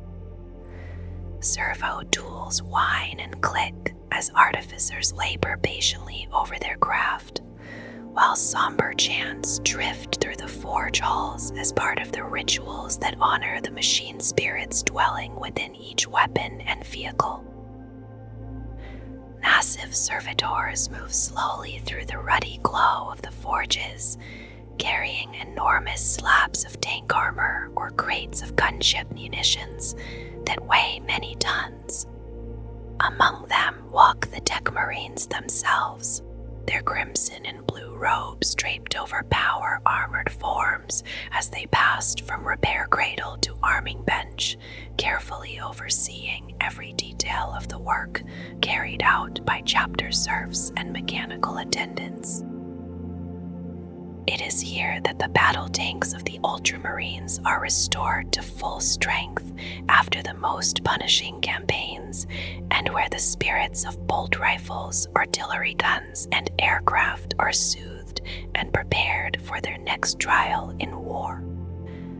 In quieter alcoves, master artificers devote entire lifetimes to the creation of singular weapons, patiently forging masterpieces destined to be carried by the chapter's greatest heroes. From this great armory, the commanders of Ultramarine strike forces draw the heavy war machines that accompany their warriors into battle. The chapter possesses many ancient vehicles whose technology comes from distant and forgotten ages, and alongside them stand the revered dreadnought battle brothers, whose armored sarcophagi have endured across thousands of Terran years. When these ancient warriors awaken, they bring not only formidable strength, but also deep wisdom drawn from centuries of service under the teachings of the Codex Astartes.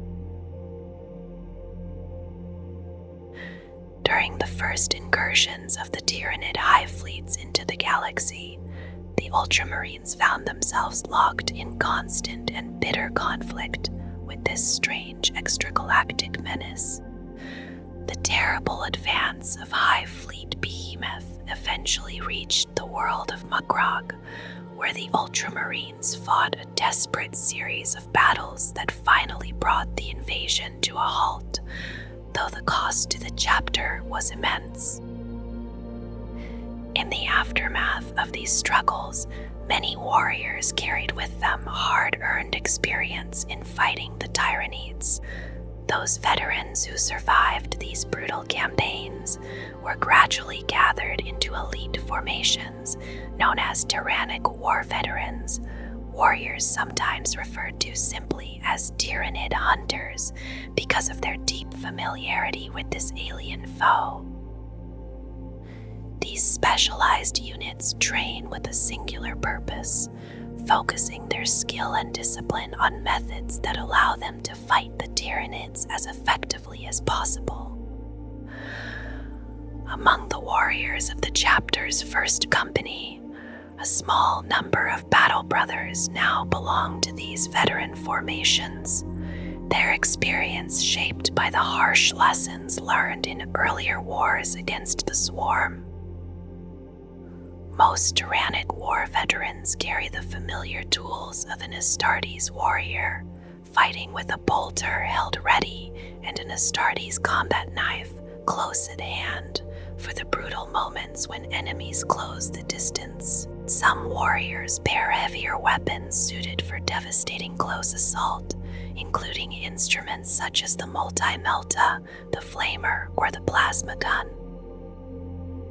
The sergeants who lead these veteran hunters carry their own distinctive arms, often wielding chain swords alongside a bolter or bearing bolters and grenades as they guide their squads through the chaos of battle.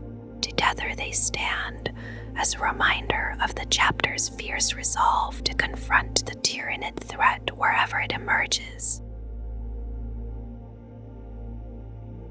Within the Ultramarines chapter, there exists a small and highly honored group of warriors whose duty is to guard the revered banner of their Brotherhood.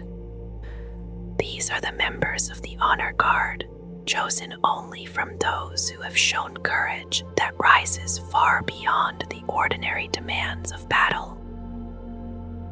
Each warrior of this guard wears a suit of finely crafted artificer armor, its surfaces decorated with ornate details that reflect the honor they have earned, In their hands, they carry the Axe of Ultramar, a powerful weapon forged by the chapter's tech marines using rare ores drawn from deep beneath the world of Brandium.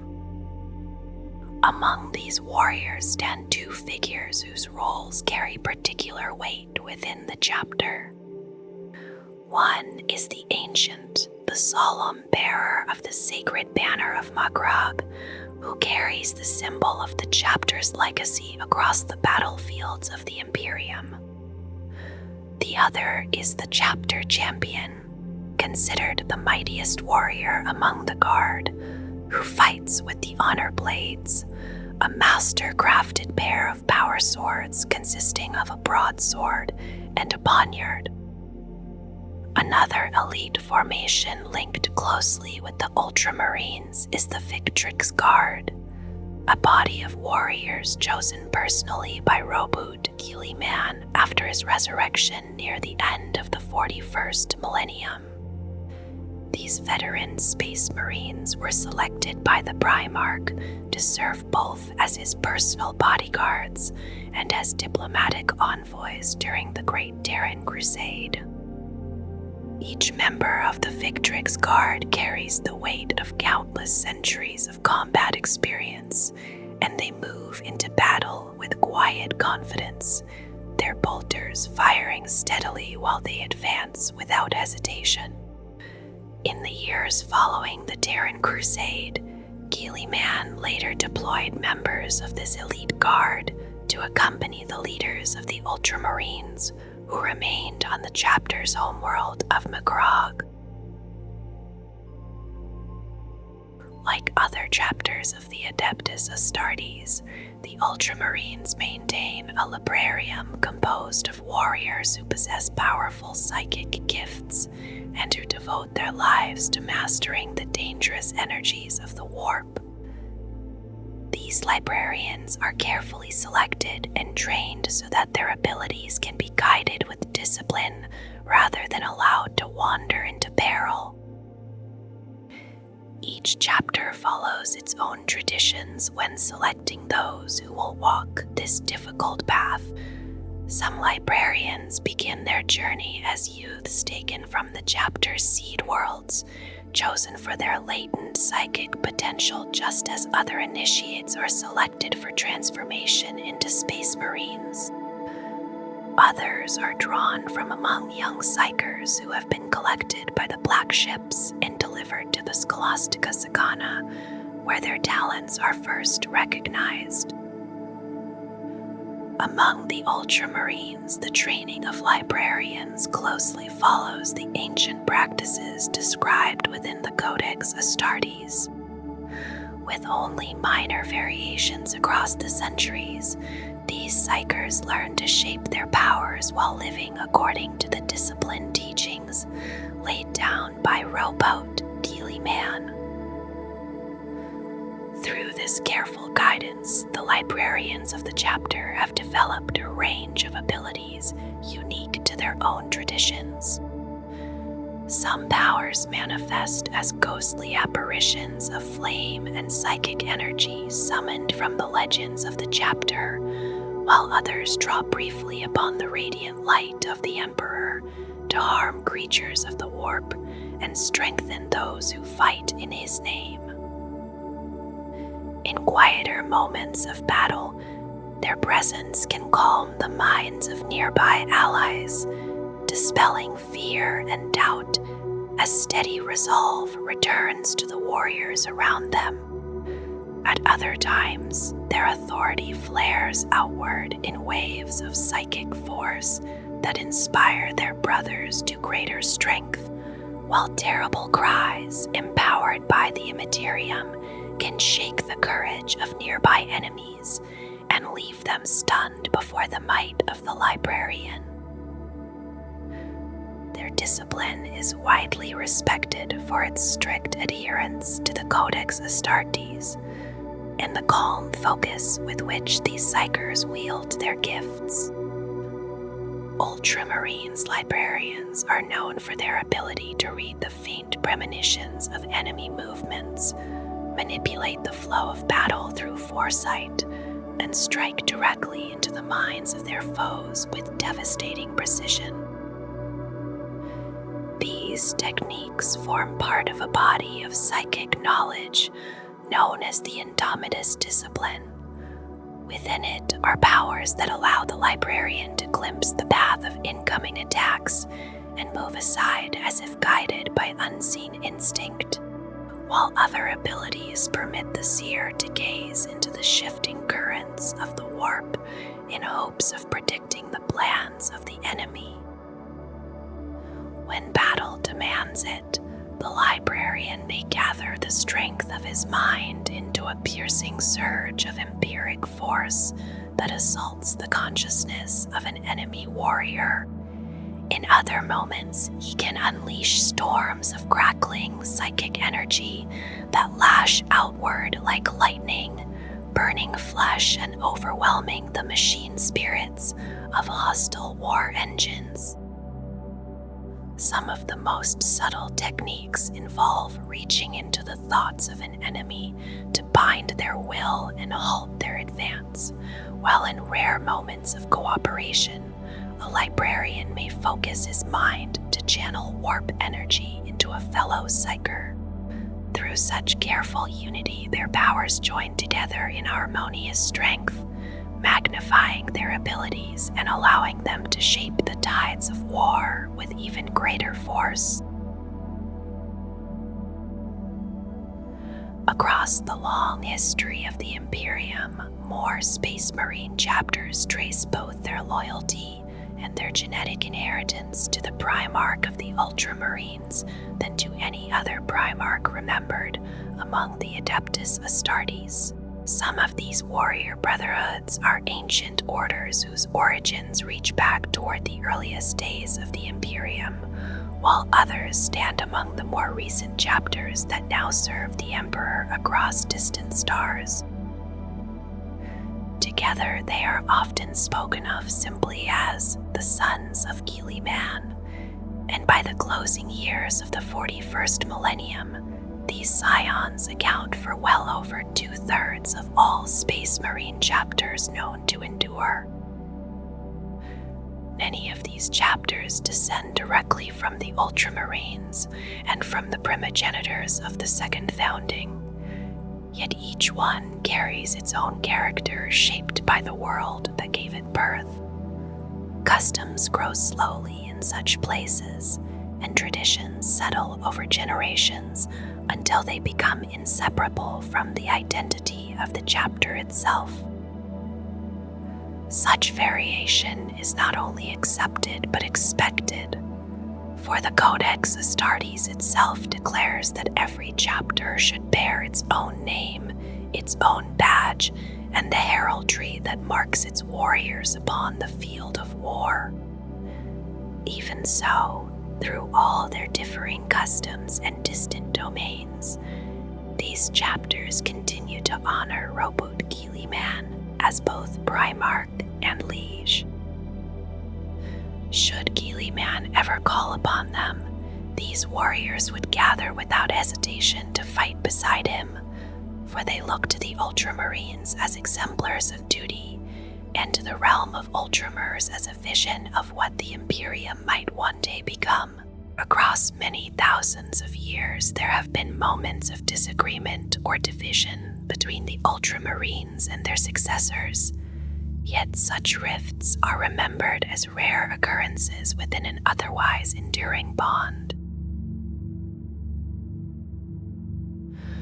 Among the many descendants of the Ultramarines, there are certain chapters remembered as the primogenitors, those first creations formed when the great Ultramarines Legion was divided during the Second Founding. In quieter moments, they are sometimes called the Firstborn, a name that reflects their place at the beginning of that long lineage. Each of these chapters developed its own history and its own customs as the centuries passed, yet they remained bound together by a shared reverence for Roboute Guilliman, whom they honor as their founder and their Primarch. Their warriors hold closely to the procedures and the tactical teachings that Guilliman recorded within the Codex Astartes, treating those writings not merely as guidance but as enduring foundations for the conduct of war. The ancient records do not agree on how many Primogenitor chapters emerged from the survivors of the 13th Legion after the Horus Heresy came to its end. Within the oldest known copy of the Codex Astartes, there is mention of 12 such chapters, each born from the remnants of the Legion that once served under Guilliman.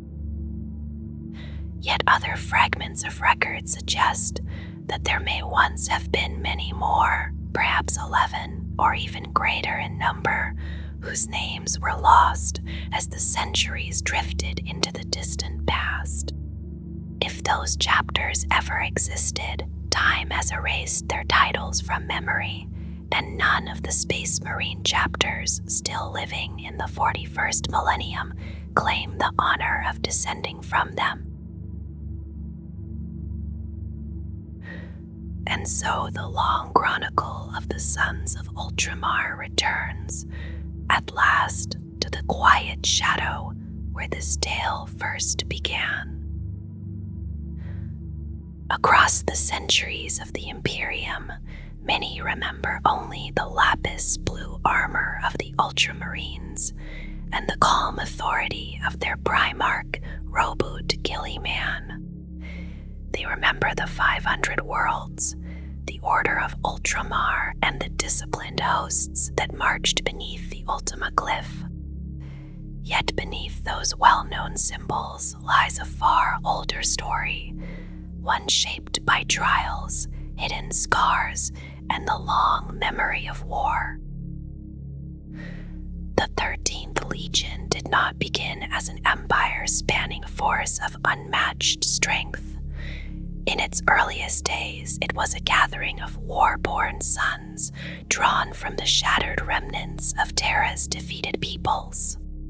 From the clans of Pampogro, the war families of Saracon, and the harsh tribes of the Caucasus Wastes came the first warriors who would carry the Emperor's gene seed. Their loyalty was not born from ancient privilege, but from survival and purpose forged in the aftermath of defeat. Those first generations learned to fight not only with fury, but with discipline. Even before the coming of their Primarch, they displayed a rare instinct for unity and structured command, a trait that would shape the Legion's destiny throughout the Great Crusade. While other legions became known for singular extremes of temperament, the 13th developed something quieter and perhaps more enduring: the ability to adapt, to organize, and to wage war alongside the countless armies of humanity. Through the early campaigns beyond Terra, they grew steadily in strength. From the first pacification of Luna to the destruction of the Scorvidian Xeno Empire, their numbers rose and their reputation spread among the expeditionary fleets of the Imperium. Yet even in those early years, the Legion carried with it an unspoken identity. Among the soldiers who fought beside them, they were known simply as the Warborn. Their path was not without shadow. The catastrophe of the Osiris Cluster Rebellion left deep scars upon the Legion's spirit. Thousands of Astartes fell at Septus 12, and their Lord Commander Gren Vosotho gave his life while governing the withdrawal of the surviving fleet. For many years afterward, the memory of that defeat lingered in silence among the warriors of the 13th. But the Legion endured. Under the leadership of Marius Gage, they rebuilt their shattered strength and returned to the wars of the Great Crusade with quiet determination. Even as they fought across the stars, a deep deeper longing grew within their ranks, the hope that one day they would be reunited with the Primarch whose gene seed they carried. Unknown to them, that destiny had already begun to unfold upon the distant world of Macragge. There, a child cast through the warp had grown into a ruler of extraordinary vision. Roboute Guilliman reshaped Macragge into a disciplined and prosperous society, dismantling the corruption of its old aristocracy and building a new order founded upon merit, law, and responsibility. By the time the Emperor at last reached that world, he found not a lost son in need of guidance, but a leader who had already begun to construct the foundations of a new interstellar realm. When Guilliman assumed command of the 13th Legion, the Union was more than a simple transfer of authority. It was the joining of two halves of the same design. The Legion brought strength, resilience, and experience forged through war.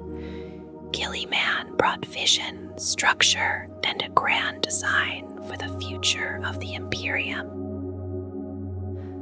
Together, they transformed the 13th into something far greater than a single legion. From Macragge spread the network that would become the realm of Ultramar, a domain where industry, recruitment, and governance supported the endless campaigns of the Great Crusade.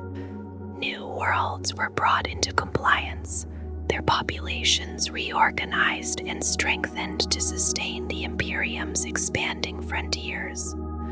The Legion itself grew to unprecedented size, eventually surpassing 250,000 Astartes before the darkness of the Horus Heresy descended upon the galaxy.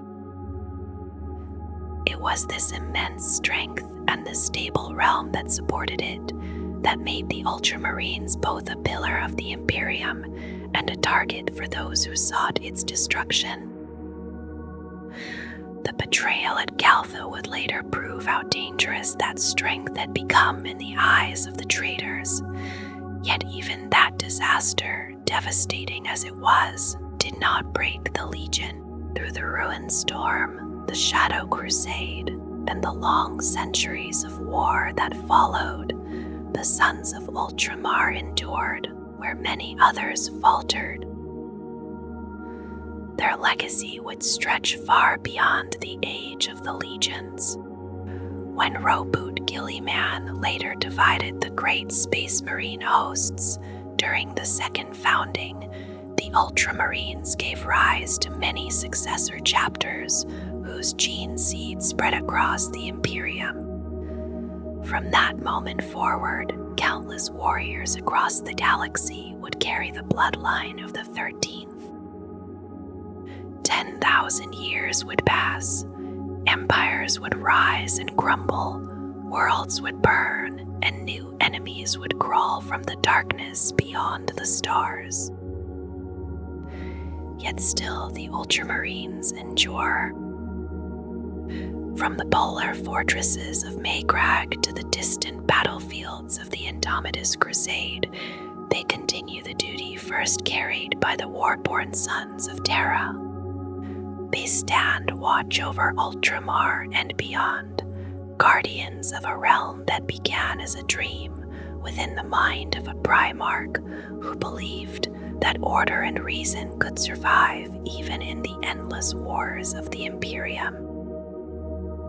And so the long history of the 13th Legion becomes more than a record of battles and victories.